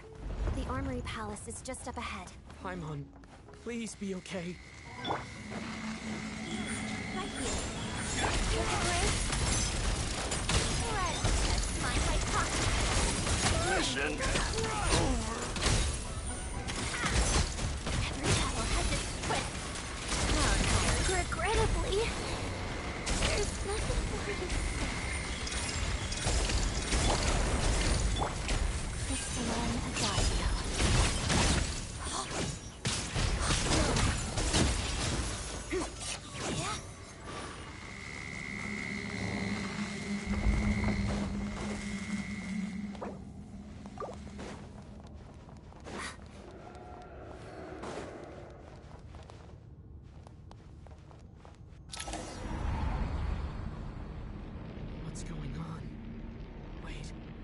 remember this feeling.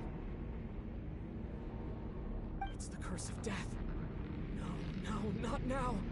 Why is the curse of death striking again already?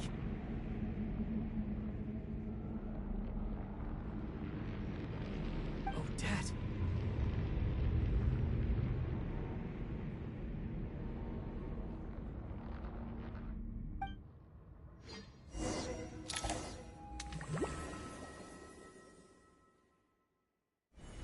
Is this the afterlife again? I need to find a way back to reality.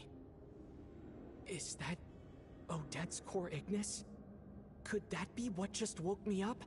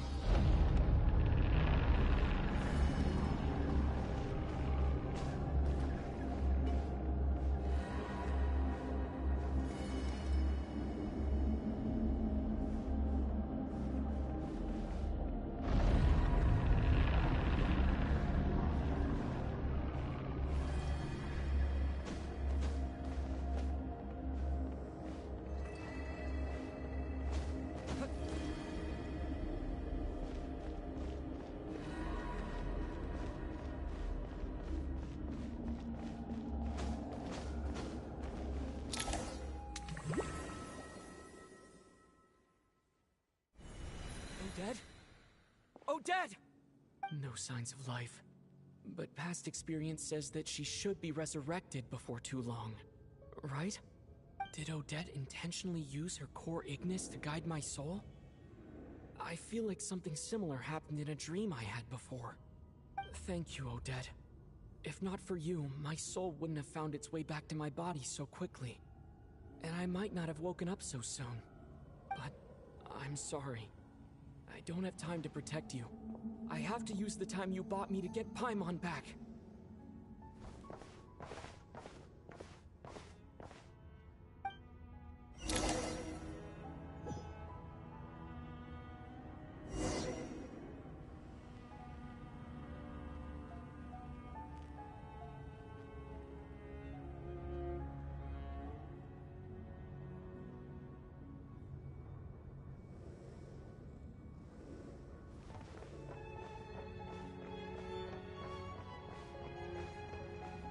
Sure enough, everyone here has been affected by the curse of death.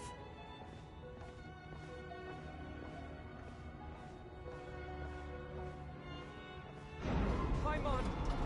Paimon! No, wait. Paimon probably didn't escape Renova's curse either. She won't be able to respond to me right now. I'll have to find her myself.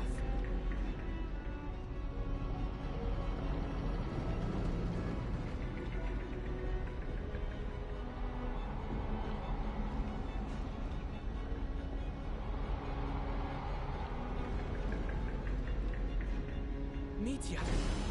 Is this the laboratory he works in? What happened here to trigger the curse of death again so soon? I'll have to ask him when he wakes up. Finding Paimon has to take priority now.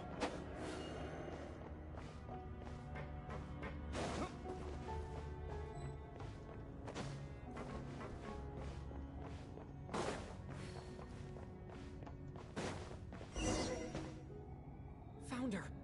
Paimon really is here!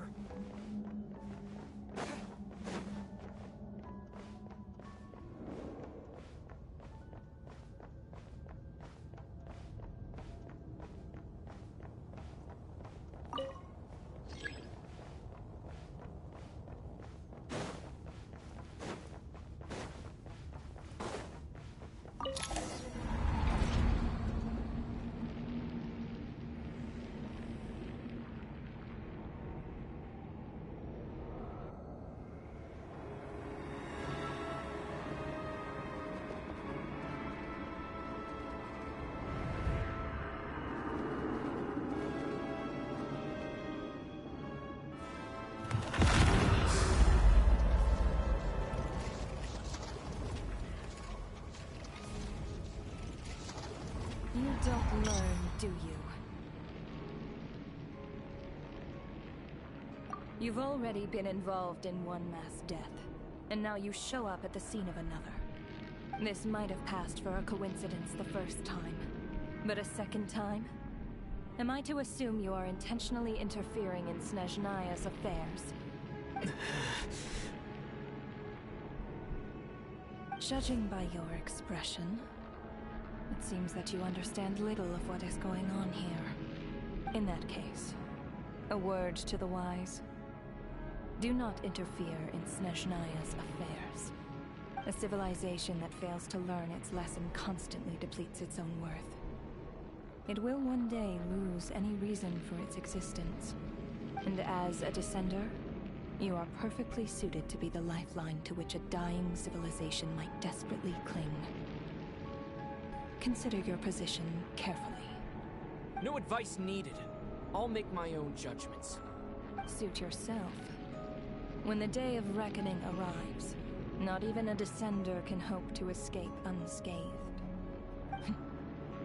The time for resurrection fast approaches. The mortals here are not yet worthy to behold my form. So that will be all for today.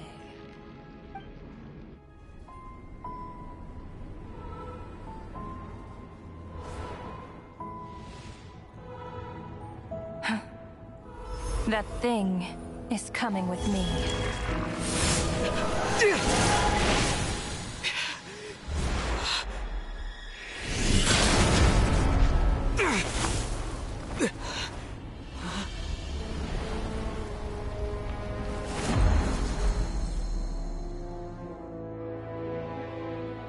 You awoke sooner than I thought. The curse of immortality is stubborn, unable to enter the ley lines, yet not content to remain a spirit. Ruler of death, what do you want? You perplex me. Both you and you. That thing may be a creation of Celestia, but it possesses none of Celestia's power, let alone authority. Your obsession with it baffles me. No matter, the resurrection will soon begin. It's worthless anyway. I'll reclaim it next time.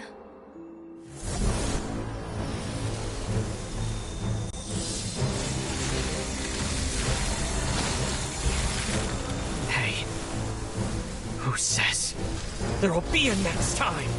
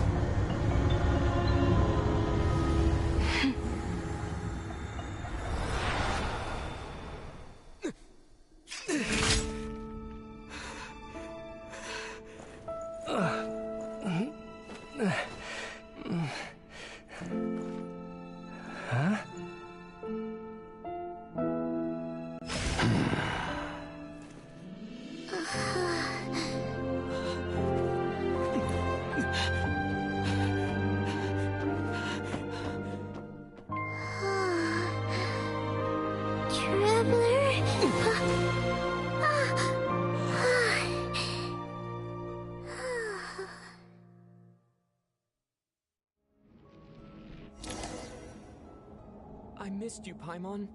What are you talking about? We haven't even been apart apart for that long, have we? It was different this time. You seem to be in pretty good shape.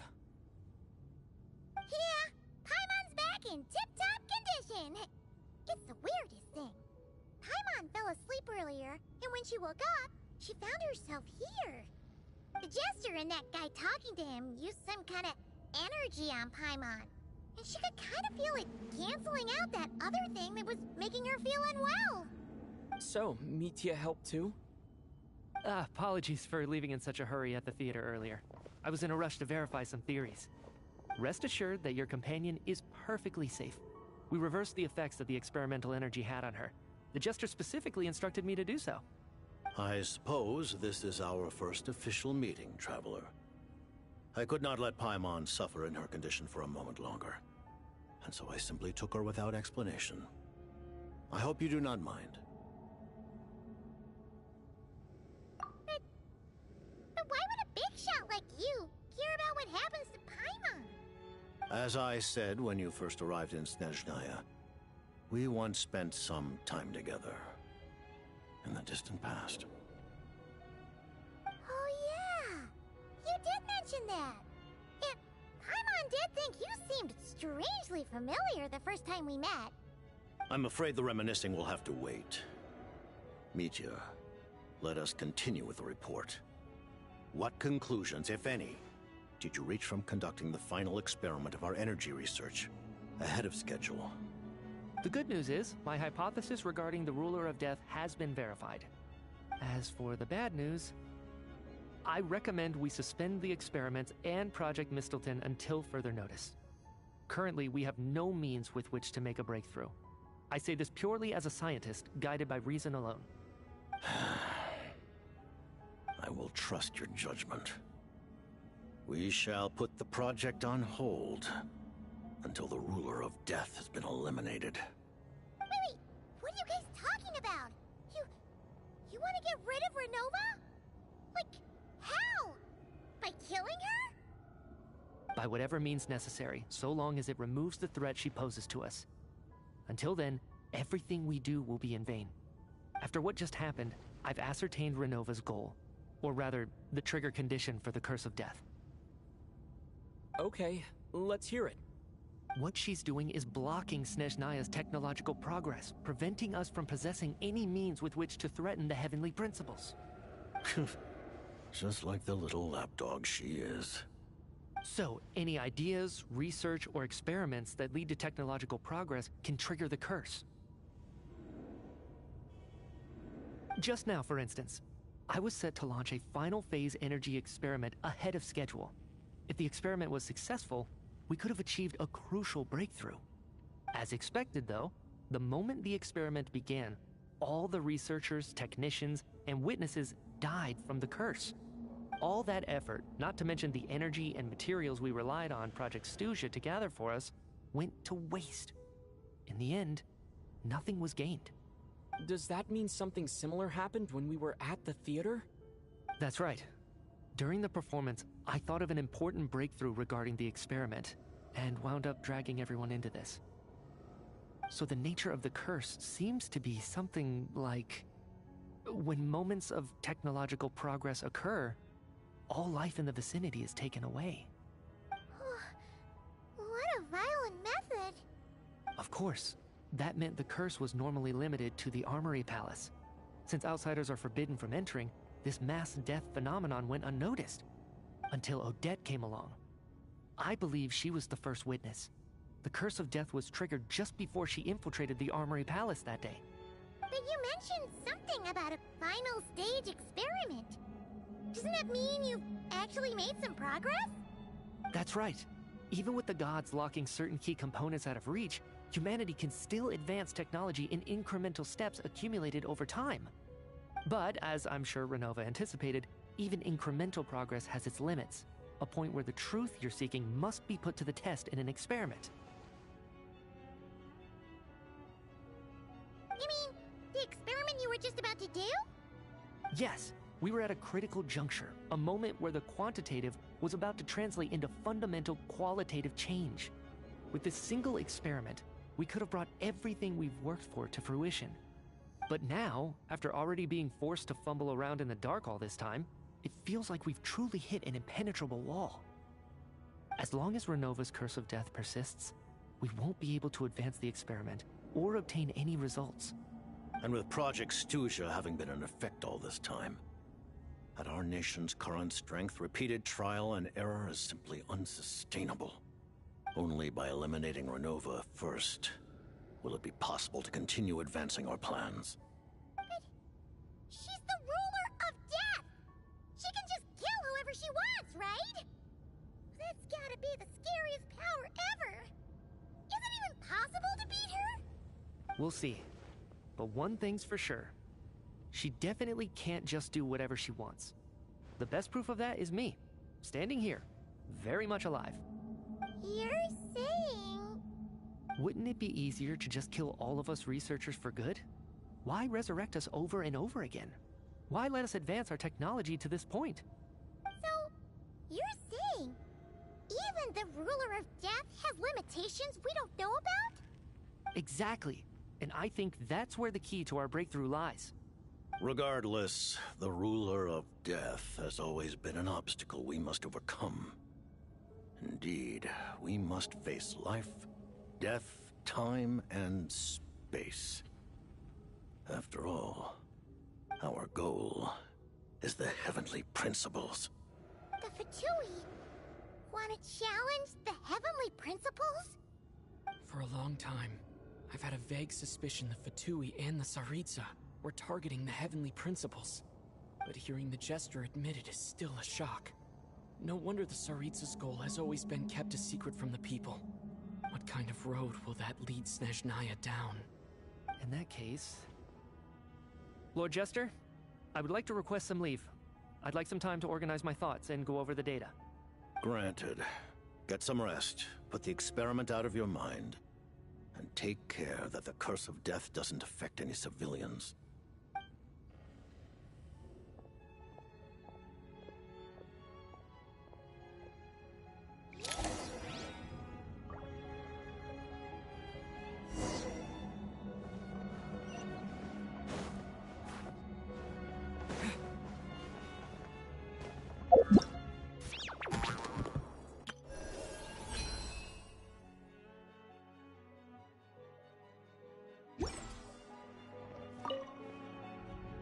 While there is yet time, allow me to offer you my hospitality, honored guest of Snezhnaya. Is there anything you wish to know?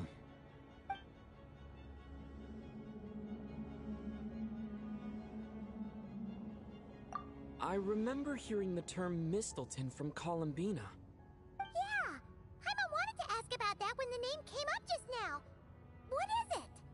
Paimon's heard of Project Stuzha, but not this one. As you know, Project Stuzha is a series of measures enacted to consolidate our nation's resources, the greater purpose of which is to serve Project Mistleton. Many of the things you have encountered thus far are essentially for the advancement of that project. This includes the Kuvaki Experimental Design Bureau in Notdry. Researching Kuvaki was merely a facade. Its core objective was to use local resources and research findings to build Mistleton itself. And that's a weapon built for the final battle against the heavenly principles, isn't it? Huh?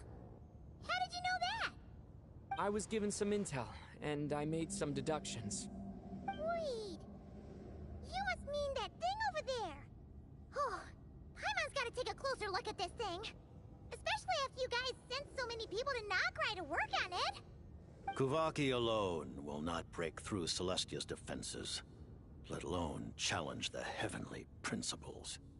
The heavenly principles are no doubt accustomed to combating the power of the light realm, and elemental energy is simply the power of the human realm, converted to that form by the heavenly principles themselves. Any attempt to use this power against its creator would be a futile endeavor. For now, therefore, we have set our sights on the form of energy associated with the third descender and the stellar linchpins. This may hold the potential to allow Mistleton to contend with the heavenly principles. You could say that by reverse engineering the stellar linchpins to extract the energy within, we have obtained a source of anti-Celestia energy. The Kulagi Experimental Design Bureau, Project Stusia, and the new energy experiments. Huh. So, Project Mistleton is what ties it all together. And it looks like your plan is almost complete. No wonder the Ruler of Death came after you!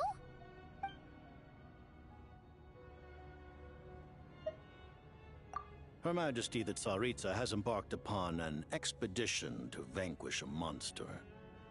Were it not for this, I imagine she would have been delighted to grant you an audience. Seems like the powers that be in Snezhnaya don't intend to hold my past conflicts with the Fatui against me. The Harbingers have been granted significant autonomy in retrieving the Gnosis. But by the same token, they do not completely represent Snezhnaya's official stance. You read my mind.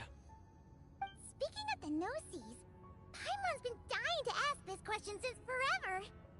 Why exactly does the Tsaritsa want to collect them? Is it something to do with the fight against the Heavenly Principles? The Gnosis will undoubtedly serve as a key bargaining chip when she confronts the Heavenly Principles. Beyond that, you had best ask the Tsaritsa herself. I am not sure if this information is mine to disclose. What do you mean, not sure? Don't you make the rules? You're the highest-ranking Harbinger! Ugh, never mind. Taking on the Heavenly Principles is something most people wouldn't even entertain in their wildest fantasies. Why is the Tsaritsa so fixated on this? Intervat today. Civilization is nothing but an illusion. Something whose very existence can be negated at any moment. Our civilization may very well be destroyed in the struggle, but as things stand, the Heavenly Principles could choose to negate our existence on a passing whim. And we must not sit back and accept that fate. Only by changing the state of affairs, only by overthrowing the Heavenly Principles, can our civilization truly be said to have taken root. Otherwise, the fate of the people of Conria and Hyperborea is a cycle doomed to repeat itself. Accepting potential destruction in return for getting to control your own fate. Furthermore, perhaps this is still somewhat difficult for you to understand. Are you aware that all the rules of this world are made up of curses? Huh? All of them? Paimon knows about the curse of death you mentioned, and the curse of immortality that you and Daneslip have. Then the birth of the Hilly-Churls, the rules of Natlan's Ode of Resurrection. Those are curses too? Farina's long life seems to stem from a curse placed on her by Focalor as well. Yes. Even a god's love for humanity is a curse the Heavenly Principles inflicted upon the gods. What? The Tsaritsa has always had ample reason to hate the Heavenly Principles. If she can seize their authority, she will reconstruct the entire world, and when that time comes, humanity will be completely liberated from curses and lies. Look forward to it. It will be a world beyond your imagination. Though the ordinary people of Snezhnaya may not understand these details, in this frigid land locked in a ceaseless struggle against the environment, in this nation to which the gods have never shown favor, we all believe that standing in solidarity with the Tsaritsa in our shared struggle will surely usher in a new and better world.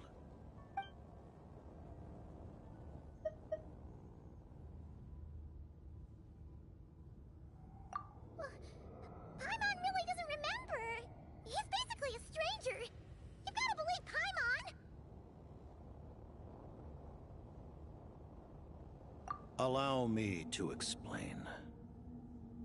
The reason Paimon reacted to the anti-Celestia energy developed by the Armory Palace is because she comes from Celestia herself. More specifically, she is one of its creations. Paimon? A creation of Celestia? Oh, right.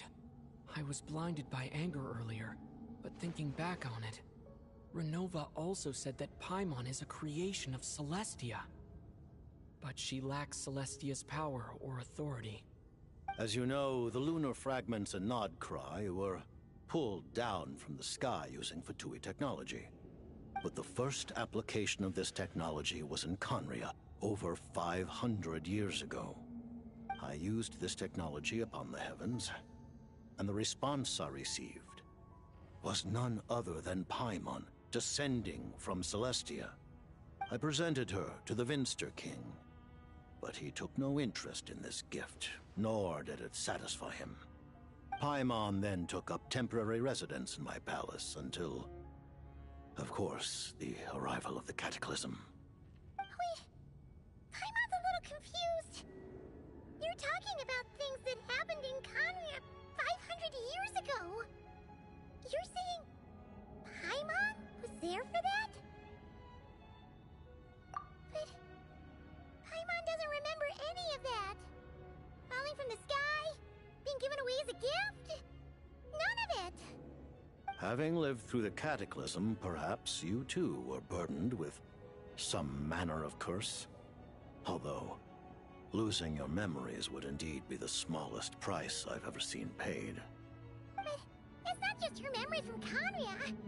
Paimon doesn't even know how she spent the last 500 years. She only has memories from the past few years. No matter how hard she tries to remember. What was Paimon like back in Conria? Did she know a whole lot because she came from Celestia? Was she super smart? Unfortunately, when you arrived in Conria, your consciousness was like that of a newborn infant. None could say what kind of being you once were in Celestia. During the time you lived in Conria, your personality was no different from how it is now. Ah, man! Paimon's plan to get her memories back and become super smart is ruined before it could even start. You know, even though Paimon lost her memories, she still feels weirdly close to you for some reason. That must mean you took pretty good care of Paimon back then, huh? On the contrary, I completely ignored your existence. I was entirely focused on my struggle against Troptatir the Wise. But now, as I see it, it is as if you are the only sane thing that survived that era of insanity. And thus, are worthy of protection.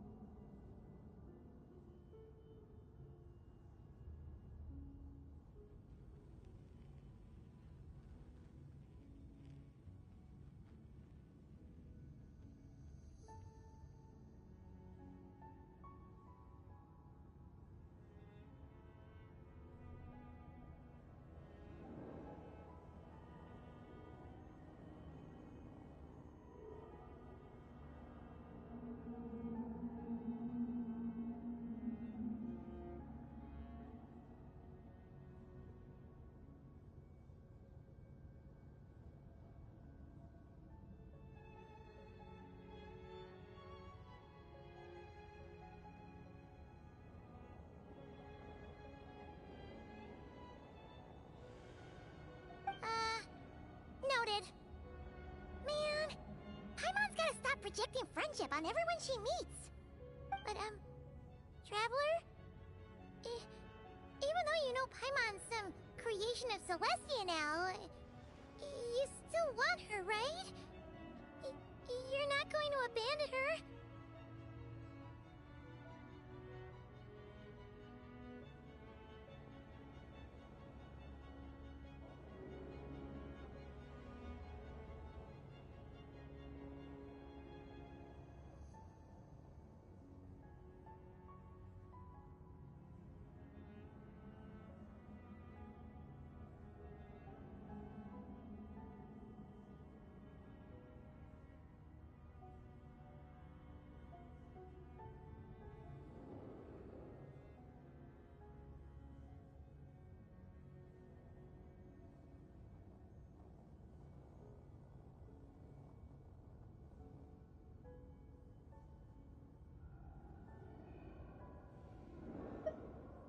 Oh, phew!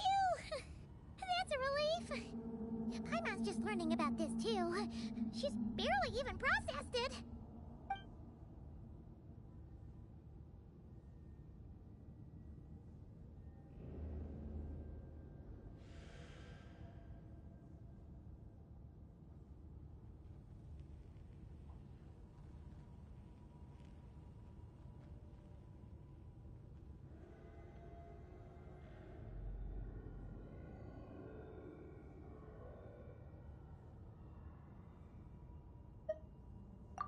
Thank you for telling me so much. I'm a bit surprised, honestly. I didn't expect you to be quite so transparent with me. Given the circumstances, the Fatui need not hide anything from our allies. Allies? To advance Project Mistleton, we must first resolve our issue with the Ruler of Death. And, if I presume correctly, you have no intention of letting her actions go unpunished either, do you? That's right. Ever since she said she intends to reclaim Paimon when we next meet, I figured reconciliation was out of the question. Against an opponent of this caliber, deliberating over our allegiances would waste time we do not have. We must join forces unreservedly with whomever we can, if we are to stand anything like a fighting chance. You're going to challenge the Ruler of Death? Just for Paimon? But Paimon's only...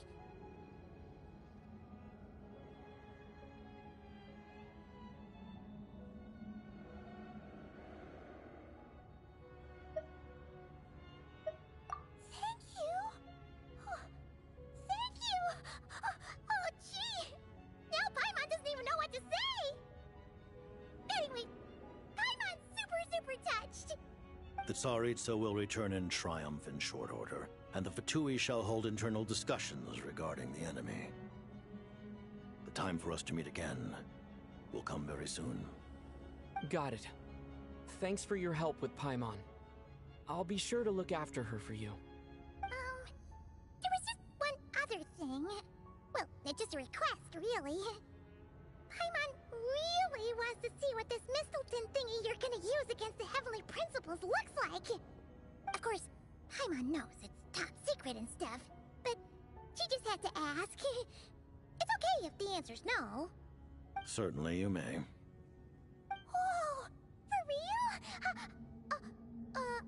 Actually, maybe it's best not to. What if her Nova suddenly pops up again? She might take this chance to...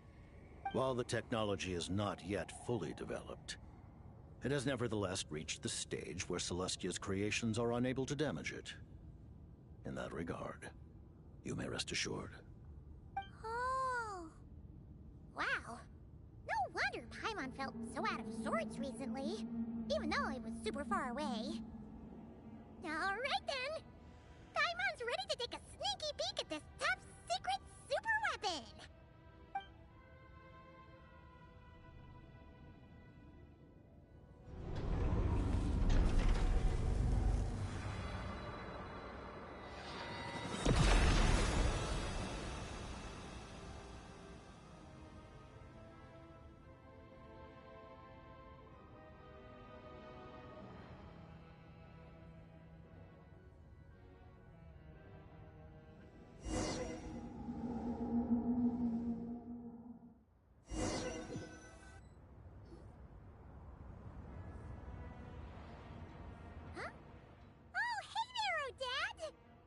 Paimon? You're okay. Thank goodness. You look well. Have you recovered? Long story short, yep, Paimon's all better. What are you doing here? Were you waiting for us? That's right. When I woke up, I wanted to go in after you, but the guards had woken up as well. It would have been tough to take them on alone, and there was no easy way to sneak past them. So I returned the way I came and waited for you here. It was thanks to you that my soul found its way back to my body so quickly. Thank you. Huh. That actually worked? Nice. I just figured I'd try my luck when that ominous feeling struck me. Really, you should be thanking this thing instead. Anyway, and now that things here are all taken care of, I have other things I should get back to.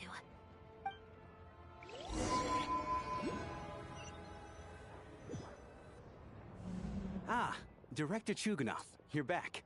We just received notice that Project Snezhnaya has been suspended, so we've convened an emergency meeting. This is the preliminary plan. In addition to expanding production capacity, we've also discussed feasible layoff plans to optimize revenue and expenditure structure. Our calculations indicate that the factory's profits will increase by at least 30%. Just give the word, Director. That won't be necessary. Leave the energy for those who need it. Whether they use it just to get by or to run a business, that's up to them. Start preparing to halt production and lay off the staff. Make sure the workers are able to land on their feet and that they are duly compensated. Thank you all for your hard work during this time. Am I hearing you right? Why? After all the tough times we made it through, now is exactly when we should start to turn a profit. I just suddenly don't want to do this anymore. Huh. Does there have to be a reason? Iskra, it's time to rest. Dear esteemed members of the Rokot, given the effects of Lelik's radical actions upon our organization's reputation and social stability, a decision has been made to permanently withdraw this codename from use. Considering that Lelik did what they did for the benefit of the people, the Rokot has nevertheless negotiated with the authorities, ultimately securing a waiver for all penalties due to them. Lelik will be suspended for a period of time. Depending on their future performance, they may be allowed to adopt a new codename and continue acting as part of the Rokot. The purpose of this notice is to remind everyone once again that motives and methods are equally important when one operates in the shadows. Even with Project Snezhnaya's suspension and our interim operational victory, we must guard against complacency and rashness and work to consolidate the progress we have made so far. We act only for the greater glory and solidarity of our nation. May the aurora shine ever on, and the tundra always stand firm. We act only for the greater glory and solidarity of our nation. May the aurora shine ever on, and the tundra always stand firm. Looks like it's finally over. You mean for us? Just thinking out loud. I've never seen the Snezhnaya Vecha so lively before. I never once thought I'd come here. But I understand everything now, Rosaline.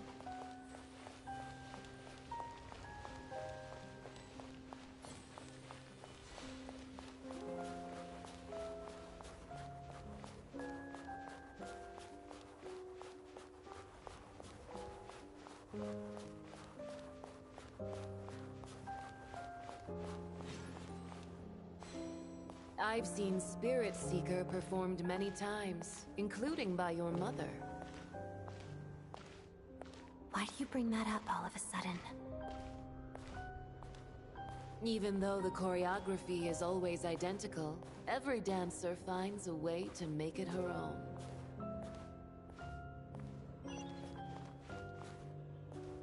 So you actually want to talk to me about ballet? I just think it would be a pity if the dance was lost to history. She didn't teach it to you, did she? That was an unusually subtle taunt for you.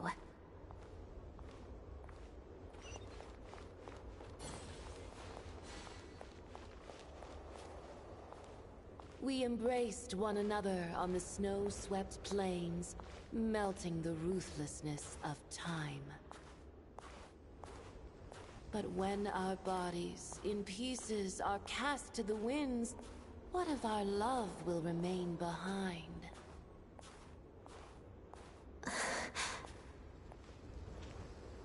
Don't tell me you can't sing. Shush.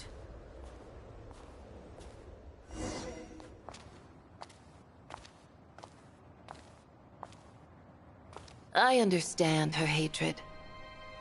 The Fatui robbed her of the life she should have had. I never opposed her dancing. Yet still I became an enemy of her ballet.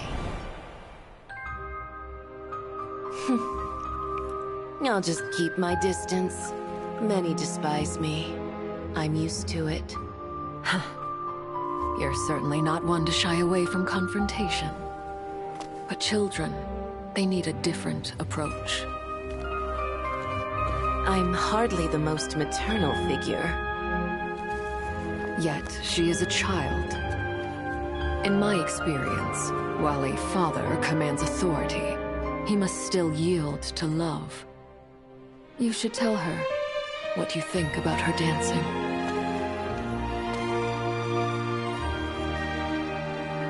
Odette will soon take the stage at the Koralyevsky Theater.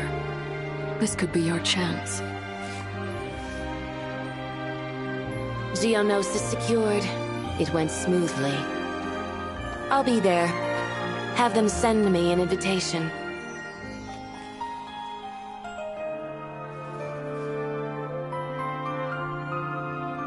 Sadly, things didn't work out. Her final words are inside that block of ice. This? Aren't these for monitoring her subordinates? Not yours. This one isn't her witch's flame, but my two worlds' flames.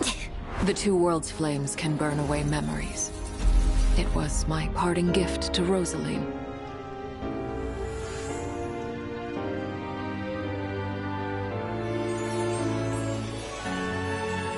If all goes to plan, she and I will both live to see the Tsaritsa succeed. I believe she'll find peace.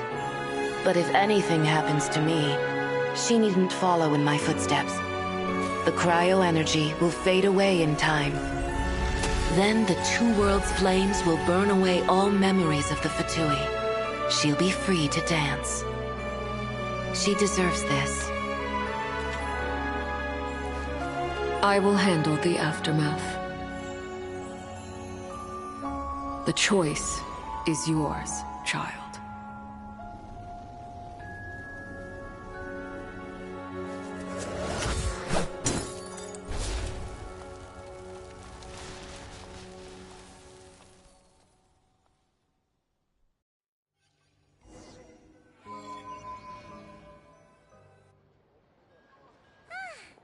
Fresh air at last! Paimon's head isn't spinning anymore, and the fever's all gone. Paimon's finally free to fly again! Oh, it's nice to finally know where Paimon came from, too. It did make Paimon a little nervous at first, but it's such a relief now. Like, who cares if Paimon's a creation of Celestia? She's probably not anyone that important. Probably just the fairy of food and fun or something.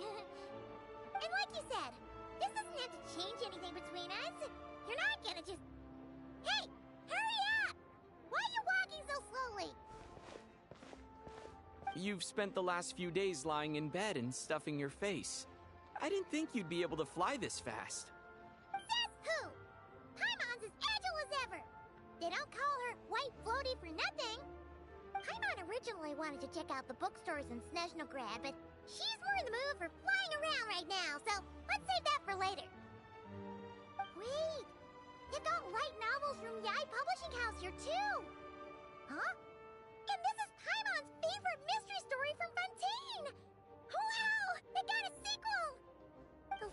Snezhnaya books look pretty interesting too, but also kinda heavy. Not the easiest things to look around. I thought you were in the mood for flying around. Paimon can read while she flies. Hey! Look at these two domes! Which do you like better?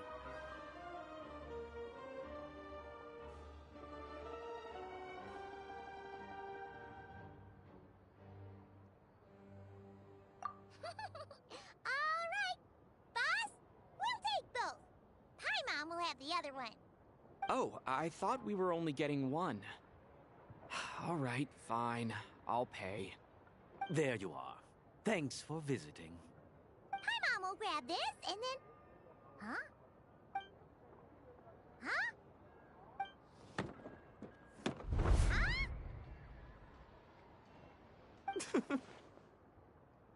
How many layers does this thing have? And what are you laughing at? Huh. You knew all along, didn't you?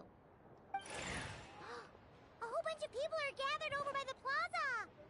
Hey, look! That looks like Tartaglia! Hey, Tartaglia! I know that voice. Of course. If it isn't Paimon and my old comrade. You're looking well, Paimon. All better? Yeah! The jester knew it was wrong and fixed Paimon right up! Thanks for sending someone to keep Paimon safe, too. Oh, yeah. About that. That was... kind of embarrassing. Who could have known that our director would go looking for you in person? So sorry for the misunderstanding. Oh, right. Let me introduce you. This is my little sister, Tonya. Hello, Tonya. Hello, hello. Firstly, I'm really sorry about my brother. Sounds like he's caused you no end of trouble. Hey now, why'd you have to start with that? Not that it isn't true, of course. So she's the real Tonya. She said you two didn't manage to meet up at the theater. She waited ages for me, and when I didn't show, she got a little worried and went outside.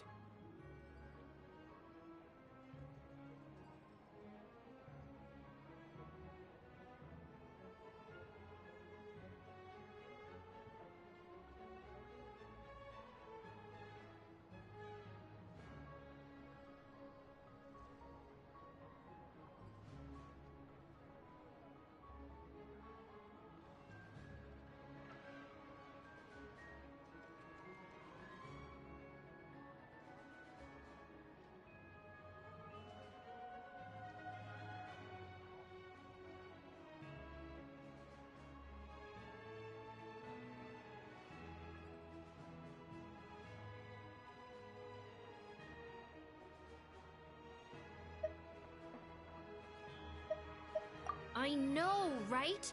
He didn't bother to say a word to me. I searched up and down the city for him, and he only told me about it when I finally caught him at the gates of Glupov. I've been rushed off my feet lately, so I didn't get the chance to go home.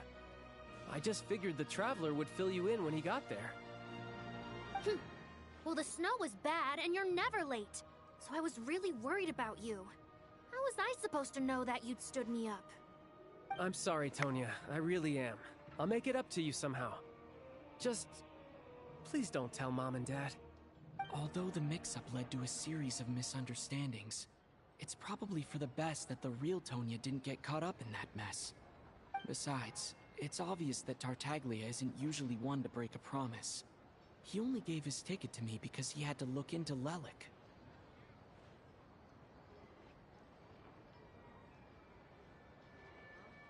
No, it's fine. It just meant I didn't get to see the show in the end. By the way, what did you think? You were one of the first people to see it, you know? I would say... the best is yet to come. Huh? What kind of review is that? Hey, look!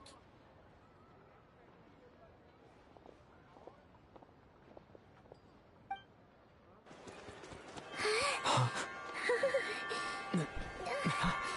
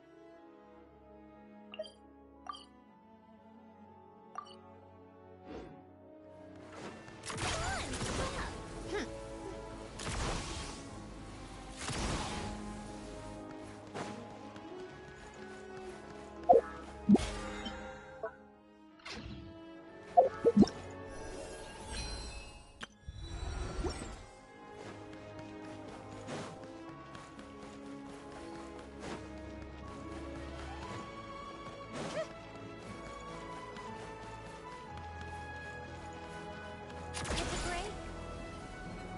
Come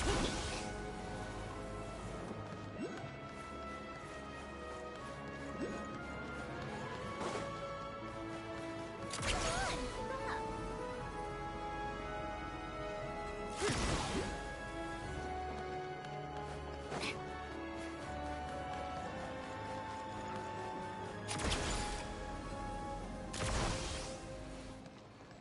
Welcome to the Adventurers Guild, my lady. Is there something I can help you with? Thank you for completing today's commissions. Here is your reward. Welcome to the...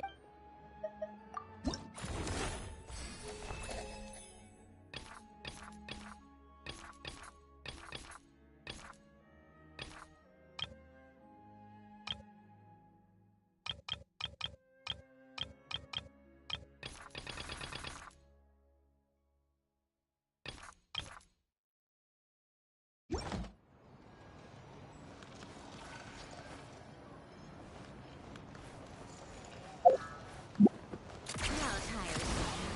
Pick up the pace.